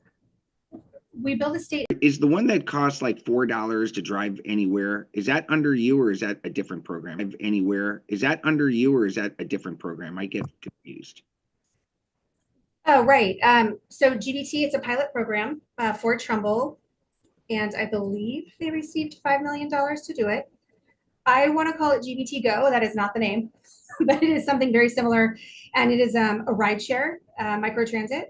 So if you have the app, you can request a ride within 48 hours. I mean, it's really an amazing thing that we're doing. What do you think the awareness of that is in town? Or what can we do to make sure people that need that are aware of it? We're trying to get the message out. We've been in contact with GBT. We're getting brochures out. We're just meeting churches actually to let them know about it. I believe a lot of students are using it because as long as you're 14 years old, you can ride by yourself. We are signing up our seniors that are eligible for it. Some of them, it's a little more difficult. They need a little more hands-on, which is where we come in. But we are trying to spread the word. It is great. It's $4 each way. Who is doing the driving for that? Who are these state employees, GW? Who's doing this? You know what? They did contract with a company. I cannot remember the name of it at the moment. I can get it for you if you want. Okay.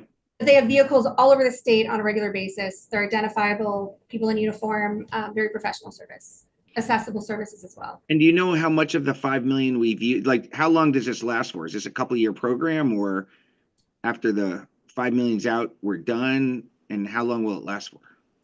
I don't know. Recently I had reached out to GBT and we've been missing each other. I know they were going to speak at the legislative session to encourage continued funding on this. I haven't spoken with them since, but it is the hope, it is a pilot program. It is the hope that it will take off and it will continue. I think they're trying to show that with usage.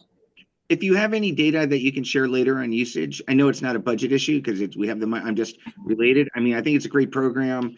If you came up with ideas to, increase awareness, I'd be game for funding more of that because I want to make sure, I'm speaking for myself. I want to make sure people in town are aware of this really great service. But thanks for the overview. Appreciate it. Yeah, I'll send you what they've sent me. Thank you. Cindy, did you want to add to that? And then we'll go to Dave with a question. Yes. You can find out more information at gbtconnect.org. And it has all kinds of information. And it says GBT Connect is operated by Greater Bridgeport Transit through a partnership with RideCo and M7.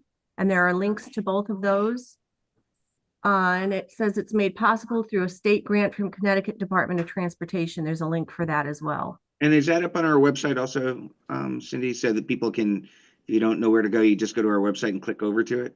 I know we have put it in the spotlight on the town website in the past.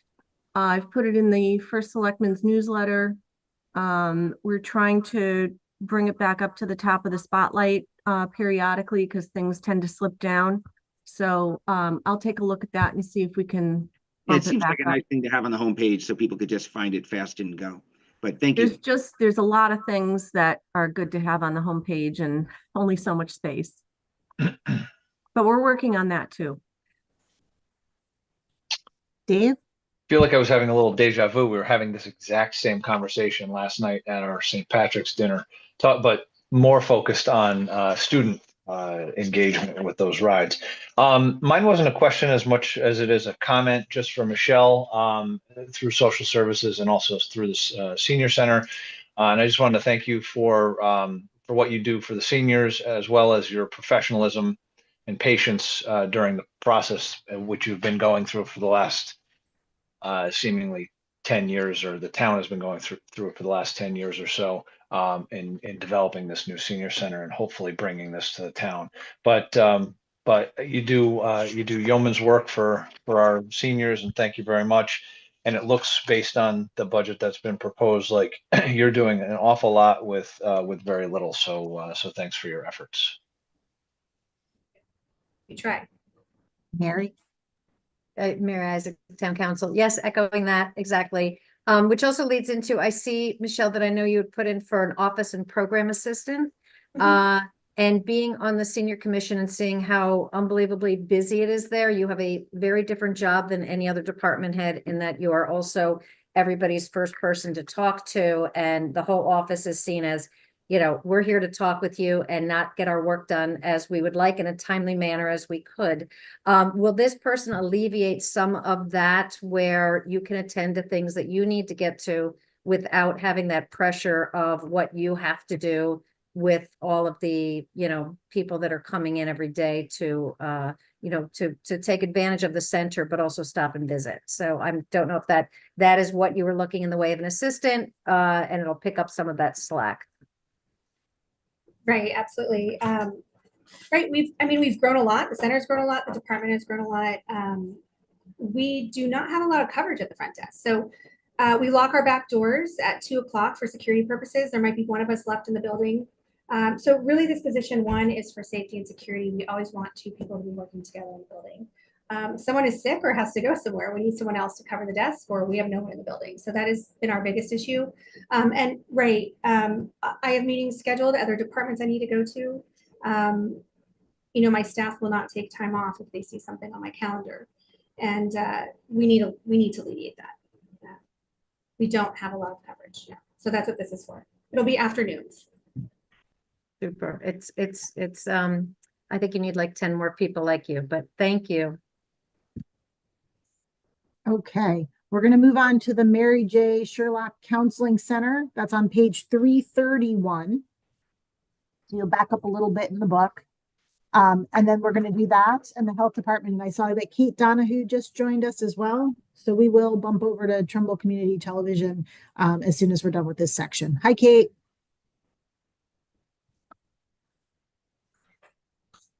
Hi, Lainey. Sorry. No, that's okay. I just want to let you know I know you're here. Mary J. Sherlock Counseling Center, Michelle. Right. Let's see.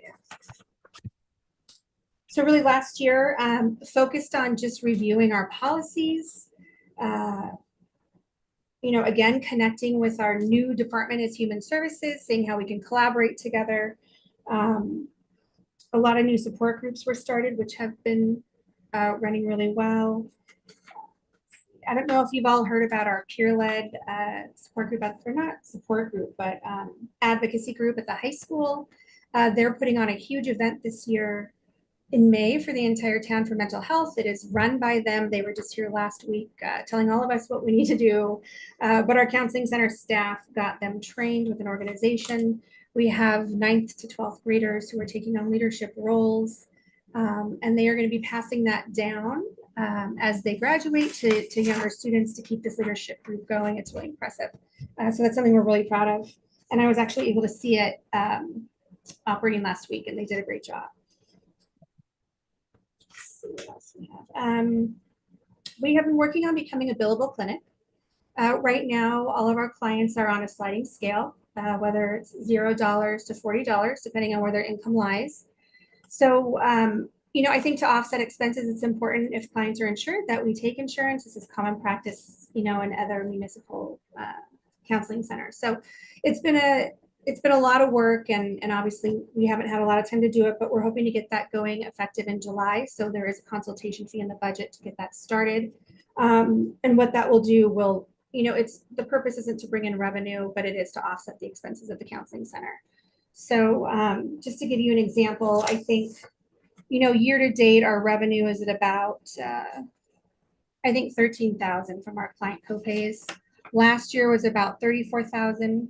The difference was we had 3 interns last year. We were very busy, so that made a difference. But if we're looking at billing insurance, that would significantly change.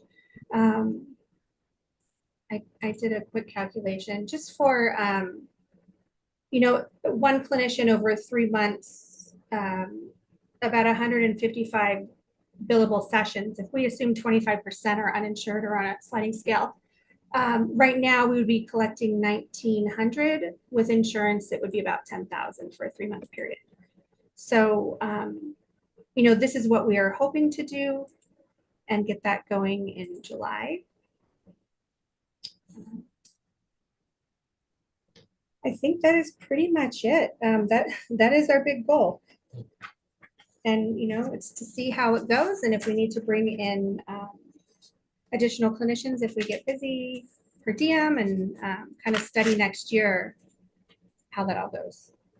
I just want to say that I am very sad that Scott had to step away for a couple of minutes because that's always his goal, is to have our departments be kind of covering as many of their own expenses as possible. So that will make him happy. And I'm just noting that, so I remember to tell him as well. Paul?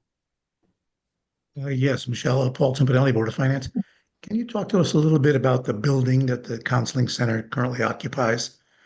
Is it functional? Does it serve your needs? Is it efficient? Is it convenient for its customers? You've been there a long time. I'd actually like to survey that. They have been there a long time. I've been working with the counseling center. I'm on my 3rd year with them.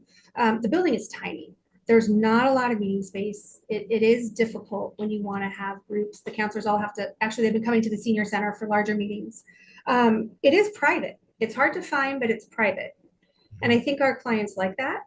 But as far as safety and security, there's concerns, and I know Parks and Rec and the First Selectman's office work with us on that. But it is small. There's not any extra office space.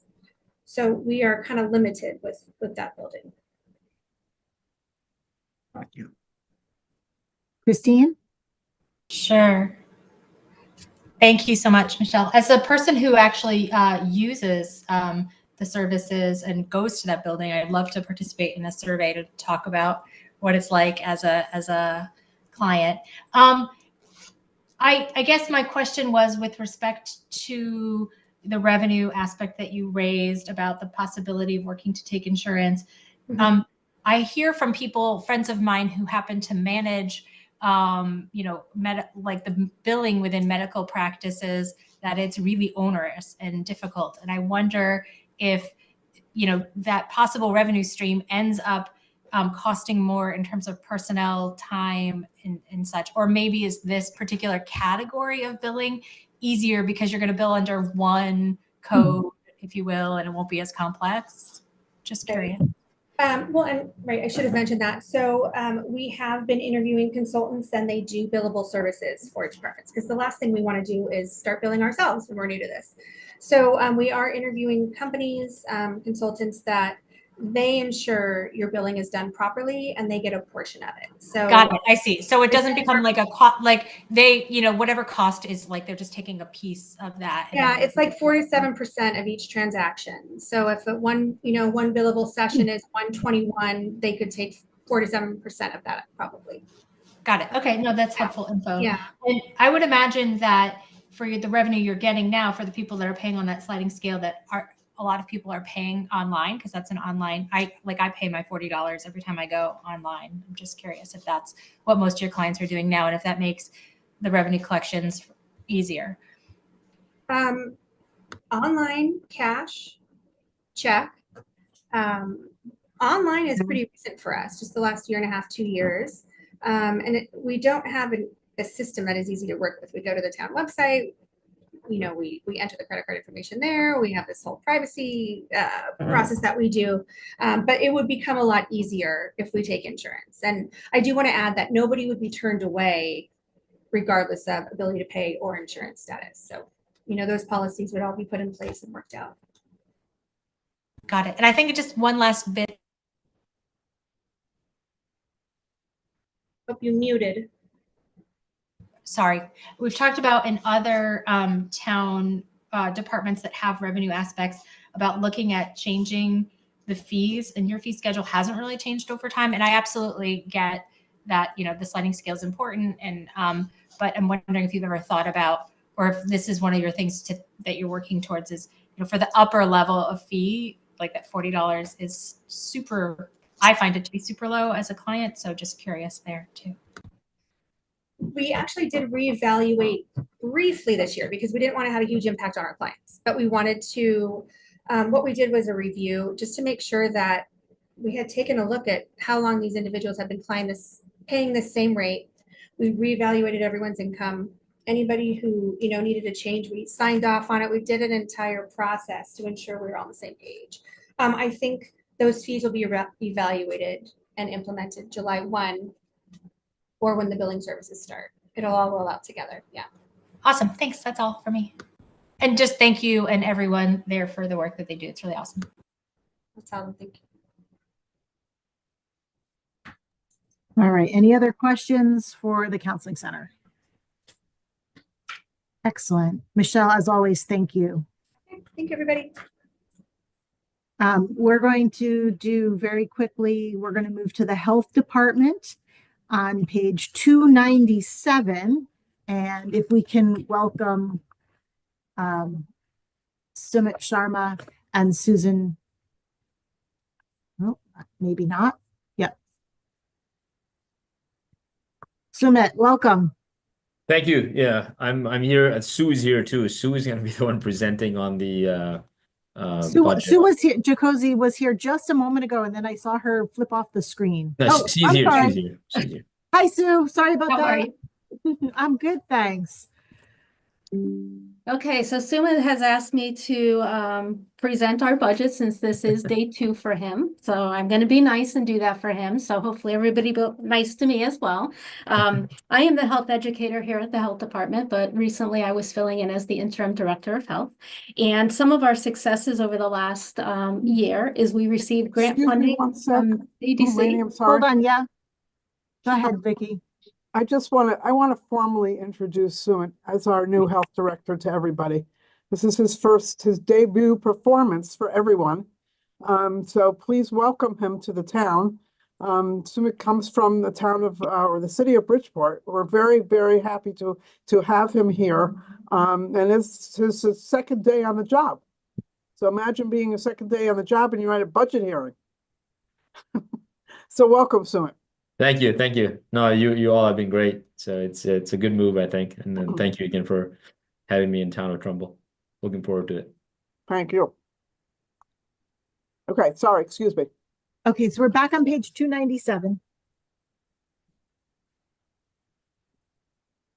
Okay, so some of our highlights from the health department and our accomplishments is we received a grant from the CDC and an infectious disease program. It was our immunization grant. With that funding, we were able to conduct some outreach, purchase supplies, of course, and we participated in a immunization campaign called Get Vaccinated Connecticut, or CT. You might have seen this. We partnered with several of our surrounding towns, and the focus of the campaign was to promote positive benefits of immunizations. We use billboard ads, we use train stations, we use social media, print ads, you name it, we did it. I think we've got a positive response. We were able to promote our vaccination clinics, particularly flu clinics, through this avenue. And we were able to actually get rid of all of our flu vaccine this year, which was great, and enhance our services to our clients. So very excited about that. We offered additional vaccination clinics. So we did a lot of evening clinics this year for our flu. We were able to do this because we were able to use some money to pay for per diem staff that came in. So we had 5 evening flu clinics this year compared to the normal 1 that we did the year prior. So we had a lot of interest. We were able to vaccinate a lot of families, getting them before and after school or before sports practices and everything else that goes on during the evening. So that was a great benefit to us. We've offered some new public health programs to residents as well. We are now providing Narcan training here at the health department. We are getting some Narcan from our partners at TPOD and the Hub, so we're happy to do that. We've offered QPR training, which stands for Question, Persuade, and Refer. And this is really a training for those so that they are trained if anybody has suicidal thoughts, talking about some things, so that they feel comfortable in referring residents, family members, friends out to get the proper care. So this is a training that we provide here, and we've also been doing some hands-on only CPR trainings as well, some of the newer things that we have been doing. We continue to collaborate with our local and regional partners to strengthen our public health response. We are carefully watching H5N1. We are carefully watching what's going on with the measles outbreak in Texas. So we are constantly talking to our partners to make sure we have the most current information so that we can best respond here in Trumbull. We update our protocols and our procedures for our emergency preparedness plans. We enforce all our local, state, and federal codes. So we do a lot of food inspections, a lot of cosmetology inspections. And one of the great things that I think we did this year is we've really increased our teen advisory group. We have a teen advisory group made of about 35 members now. We help provide them with some opportunities to get their community service hours. They help give us ideas as to programs and things that teens and middle school students might enjoy doing and coming to. We're really hoping to foster a love or a knowledge of what actually public health is. Still, even after COVID, most people don't know who we are or what we actually do. So we're hoping to tap into our teens and get them to maybe even pursue a career in public health at some point. So we have them active right now. One of the things we're doing right now is working with the SLAM Teen Advisory Group, which is through the Mary J. Sherlock Counseling Center, and they're going to help them with their ice cream social that they're planning in May. So it's a great opportunity for teens to get involved, for them to meet other teens and other groups, and hopefully really strengthen our youth and community service in this area. We've also partnered with Sustainable Trumbull. We are now a recycling donation site. So you don't have to wait for the monthly recycling drive. You can just bring some of your products here to the health department. We have bins and we get them to where they need to go.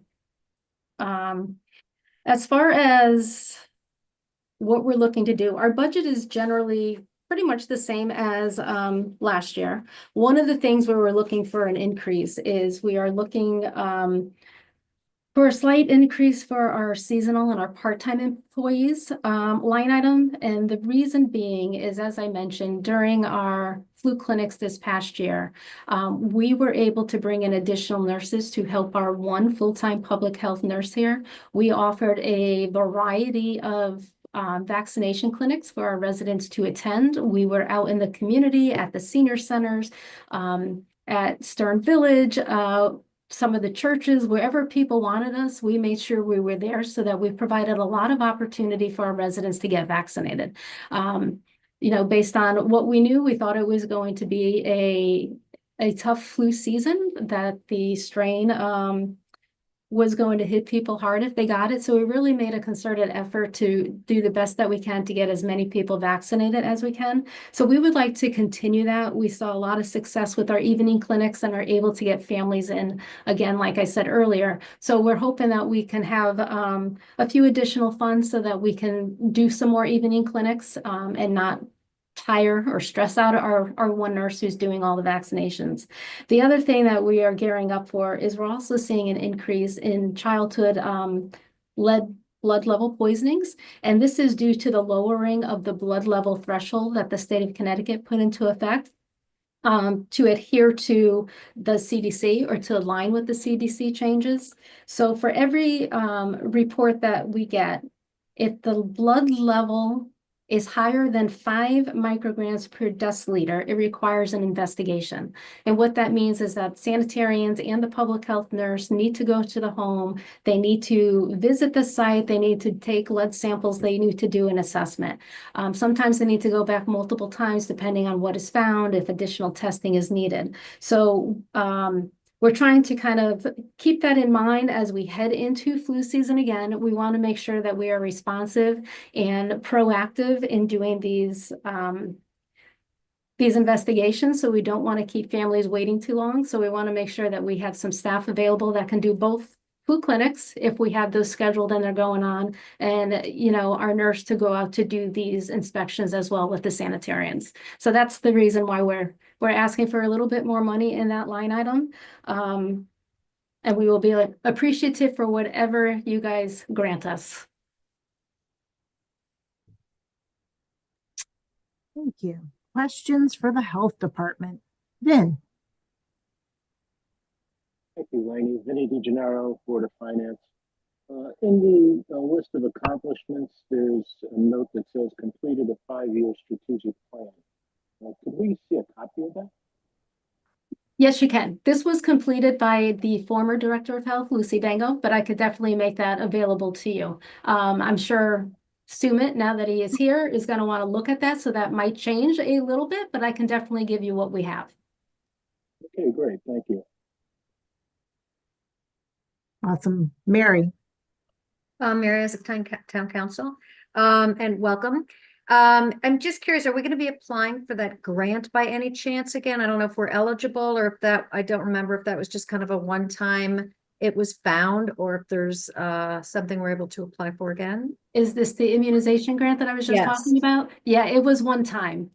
We are definitely going to try and apply for some grants, whether it be through the state or some of the other federal agencies, providing what happens over the next couple of months. But we are definitely going to be looking to get some more grants. I know Sumit is big on grant writing.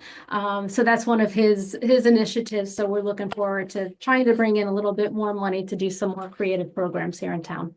That's great. Thank you. And then one last, and I don't remember, it's been so long since we purchased a home, but when you go through and they do the whole inspection, do they still do checks for lead paint? And if so, is that anything that, because I know we don't have much inventory in Trumbull right now, but when houses are sold, I know they used to do that to advise if there's anything that even the health department could leave with inspectors or anything like that, to at least have that knowledge ahead of time. Yeah, I believe they do still do that as part of your inspection when you purchase a home. It's not usually done by the health department. You hire somebody to do the inspection for your home. We come in when we get elevated lead levels or there are concerns from residents that there might be lead paint. And then we can go out and do an additional test of the home to see and confirm. Okay. Yeah, I know we were told when we bought our first home, which was on Churchill, so it was an old house. So we knew right off the bat when we purchased that there would be an issue, we'd have to paint over and all that. I just didn't know if that was still something that happens. Okay, Yes. Thank you. Scott? Scott Zuma, Board of Finance, and sorry if I missed this. I did join in on your presentation a few minutes late. It shows that the health director is currently vacant. Is that you did miss Sumit? okay? Wait, hold on. I lost Sumit. Where did? No, I'm here. I'm here. Oh, no, I just lost you on my screen. I'm sorry. Every time I have to figure out how to make it not shuffle. Sumit Sharma, today is day 2 for him, Scott. He was just introduced by Vicky. He is our new health director. He comes to us from Bridgeport, very experienced, and we are excited to have him here. Susan was presenting the budget, so Sumit could get up to speed. Fair enough. Welcome to the team. Thank you.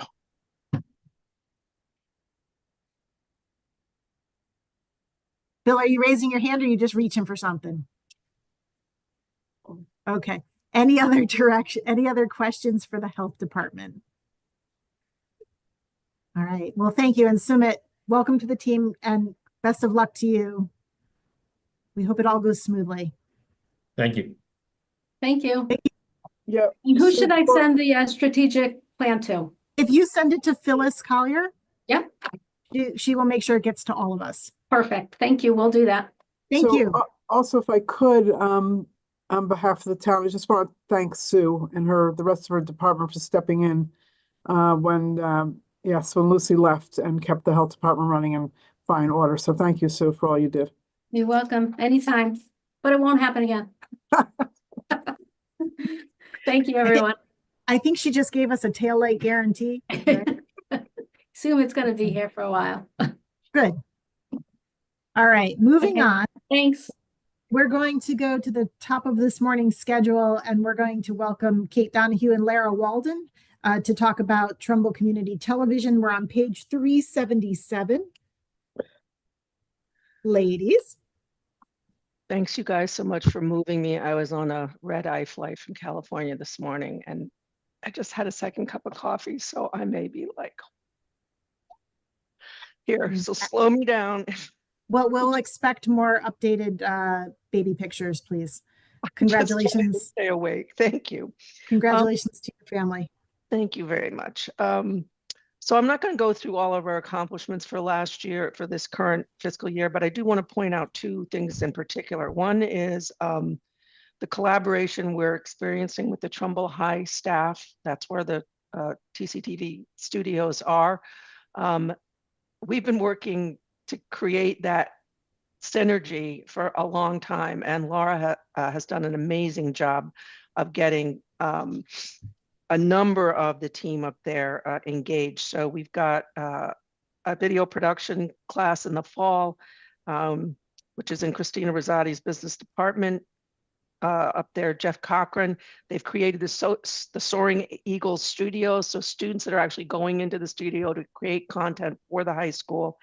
And then Nick Dodonna and Matt Braxick are the video production teachers. So we have got things going on at the high school that have not happened in a really long time. So Laura, thank you specifically for engagement, for taking those teachers in to show them the studio, to show them what we have available for their students to use. And I'm really looking forward to what's going to happen in the next 12 months. The other thing I'd like to shout out is that Laura continues to produce programs that highlight things happening in Trumbull, whether it's Restaurant Week or Main Street Dollars, doing profiles on EMS, the health department. So just trying to continue to show Trumbull residents all the great opportunities there are in town. In general, on the commission, we lost 2 commissioners this year that moved away. We have replaced one of them with us who has a actual marketing experience, social media marketing experience. So we're hoping to up our game in that arena. We are recruiting new videographers. I think most of you probably know that we lost Richie Jones in the fall, which is a huge, it's a hole for us at TCTV. He's a wonderful guy. He shot most of our daytime programming. And so filling that gap, Laura's still looking for videographers that, you know, obviously we can't use students during the day, but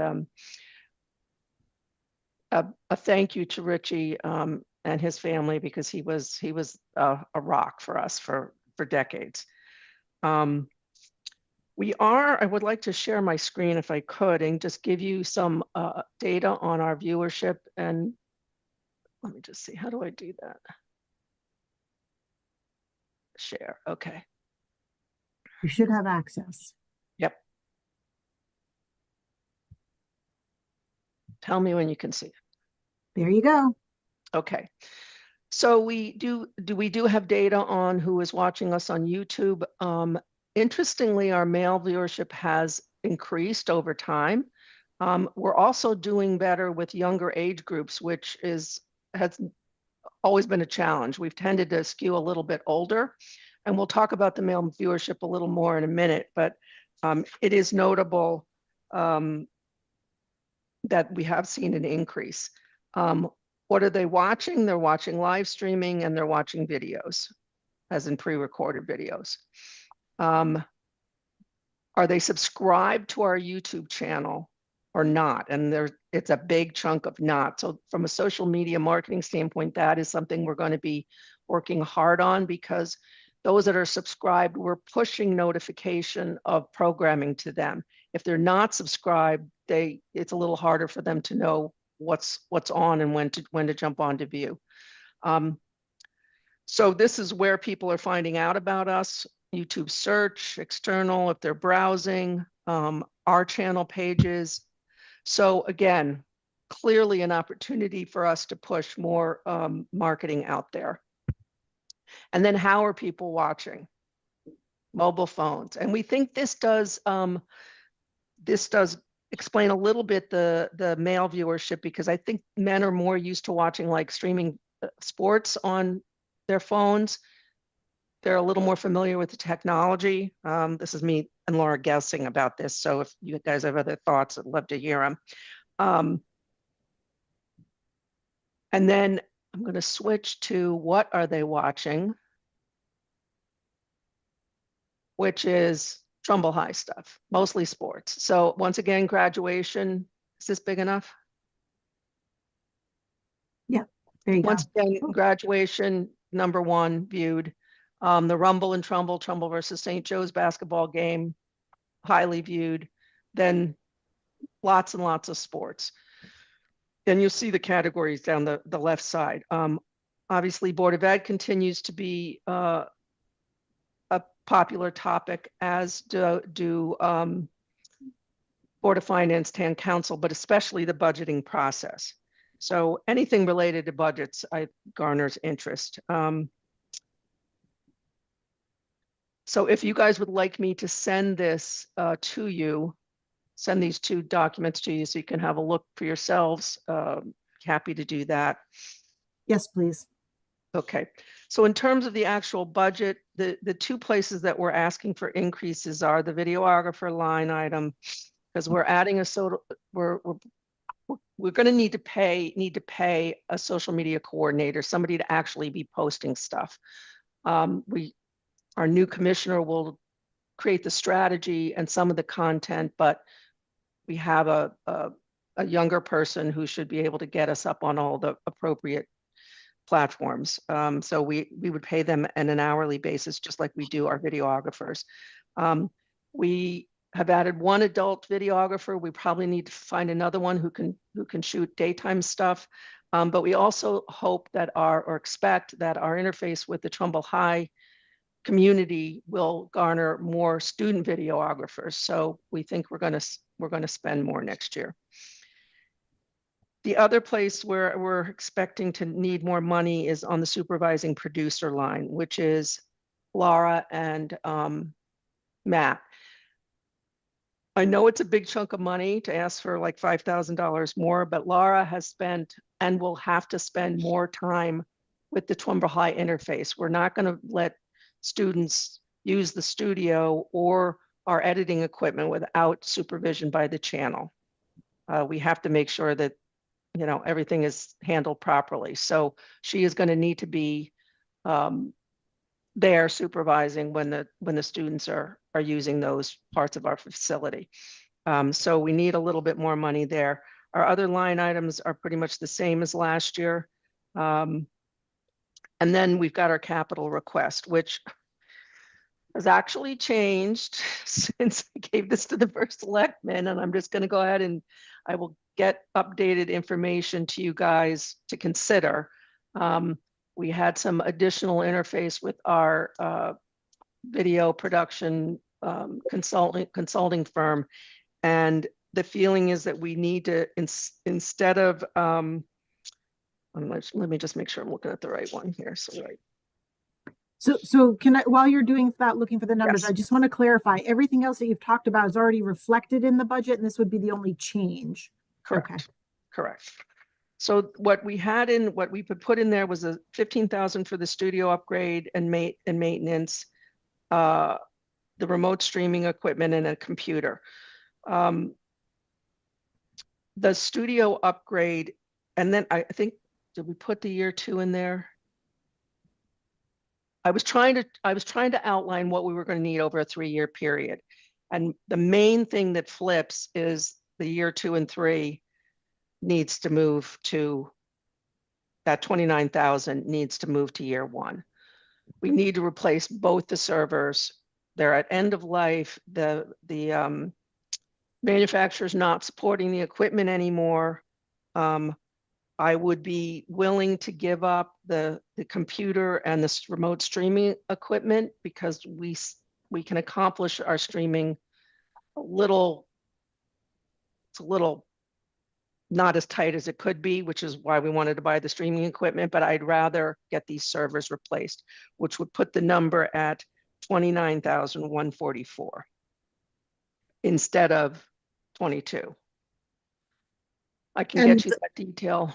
Sorry, the other two pieces of equipment that you could push off, but you will still need, correct? We will flip to next year unless they die. It's $6,840 Yes. in a $200 million budget. So total, if you did both, 68 for, so you're looking at 137.91 total. Oh, no, that's not right. Sorry. No, that's a lot. I added the wrong number. I mean, I still want the streaming equipment and the studio computer, but if I have to give that up, then it would be 29,144. And where's my 6840. what number are you looking at? The two pieces that you would push off if you had to is $6,840 total plus your 2944. So I'm looking for the total for that number. So you're looking at 35,984 total. Yes, Instead of if you keep the streaming equipment in, then okay. But I will send you the details so that you get this backup correct. Okay. All right. Yeah. You know, the challenge is that equipment becomes obsolete more quickly. And again, I was trying to set some expectations for what we were going to need for the next couple of years. But the priorities ended up flipping. So I apologize for not having that correct the first time around. The studio office computer, is it a special computer? Is it a laptop? What kind of computer is that, Kate? It is, Laura. It's a desktop. It's a desktop PC. It's just that the machine, the machine I'm working on has been there, I think since I started there, which is going on almost 10 years. So, I mean, again, because I'm editing video, I need a machine that has a lot of processing power. So that's why it's more than just a laptop. It's got to have some horsepower. It has to be basically the equivalent of a gaming machine. Okay. Bill, that's not something that we can do through the tech department. Would that be better? It's on the phone. Oh, sorry. All right. Well, I'll come back to that thought. Let's go to Scott Zimoff has a question, and then we'll come back and ask Bill. Scott Zimoff, Board of Finance.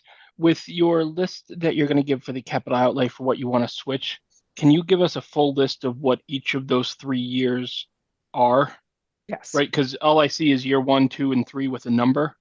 I don't know if they build on top of each other. I don't know if one's required for the next. I don't know what it is that you're going to want in year 3. Yep. So I'd like a good idea if we're looking at a capital outlay for multiple years. No problem. Yep. Thank you. Okay. Any other questions for TCTV? All right. I will follow up when Bill is done, and we'll get that question answered. Just wondering if there's works costs. very closely with us, so Yeah. whatever he says is the right. Okay.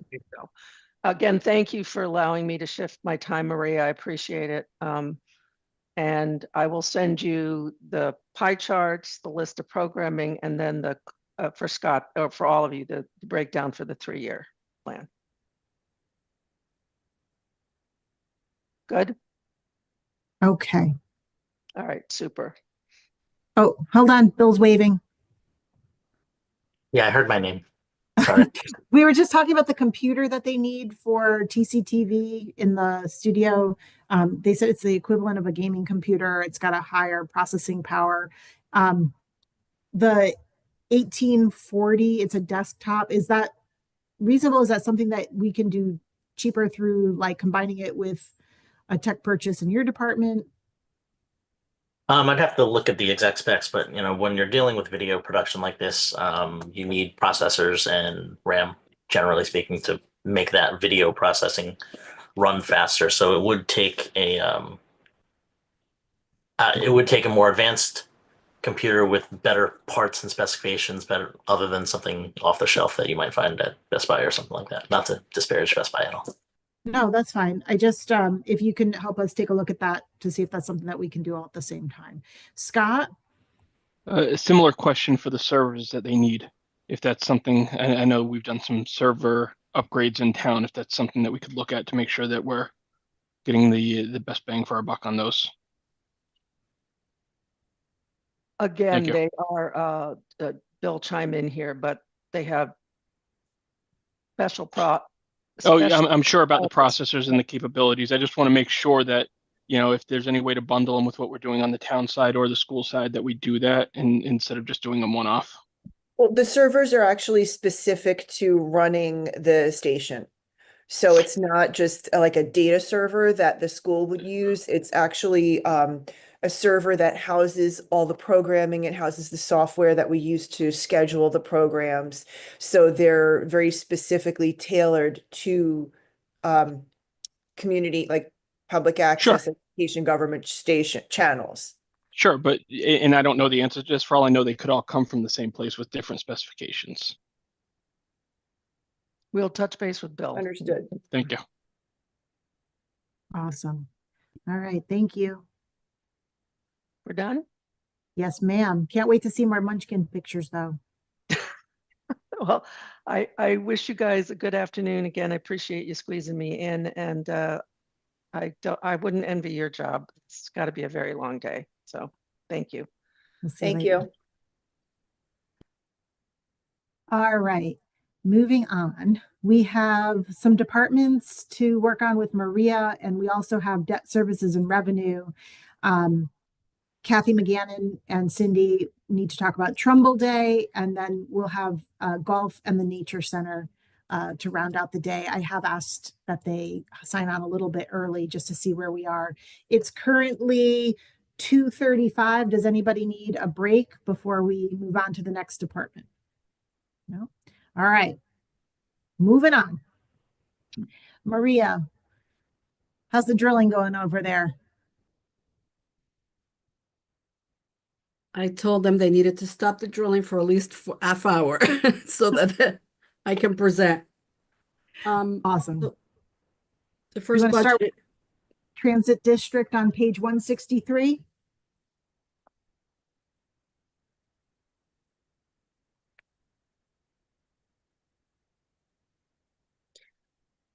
so this is, we were talking about the GBTA. The Greater Bridgeport Transit supported the contribution to fund these programs is $44,084. That's been in place for as long as I've been here, and the amount hasn't changed. Don't tell them. Any questions on Transit District? Okay. Finance Department, Maria, page 43.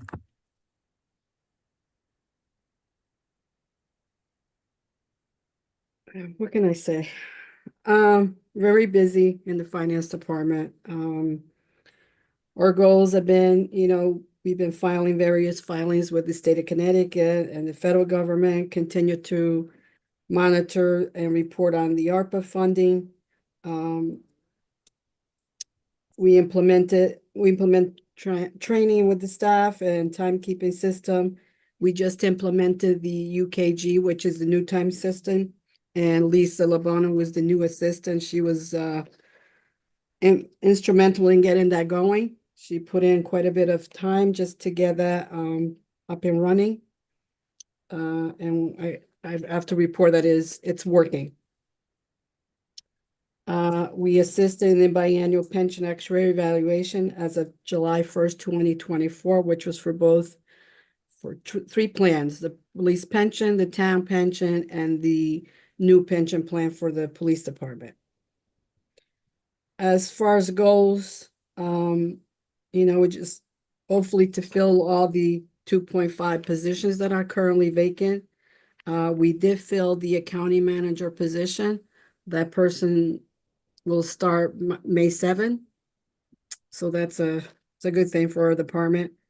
Again, we continue to assist in the audits for the various state and federal governments.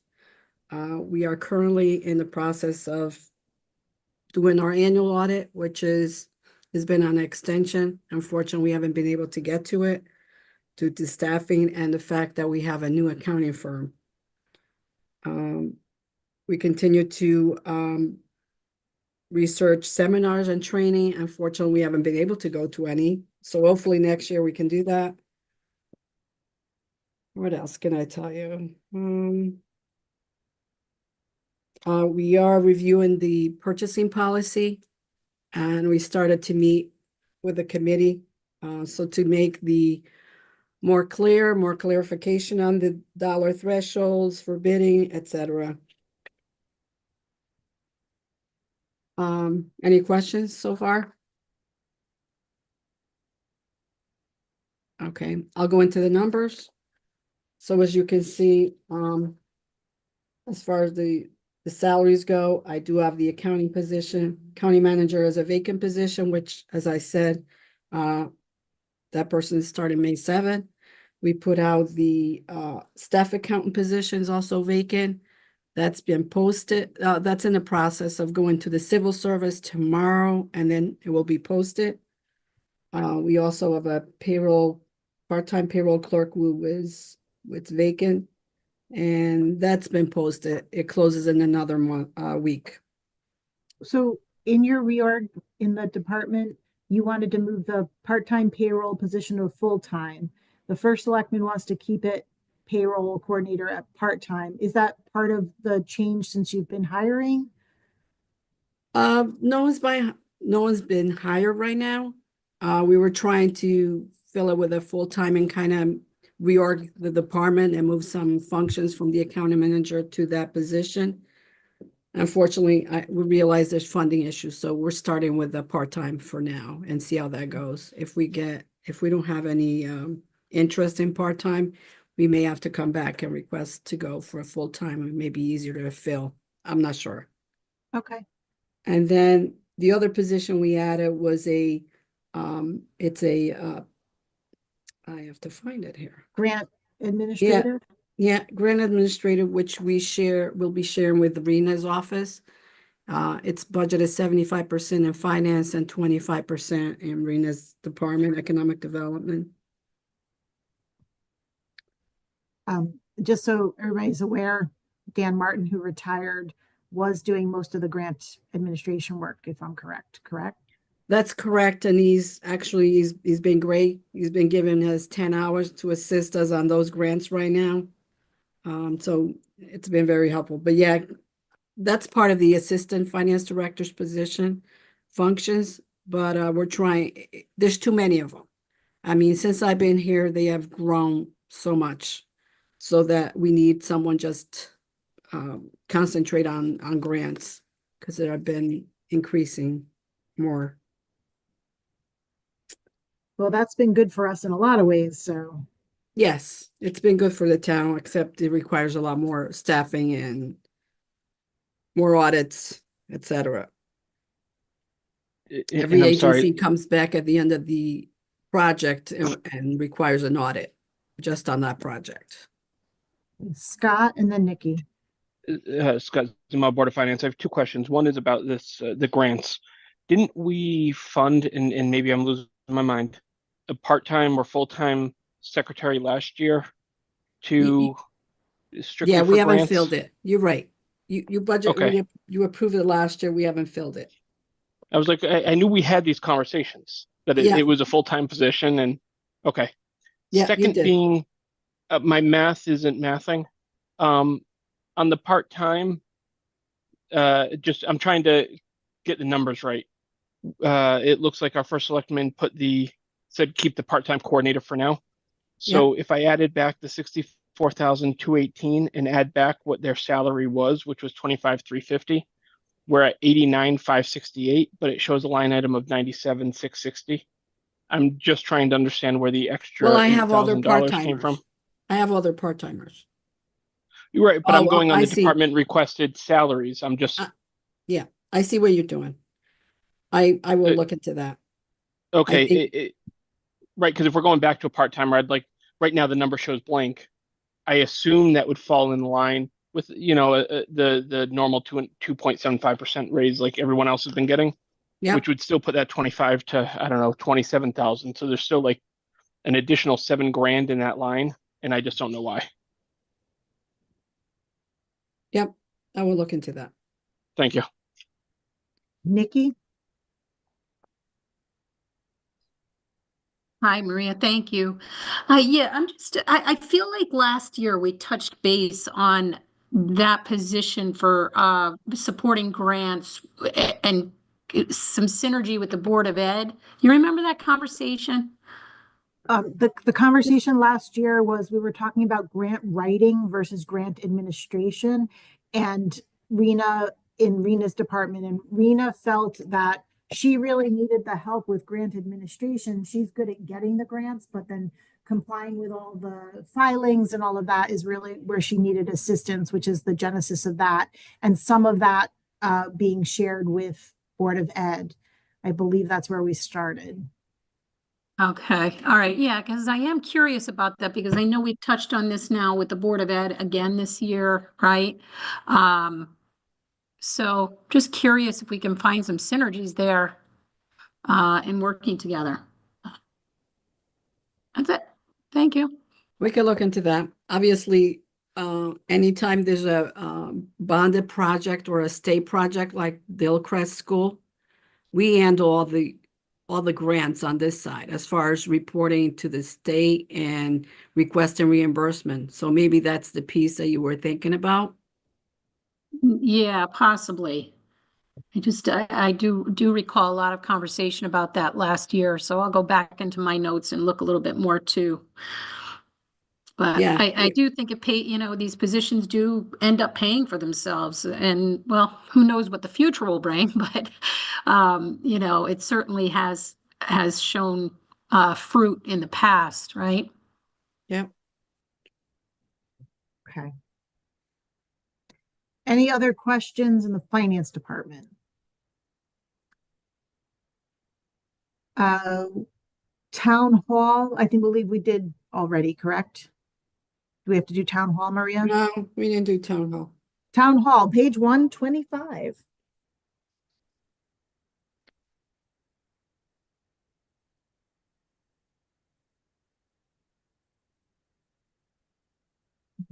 This account is costs attributed to the town hall government operations, building operations, utilities and repair, office supplies, furniture and postage, and the director of finance administers the town hall accounts. Any numbers we should be looking at specifically? Well, the larger one, it's a contingency. And I think Tom talked about those contracts that were pending, the DPW contract, the EMS, which is a new union contract that they're negotiating right now, and the police department contract. So those are the three contracts that will be negotiated this year. And then the other account is the liability insurance. Our broker gave us a 7% increase, but we know we went out to bid last year and it was reduced from the time that we budgeted, so we reduced it to 5%. Okay, and will it go back out to bid again this year? I don't think so, not this year. Okay. And we're comfortable with the 5%? We think we'll make that number? Well, they gave us an average, so we're trying to go halfway between what they stated. Any questions in town hall?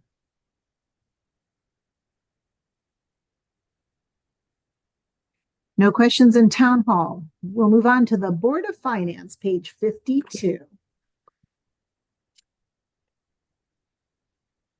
This is where we all get the chocolate cake, right? I'll provide pizza for the vote. We meet it in person, correct? Yes, please. Okay, I'll provide pizza for that night.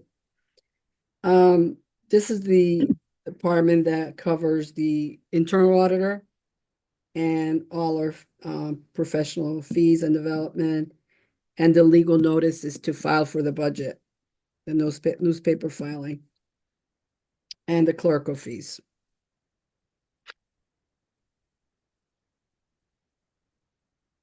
Any questions on Board of Finance? Okay. Moving on to purchasing. Kevin Bova is here, signaling hurrah. We're going to go to page 77.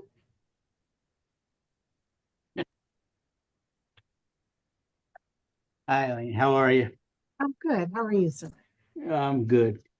So I don't know, maybe Vicky and Maria should turn their computers off, but I'm gonna do our annual nice and easy purchasing. Purchasing spends the majority of the budget. Thank you. We put a lot of work through here. Obviously, there's things that I've asked for in the past and I got a little bit, but not all of it. I have an assistant, Gene, and myself with the ebb and flow. We handle all of it. We have different categories for Board of Ed, town, all different departments, bid services through the town. All our line items are perfect. You obviously see my overtime, the 800-pound grill in the room. I said it was going to happen. It's going to happen again this year. Hiring a person is not going to work. If you want to hire a person half-time, put them over Board of Ed. I can give them some work to do, but it comes in. It's not a 9 to 5 shoebox kind of hours kind of job. It comes and goes. For Board of Ed, we do food, copiers, IT, all their improvements, bonded, and it takes a lot of time. They go first on most of it. We have roofs that we're doing, no windows this year. So the biggest one on here right now that's taking up the most time is going to start in 10 minutes for me. From 3 to 10 tonight is starting the new Hillcrest School Building Committee. So we put 3 bids out in record time. That should have took 6-8 weeks each bid. We put them out in probably less than 2 weeks. It's the architect, the construction manager at risk, and the OPM, operator manager, for the school. We're trying to get them straight right now. So that's going to take a lot of time and effort during the day and at night. Like I said, today we have interviews from about 3 to 10 or 4 to 10. So that's kind of the biggest one. We had the vets building that I don't know what the emergency is, but we're trying to get it through a certain time frame. There's a lot of grants. There's some internal issues with cost management on that, but we'll get it settled. We'll probably get more grants, hopefully. Arena, we have to get stuff up to the state. So a lot of things are deadlines and stuff we have to get done. We do not miss any deadlines or any services for the town of Trumbull through the purchase department. And unfortunately, that does come through a cost. But I did not ask for anybody. I did talk to Maria and Vicky, and if they want to add somebody, maybe add somebody over Board of Ed to alleviate some of the problem. There's still going to be the overtime. Like I said, I wish I got the salary that we wanted to do here, but that's not going to happen. I'm not leaving, so you don't have to worry about filling other positions. But we have everything under control. Anything that needs or comes arise, Maria is the first to know up at Purchase Authority, so she knows what I do and justify or can explain anything that is needed. So this year it is budget season. We did our gov deals. We sell a lot of surplus. Budget season means we have to put new bids out because they ended. Maybe that's 30, 40 or so. That's get out before the end of June and awarded before July 1st. And to alleviate some of the problem, Board of Ed is going to do a few. I talked with Kevin Dion. We are not going to do some bids on Board of Ed. We're going to use the on-call services. And Maria brought up a good point about the purchase policy.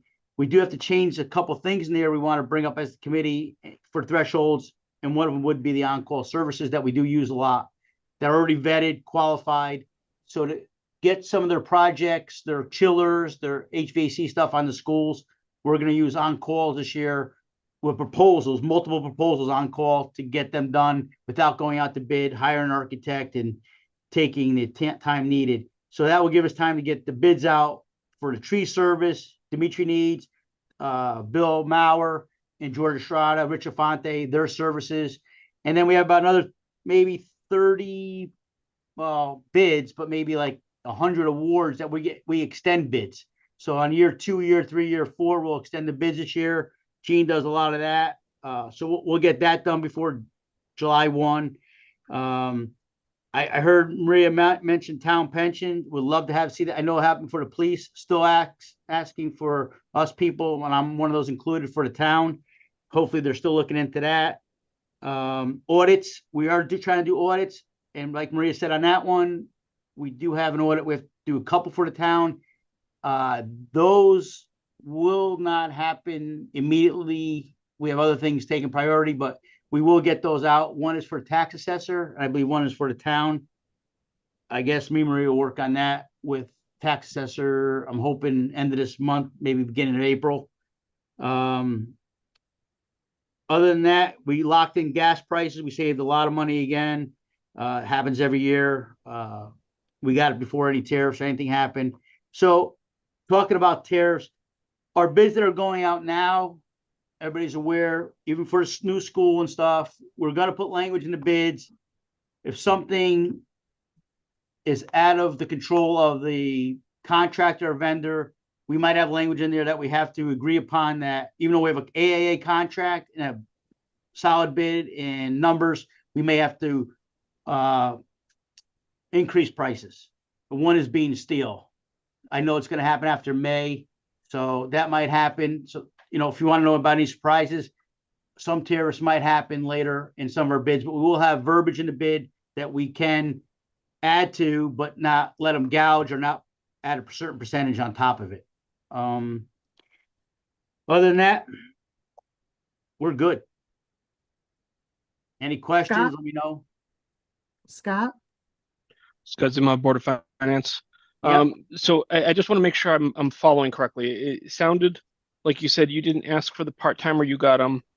You could find some work for them, but it wouldn't actually impact your overtime or anything, or the Correct. services Maybe a little that we bit. I present. mean, very little, because the way we work in times with the committee stuff, it will help. It will help alleviate something. But like I was saying, Scott, it's not like a shoebox where you fit in, 8 to 12, or 9 to 5, it's nothing like that. But I could put them on the Board of Ed side and alleviate. I'm over Board of Ed a lot. Maria knows this. I work with Kevin Dion, Paul Henderson, Marty on their projects and their bonded money and their services as needed. One of them is the food that I don't know if we're going to do every year now. Every 3 years, might be doing it every year. So they can help on that situation. I do have a liaison over there, that I do work with Peggy that maybe, I think there's a part-time over there. We can just make them full-time over there. I guess finance or town could take care of that salary, but it's just cost effective if the way I'm doing it now. It's just that I've shown how much work is coming through the last 3 or 4 years.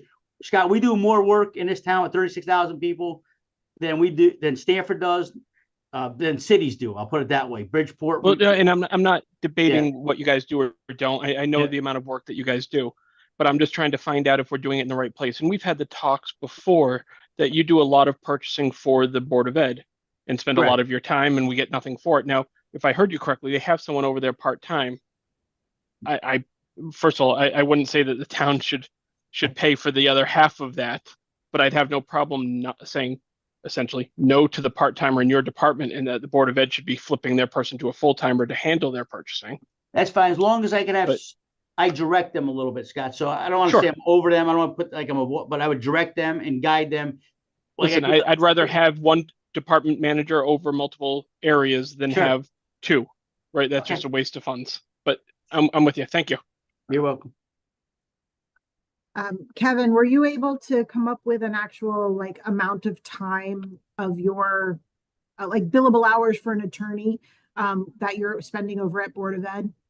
We did that. We did what you asked last year. The first few months I gave it to Maria. It lasted for 3 months. We had a spreadsheet. There was a lot on it. I think it was last year before. It fluctuates. It's not solid. It's like, probably their committee meetings and the stuff that we do, we've come up anywhere between some years 20, 25, some years 40%. It depends on what they're doing and what's due for them at the year and what they have coming. I don't know. I get from Kevin Dion and Paul pretty much what they want to do. And that fluctuates. Like I said, we do a lot. Depends how much we bond, I guess. I don't know how many grants they got, but the ARPA money, listen, the ARPA thing before the end of the year last year was horrendous.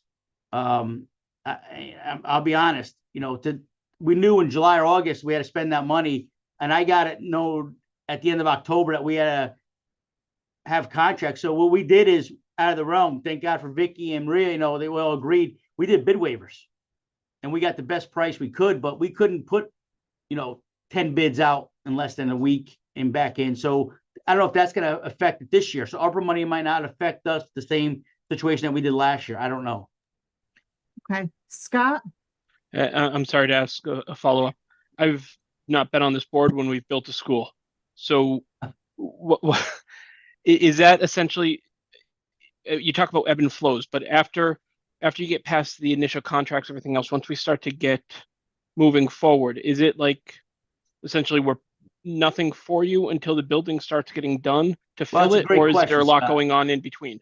That's a great question. So we have to establish here, and I think we just established it for an internal issue I don't want to bring up in here, but when the high school was done, there's a forensic audit, and there's a reason why the forensic audit was done. And for every committee, purchasing and finance needs to be at every meeting to guide and help come up with the committee when they have questions and answers. So that's so even though we're doing a lot right now with getting bids in, evaluation interviews, scoring sheets, getting IA contracts, that's gonna take a lot of time now till probably the summer. Then when they start the school, we'll be going to meetings and we'll show them, or finance has to be there. Lisa, Maria, or myself, all of us, to help guide. They have a lot of questions. If they don't follow it, you don't get the money from the state. So do we do less work? Probably a little less work than I'm doing now. You know, I'm at my peak right now with the school. The school and the vets building is taking a lot of time and taking time over our regular business that we do as a business as Town of Trumbull. But again, you know, if I had somebody I could, you know, show them, the time I show them and do it, I already have done it. You know, it's kind of catch-22 there, but we could use somebody. My assistant probably does a full-time job in 20-something hours. I mean, she's phenomenal. So, and I've been fighting, you know, listen, I'll be honest. So you guys know, I've been fighting for more money for her. She came in at the lowest hours, lowest rate. She should be at the, you know, whatever hours she can work without any, you know, obligations to the state becoming full-time, and she should be getting the most money. And I'll fight for her. Yeah. Kevin, again, we can't talk about specific salaries or personnel. Okay. Okay, Sorry. but it is duly noted that you. Yeah, appreciate that's her. fine. Maria will take care of it. She'll back us up. But yeah, whatever. We're good. We're gonna meet all expectations. We're gonna get this school is the biggest project ever done since I've been here. So it's major. And if all holds true to the valuation, you know, there are three more new schools behind this. Whether that happens or not because of referendum, but another referendum is the community, senior center only. Senior center, if that goes, we've been getting involved in those meetings, and that's going to take a big chunk also. And I won't belabor this point, but I think to your point, there's a lot of big buildings that want to come forward, whether they do or not, that's a whole different question. But you've been busy doing your normal job without the construction. It may be prudent to accept the help and train them properly for the next projects, not so much the current project. Okay. I'm open to it, Scott. Not against it. Good. All right. Any other questions for purchasing? If not, our town clerk has joined us. Thank you, Kevin. We appreciate Thank you so being much here today. Our town clerk is here to talk about the town clerk's office and vital statistics. We'll go to page 117. Hi, Mary. Hello. How are you? I'm fine. How is everyone? We're making our way today. Well, that's good. What you got for us? You want to give us a I quick... can be very quick. There aren't many changes to my budget.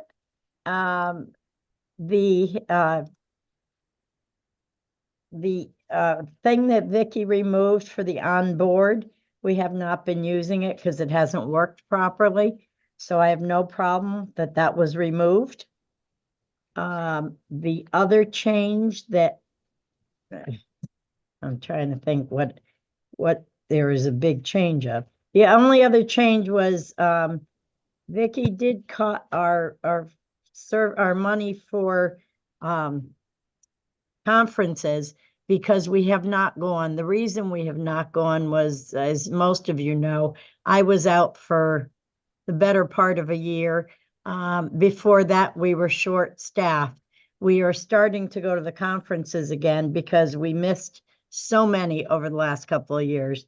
And I'd like that to go back in if at all possible. Other than that, I don't have any real changes. If anyone has a question for me. Questions for town clerk? In the town clerk department? If not, we'll move on to vital statistics on page 309. Anything we need to know about there, Mary? No, nothing's changed. Any questions for vital statistics? That's talking about marriage licenses, burial permits, vital records received in process. It's a very small budget. It's $1,200. Any questions there? No? All right, Mary. Glad to see you up and moving around. Thank you. All right. Dancing next week, right? Yes, absolutely. Good. On our screen, I see Jay Cunningham here from, and Joe Guadiano here from the Golf Commission. Good We'll afternoon. be there next. 4 coming in. Sorry, Golf what page is that Commission- on? Golf Commission's our other enterprise fund 21. It's on page 437.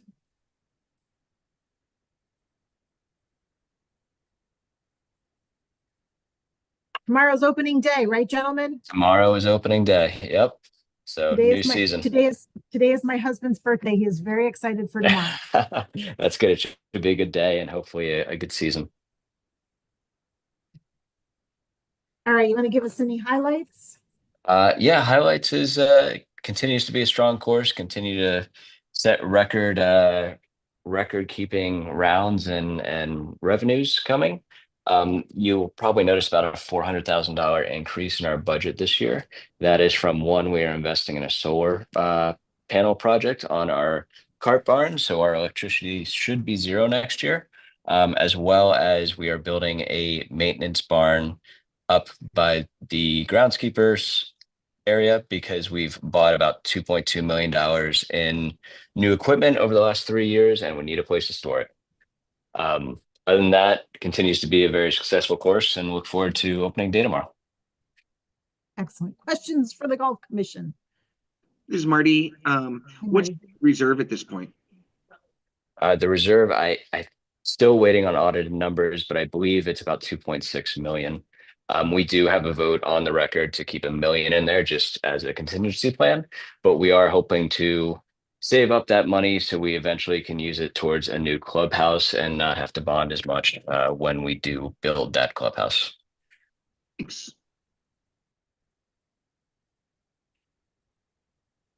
Excellent. Go ahead, Mary. Sorry, this is just a very dumb one. Sorry, Mary Isaac, Town Council. Just on the clerk fees, that one just didn't get adjusted for the $100 each. So just so we have Okay. the Yep. number there.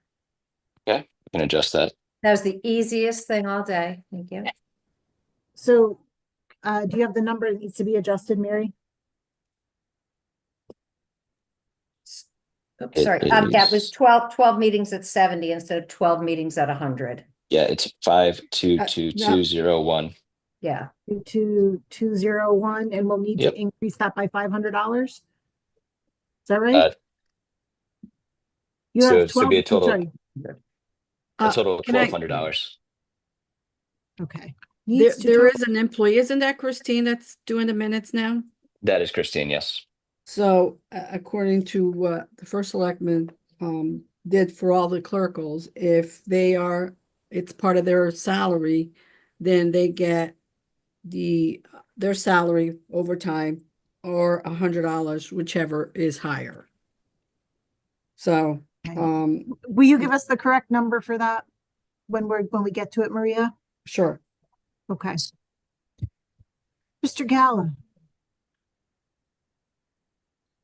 Hey, Joe. Hey, Jay. Hey, Dave. Thanks. Hey, just a quick question, something that I noticed in here. You've got the golf cart lease here, 4 of 5. So obviously we've got one coming up.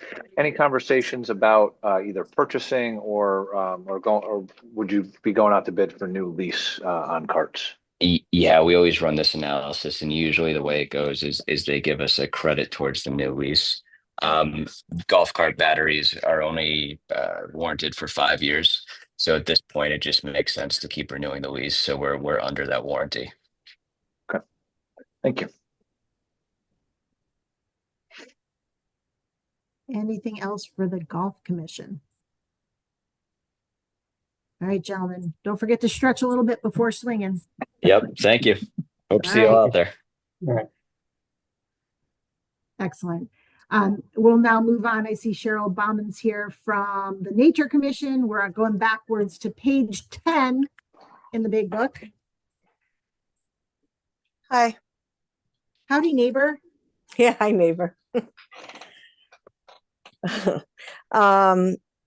Right, so Emily is trying to get, Emily is on the Nature Commission. She's trying to get on, she has a bad connection. I'm here as representing the patrons of the Trumbull Nature and Art Center, the 501c3, and they've given me the okay to, I guess, to represent them, so. Bill, can you double check and make sure that Emily's got the right link? Yeah, I just sent it to her. She said bad service. I'm looking at her text now. All right. Oh, wait, here she is. For some reason, she has my name, but there she is. Okay, you're on mute, Emily. So sorry, this is in the middle of elementary school pickup, so come with me to Jane Ryan. Excellent. Do you want us to come back in a couple minutes? I can do Trumbull Day first, and that'll let you get back into the car. I think that we should move forward. Cheryl is a wonderful wealth of knowledge, but I'm here as commissioner to support TNAC and our efforts. Awesome. All right. Go ahead, Cheryl. Let's hear what we got going here. So we are continuing to do the good work that we do. We're benefiting at the moment from government funding. We had received ARPA funding both from the state and from the town of Trumbull. The town of Trumbull, we won a nonprofit grant, so we're currently giving a program for free to grade 4 students that just started today. We're getting great feedback, so we're happy about that. We also received DEEP funding. DEEP funding is ending the end of June, and then the ARPA funding from the state is ending fourth quarter 26. We also do our own revenue. So we've served over, according to our annual report, latest annual report, 4,300 program participants last year. Our revenues did beat our expenses by a great deal because of the grant that we received. We provide programs to Trumbull and Bridgeport mainly, but other schools come to us or we go to them in other districts. Seasonal programs on the weekends, they're doing very well. We've added animal visitors, so that's proved popular this year. We do have ARPA, the town received ARPA funding to do a building refresh, I will call it. So there's an architect that is providing renderings. They're in the final stages now. So later on, that will be George Estrada's project, but we've advised on programmatic needs, and we'll be going to the town to talk about funding for those building improvements later on this year. So yeah, and we collaborate with Parks and Rec and other town organizations to provide everybody we can with our nature-rich experiences. So yeah. Questions for the Nature Commission? Scott. Scott, Board of Finance. Scott. You said something that caught my attention. Mm-hmm. You said that you handle your own revenues. Handle our own. Is that an accurate statement, or does it run through the town for revenues, Maria?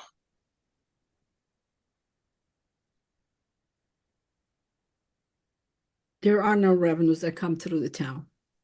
Right, so we're the 501c3 organization. The 501c3 was Okay, so started it's so the that we it's the can, 501c3, the right, charity that's running the that's, revenues, not the that's right. Nature Commission.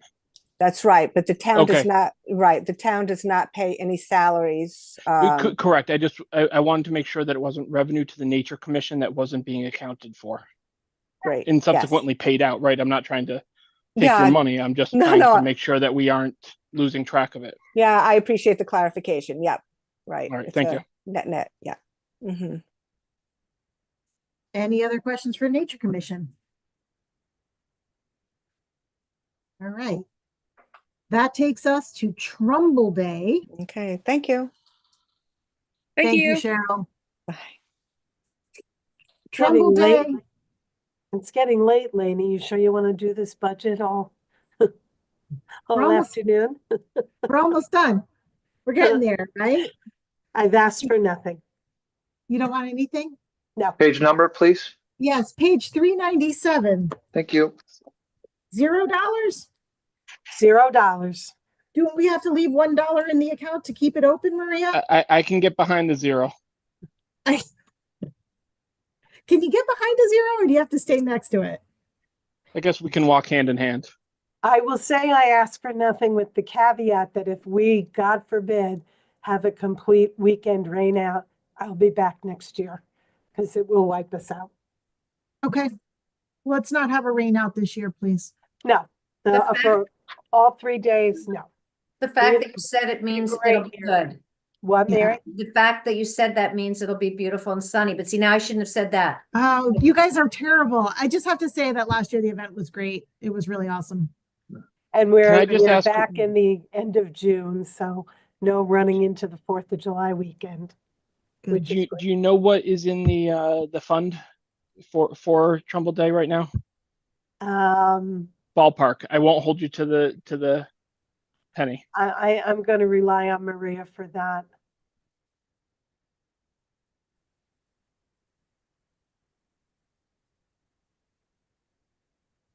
She's looking. Sorry, I'm having problems with my mouse. It's between 30 and 40,000. I don't have it in front of me right now. That works. I'll take it. Thank you. Right. And then that's nothing else to talk about Trumbull Day. We have to talk about public events on page 393. Okay, that's me too. I think I'm okay. Not going up at all. I will say that I've got to purchase an enormous number of flags this year. Those storms last year, we had 61 poles that snapped in half, and flags were torn and ripped and dropped to the street. So I am in the process of getting estimates on flags and poles, and I think I'm okay, but I usually order extra. I have no grave flags for grave markers. I need to order almost 2,000 of them. So Is that something that can be sponsored if there were groups that wanted to sponsor? I do have the sponsor page up to sponsor flags, but I doubt that we'll get 61 plus the 50 that I normally buy to stay ahead of the game. But I'll do the best I can, and I'm shopping around, and hopefully we don't have a summer like we had last year. That would be good. Any questions on public events? Just one quick question, Kathy. Dave Galla, Board of Finance. You mentioned that you were looking to purchase, what was it, 61 additional flags and poles? 61 poles. I'm not sure the number of flags yet. I have to go through them. So let's just assume it's all of them. What is you've been getting quotes. Do you have a general idea of what these might cost if you were to kind of average out the highs and the lows so far? Yeah, give me 1 second. Thanks. We're talking. I'm looking at for 50 American flags for the street, and the close to 2,000 grave marker flags is 4,600. Okay. And that's not the poles. This company doesn't have poles. The poles are running me. I'm probably looking at about $7,000 or $8,000 for gray flags, flag poles, flags, the brackets. I just haven't gotten there yet. I've been out. Well, that's and, fine. I was just trying to see if this was going to be a very big number or a small number or what. And I appreciate your having that at your fingertips. Thank you. Okay. Okay. That takes us through public events. It takes us through all of our outgoing stuff. We now need to talk about debt services and revenues. Maria? We are talking about debt services are on page 423.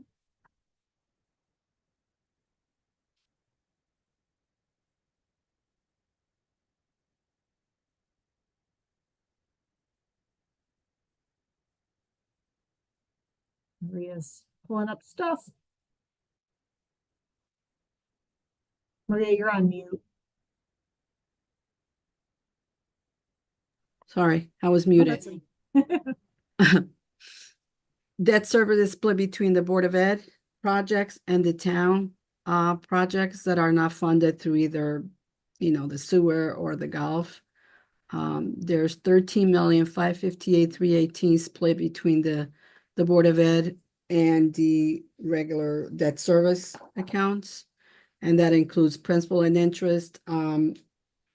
On the town side, we also include 25% of the sewer construction debt.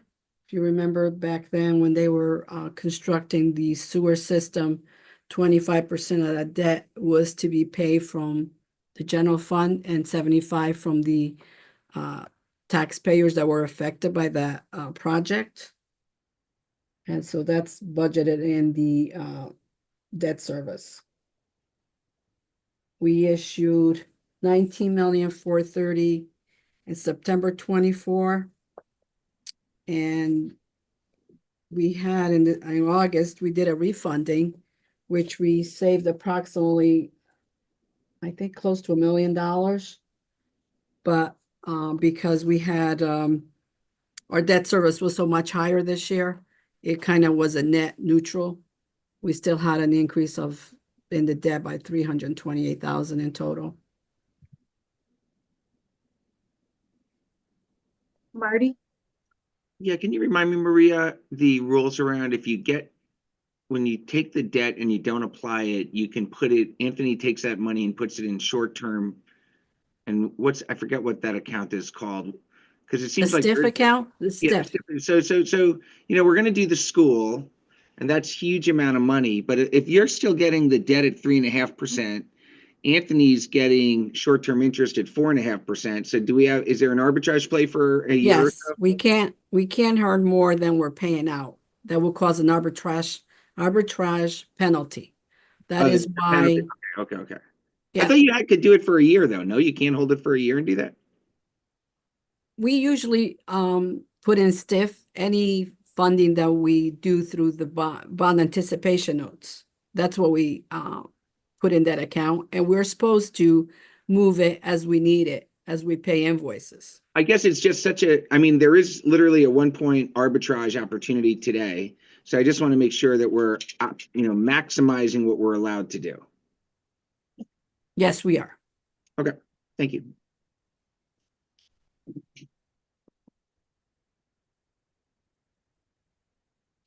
Questions on debt services? Scott? Making sure. No? Yeah, can we not have it? Yes. That's the only one I got. Okay. Let's go talk about revenues on in the front section before the budget.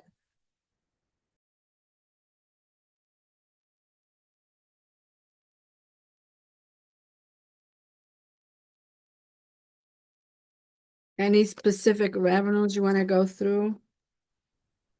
Are we concerned about any of our grant funding? Most of this grant funding is through the state. I don't know. I would say no, but other than the special ed and the ECS, I'm not sure if they'll be affected. Other than that, I think we're okay. But I mean, in reality, do we get any federal funds anyways? Yeah. Right, I could understand if the state's impacted and then subsequently they cut back on their grants, but our Well- grants all come from the state, don't they? yeah, some are passed through to the state. Okay. I'm not sure right now which ones are, but some are passed through to the state from the federal government.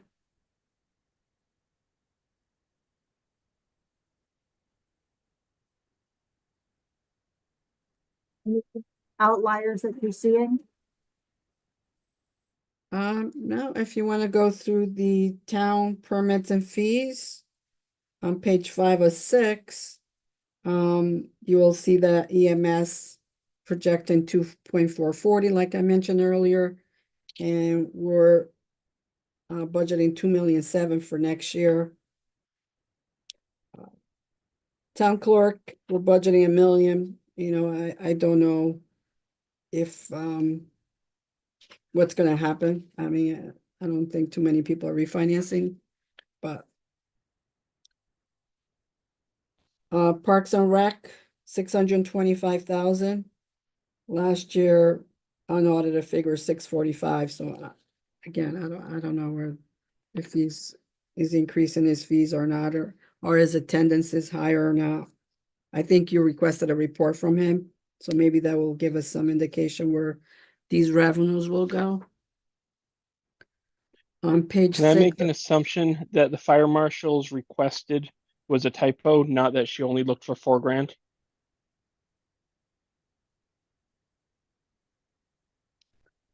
that On is 506? that's correct. Okay. It is a typo. Okay. Fix it for the next level.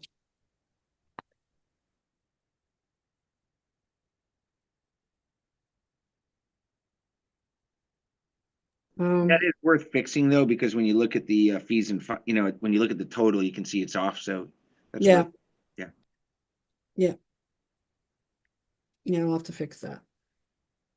Then you'll see on last page, the interest income. I'm projecting 3,400,000. Anthony and me budget 2,500,000. We budget 3,400,000 just based on what we're projecting for fiscal year 25. Yep, I think that's safe. And in fact, as we get further along, we should really review that because it seems tariffs are gonna drive.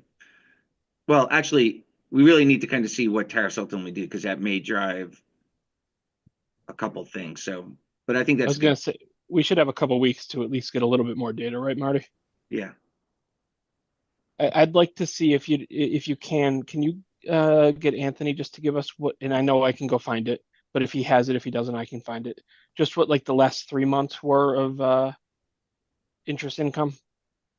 Oh, I can get that, sure. But we Okay, should also thanks. look, I mean, the common wisdom is tariffs drive inflation, inflation drives higher interest rates, so I agree with the 3.4, and maybe we want to even take it higher. Because this year, where are we coming in at this year? This audit year of the fiscal year 25, I'm projecting 3,400,000. We're at, let's see. I thought we were Well, gonna do higher than that. In Marty, the only reason I ask is because we did a larger chunk over the first 5 months of the year. Right, like right away we were higher and interest rates came down a little, not significantly, right? But we did make more at the beginning of the fiscal year. As of right now, as of February 31st, 28, I should say, 2,165,000 posted. Okay, all right, sounds like a good estimate then, thank you.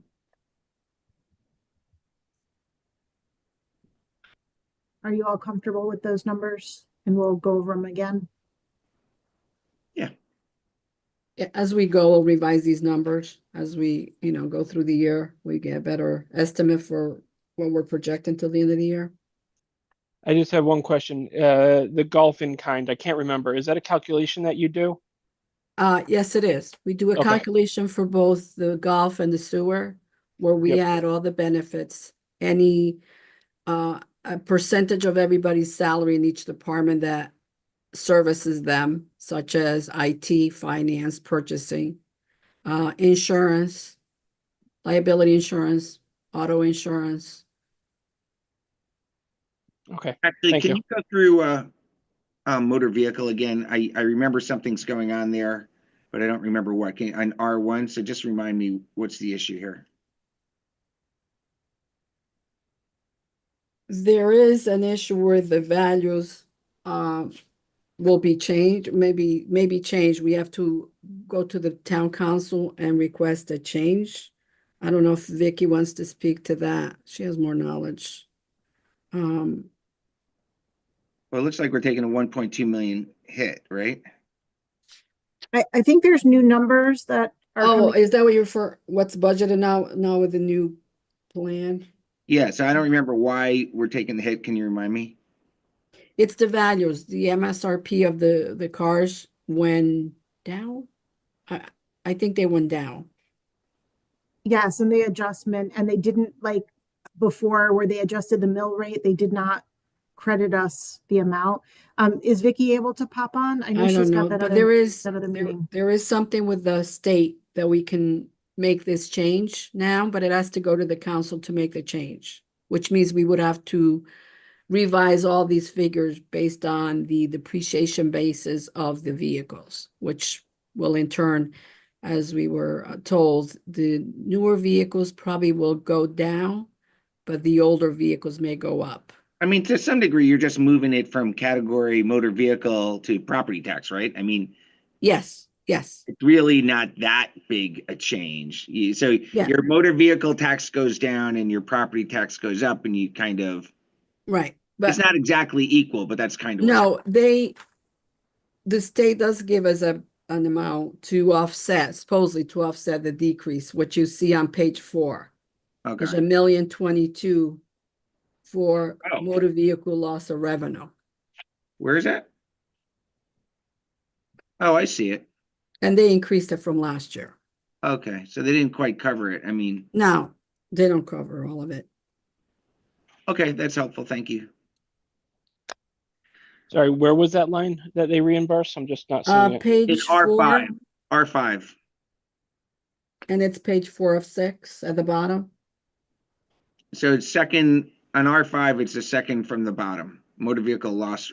Okay, yeah, right. So that's the same one that they gave us before. So it's not an apples to apples, right? We're down 1.2 Yeah, they and only they're gave up 100. by 200,000. So we're still $1 million in the hole Yeah, from motor vehicles. Marty, you're right. Then it's just transferred over to the tax rate for Yeah. property taxes. If you have 3 cars, you win. If you have 1 car, you slightly lose. Yeah, unless your It does- property went it- got we're talking revaled and yeah. It's such a small amount of money, it doesn't matter that much, but yeah, okay. Other questions on R1 or any of the revenues?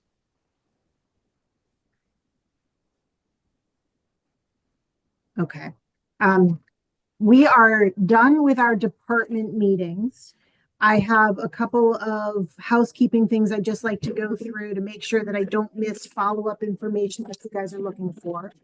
And I want to remind everybody that we have a public hearing this coming Saturday at 10 a.m. in council chambers. It will also be a hybrid meeting. We had a very nice turnout in support of rugby and a few other things at our last public hearing. Any questions on the public hearing or the scheduling of that? No questions, but unfortunately I may not be able to make it. I will watch it after so I can hear all the comments. Okay, I hope that's all right since I can't comment on it anyways. that's fine. It is going to be hybrid, so it will be streamed if you are able to listen in. Yeah, I'm gonna try to. I just have an event, so I may not be able to do that and actually pay attention anyways. So I might as well just watch it and give it my full attention. Excellent. That's the first thing. Our special meeting, there will be a special meeting of the Board of Finance posted for next Thursday, the 27th. We had reserved that date in case we needed a second voting session. We have not needed that in the last couple of years. So I'm going to use that reserved evening to hold a special meeting of the Board of Finance. We canceled our regular meeting for March because the architects and the Senior Community Center Building Committee was not ready to talk about their bond authorization request, but they'd like to move forward with that ahead of the town council meeting to keep them on schedule to move towards a referendum if that be the progression. So we'll have that meeting out. We'll post it for 7 p.m. on the 27th. It looked like it worked for everybody on the Board of Finance, with the exception of Vinny, who refuses to take us all with him to Amsterdam. Selfish. I know. Megan wouldn't take us to the Bahamas. We're getting skunked in all. The theme. So we'll have that meeting on the 27th. We are scheduled to vote on Tuesday, March 25th. That we usually start at 6 p.m. That allows us to not need the second evening. And if you come at 5:30 or so, Maria will have dinner for you prior to that. And if I can manage, I will bake a cake in my kitchen. Okay. I will not be there for dinner. It's my wife's birthday, so I should try to at least have dinner with her before running out. You should definitely, and you should not make her cook said dinner, Scott. Fair enough. All right. Good man. Okay, so Scott will be there for 6 for voting, and we appreciate the fact that you are making sure to take care of family stuff first. Any follow-up from today's meeting, I just want to go through and make sure that you've gotten the information that you've requested. Phyllis has sent over some follow-up from the first day of budget hearings. Can I list a couple things? So we were supposed to get a P&L from Rec on all their programs, a P&L on their theater programs. Hold on 1 second. You want P&L from Rec? On all the traditional programs, plus a P&L on the theater program. And they were going to break out, apparently there are 3 types of performances there. So Yep. I'm not looking for over crazy detail, but they were going to do that. And then George was going to send over a list of how they impacted 28 miles of roadway, 6.5 mile, you know, whatever that is. Yep. For the 3 different ways of doing that. Those were the 3 that I had down for that I was interested in. Okay. Was there anything else from we didn't need anything else from the tree warden? That's when I had to step away. I just wanted to make sure. No. Okay, we're gonna need an adjustment. Oh, sorry. We did have another one in the rec department. They had this ambiguity between this year's budget and next year's ask. So I think we're all convinced that That was in salaries, correct? Yeah. Part-time, seasonal. That was the seasonal. That was the 34,000. Correct. Well, we're all convinced they have the correct number this year. Christine helped me understand that their issue is last year, or the current year, and they seem confused about the 2. Okay, so it is possible that they might need a supplemental at the end of this year, depending on how the budget finishes out. Maria, are they on pace to have any surplus? You know, I looked at that account before. I think they still had 100 and some thousand, but like they said, they incur most of their expenses now. It's hard to tell. Okay, so we'll watch that. And sorry, the other thing they promised the rec department was not just the P&L, but the users per activity over the last several years. Okay. We were trying to guide them towards increasing usage with revenue neutral means, but let's see what they've done. I still feel like this department is very hard to follow since we combined the 2 budgets. I understand the rationale why we have those 2 departments combined. I think it's just a little bit harder to track. At some point, I think that might be something we want our internal auditor to look at. Maybe to be able to break it down for us to more user-friendly information.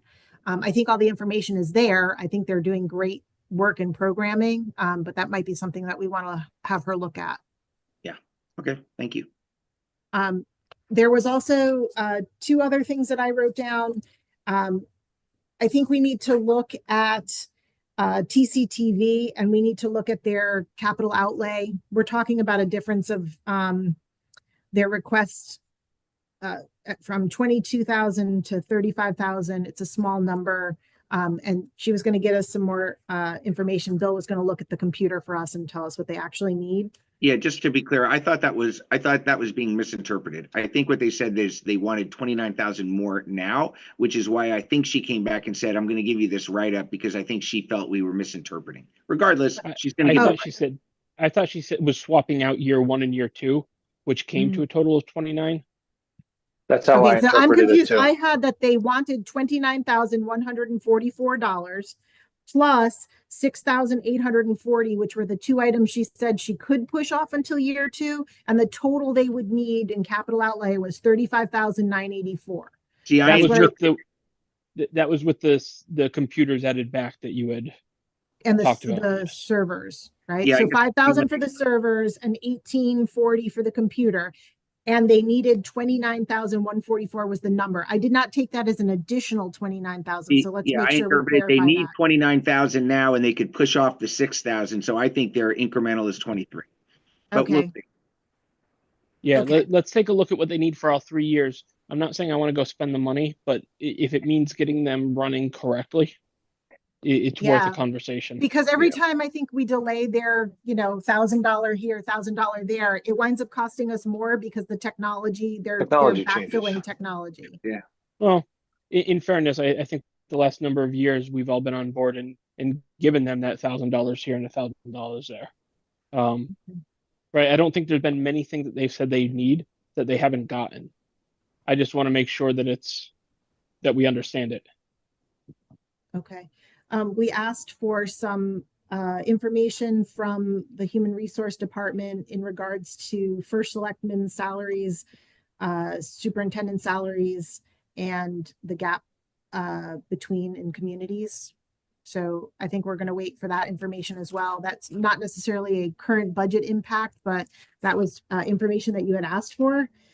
I also have in the tree warden department on page 417, I have an add back request for 15,230. That was the difference between the part-time that they hadn't filled and that they filled the position, so that it needed to be added back. Did anybody else have that? Maria, will you confirm that for me? I will double check that. Yeah, if you could confirm that, that'd be great, because Lainey, I just had a question mark next to it because I wasn't clear on what they were asking. Yeah, Dimitri said that that they had one part-time who was out sick and then one part-time who left.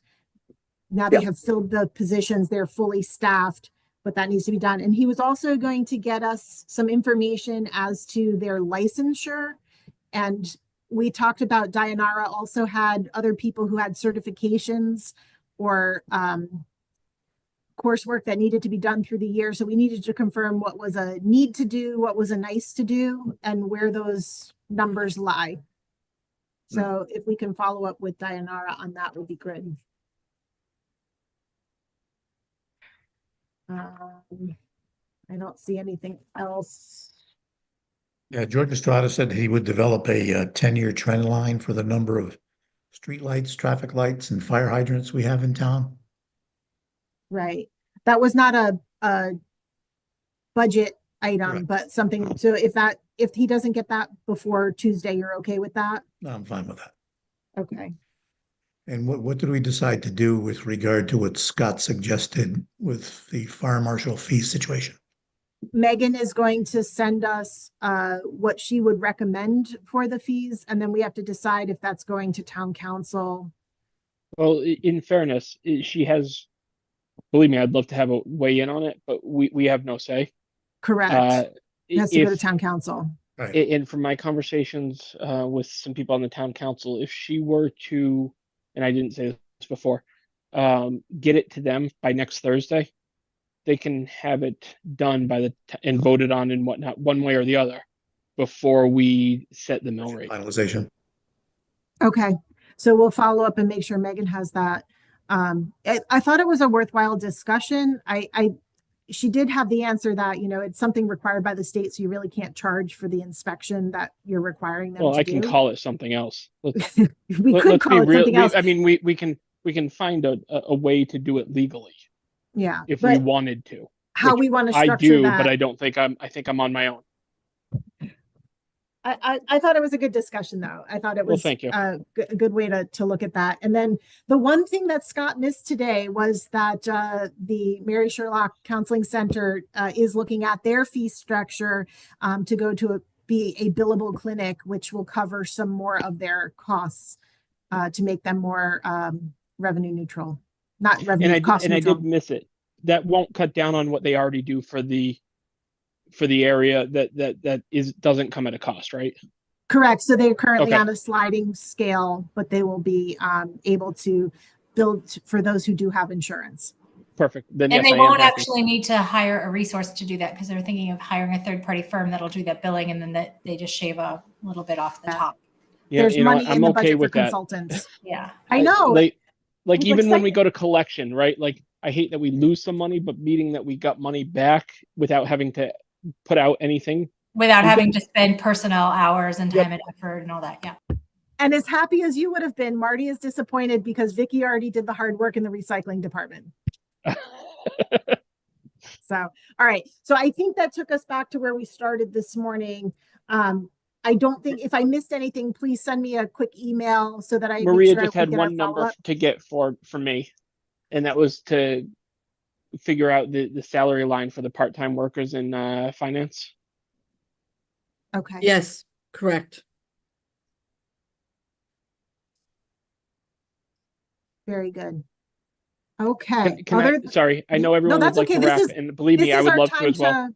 This is our time Um, to wrap it up and to have our good discussion before we get to voting.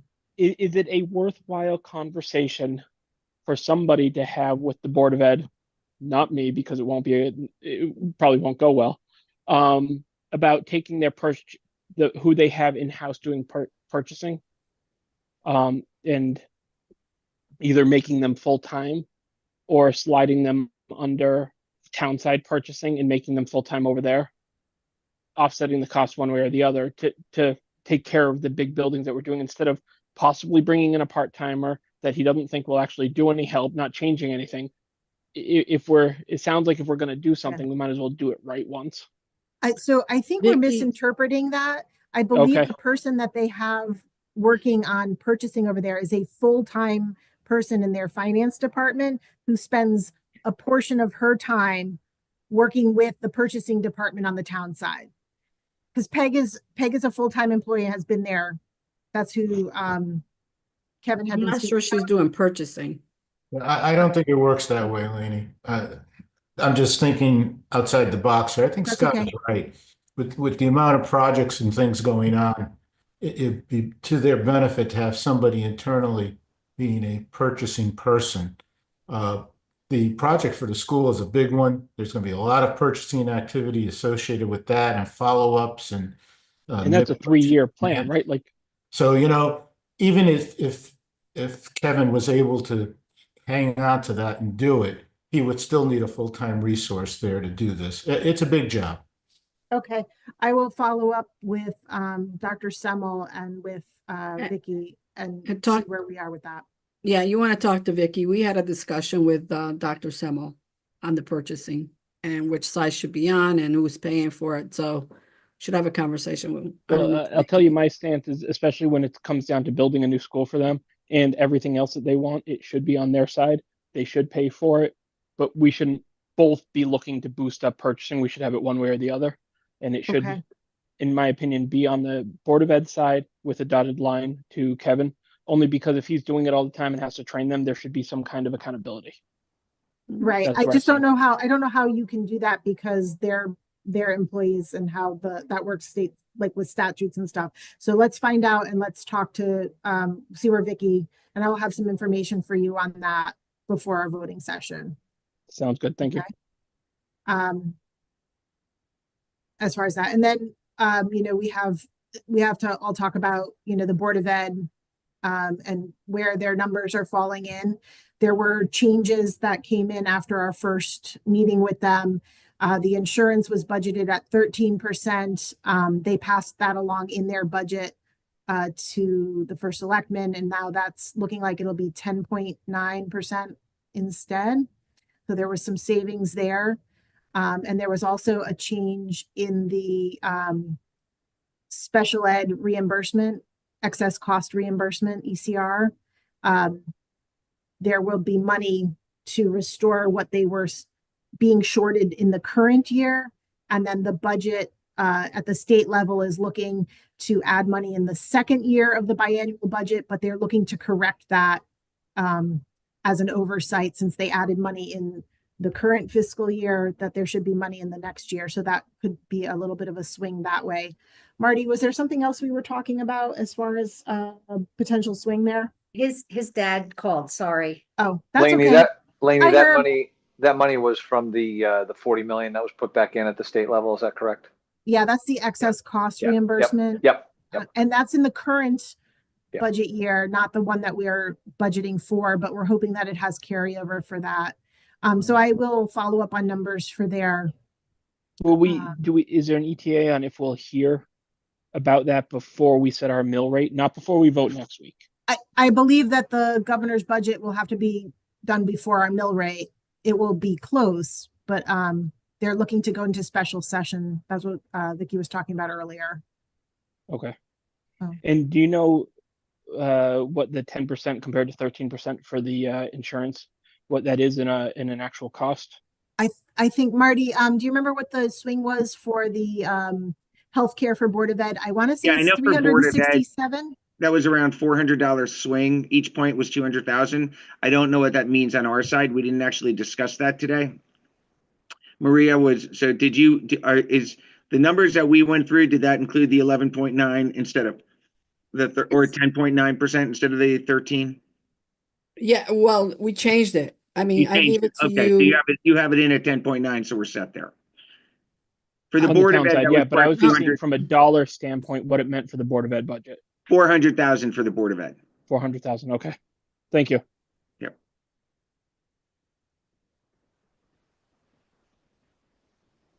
All right.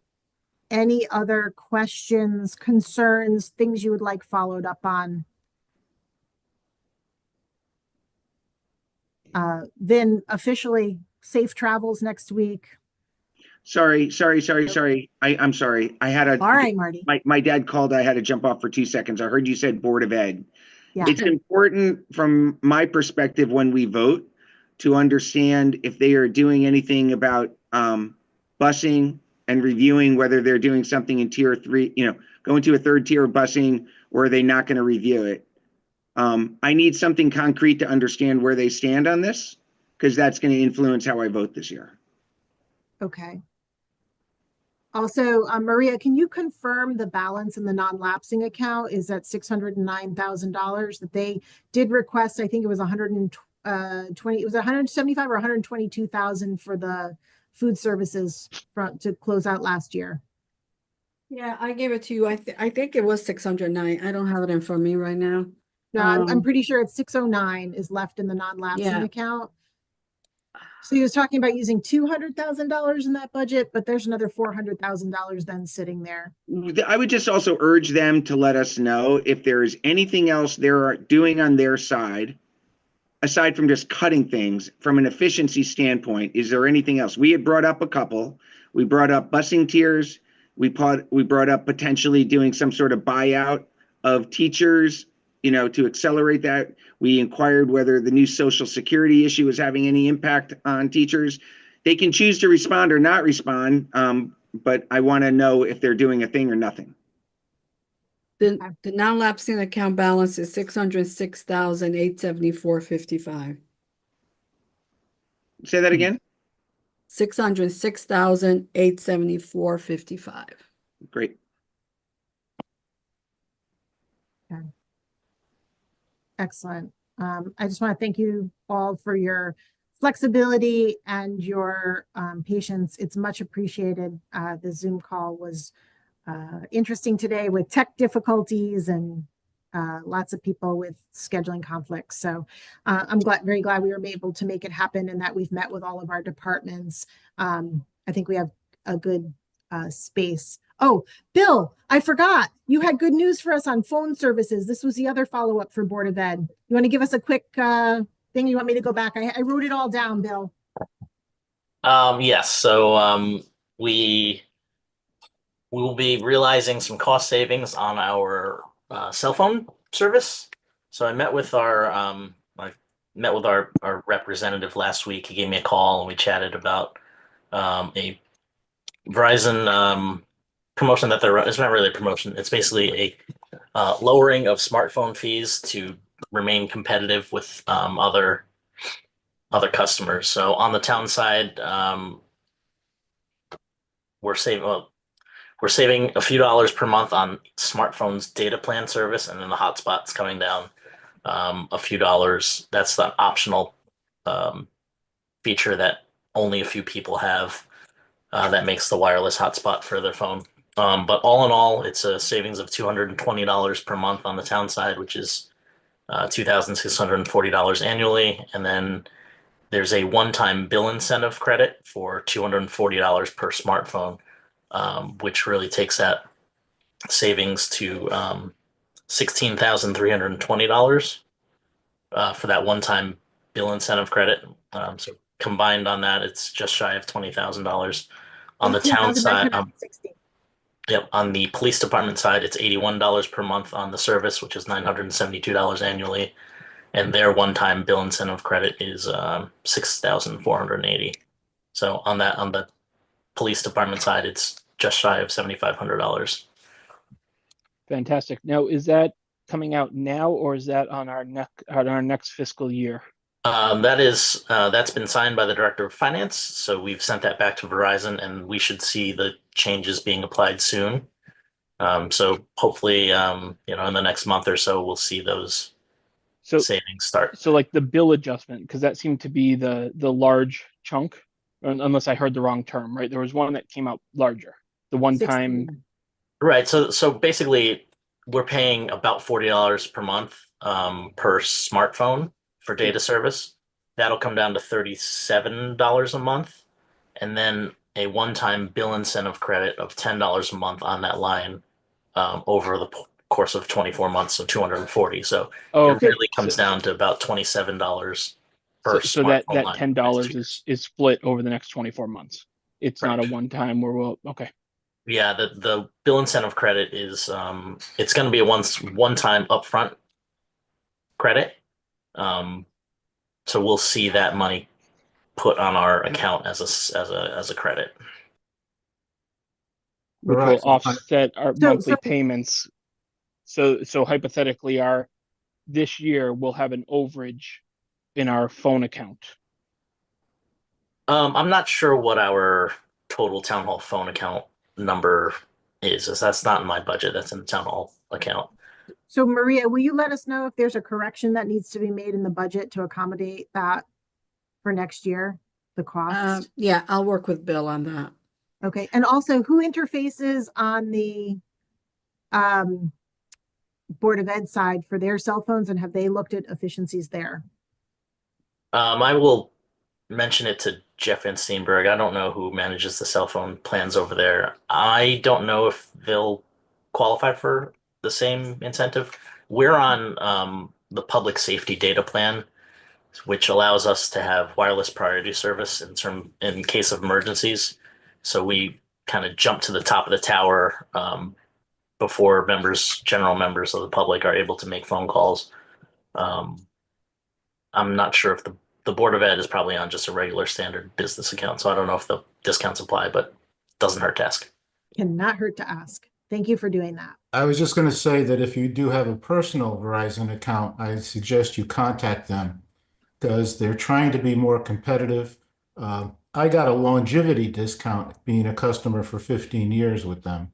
So they're trying to be more competitive. So if you'd like to reduce your personal cell bill and it's with Verizon, contact them and tell them you want them to be competitive. You have other offers. Can I just say Vinny sent me? You can say that, and I'm sure they'd love to hear it. Say cousin Vinny. Yeah. All right. Well, my biological clock is just ticking, ticking, Wow. ticking. Anything else? Is there anything else that anybody wishes to bring up? I just want to say thank you. What time is There's next week's meeting, the move. 27th?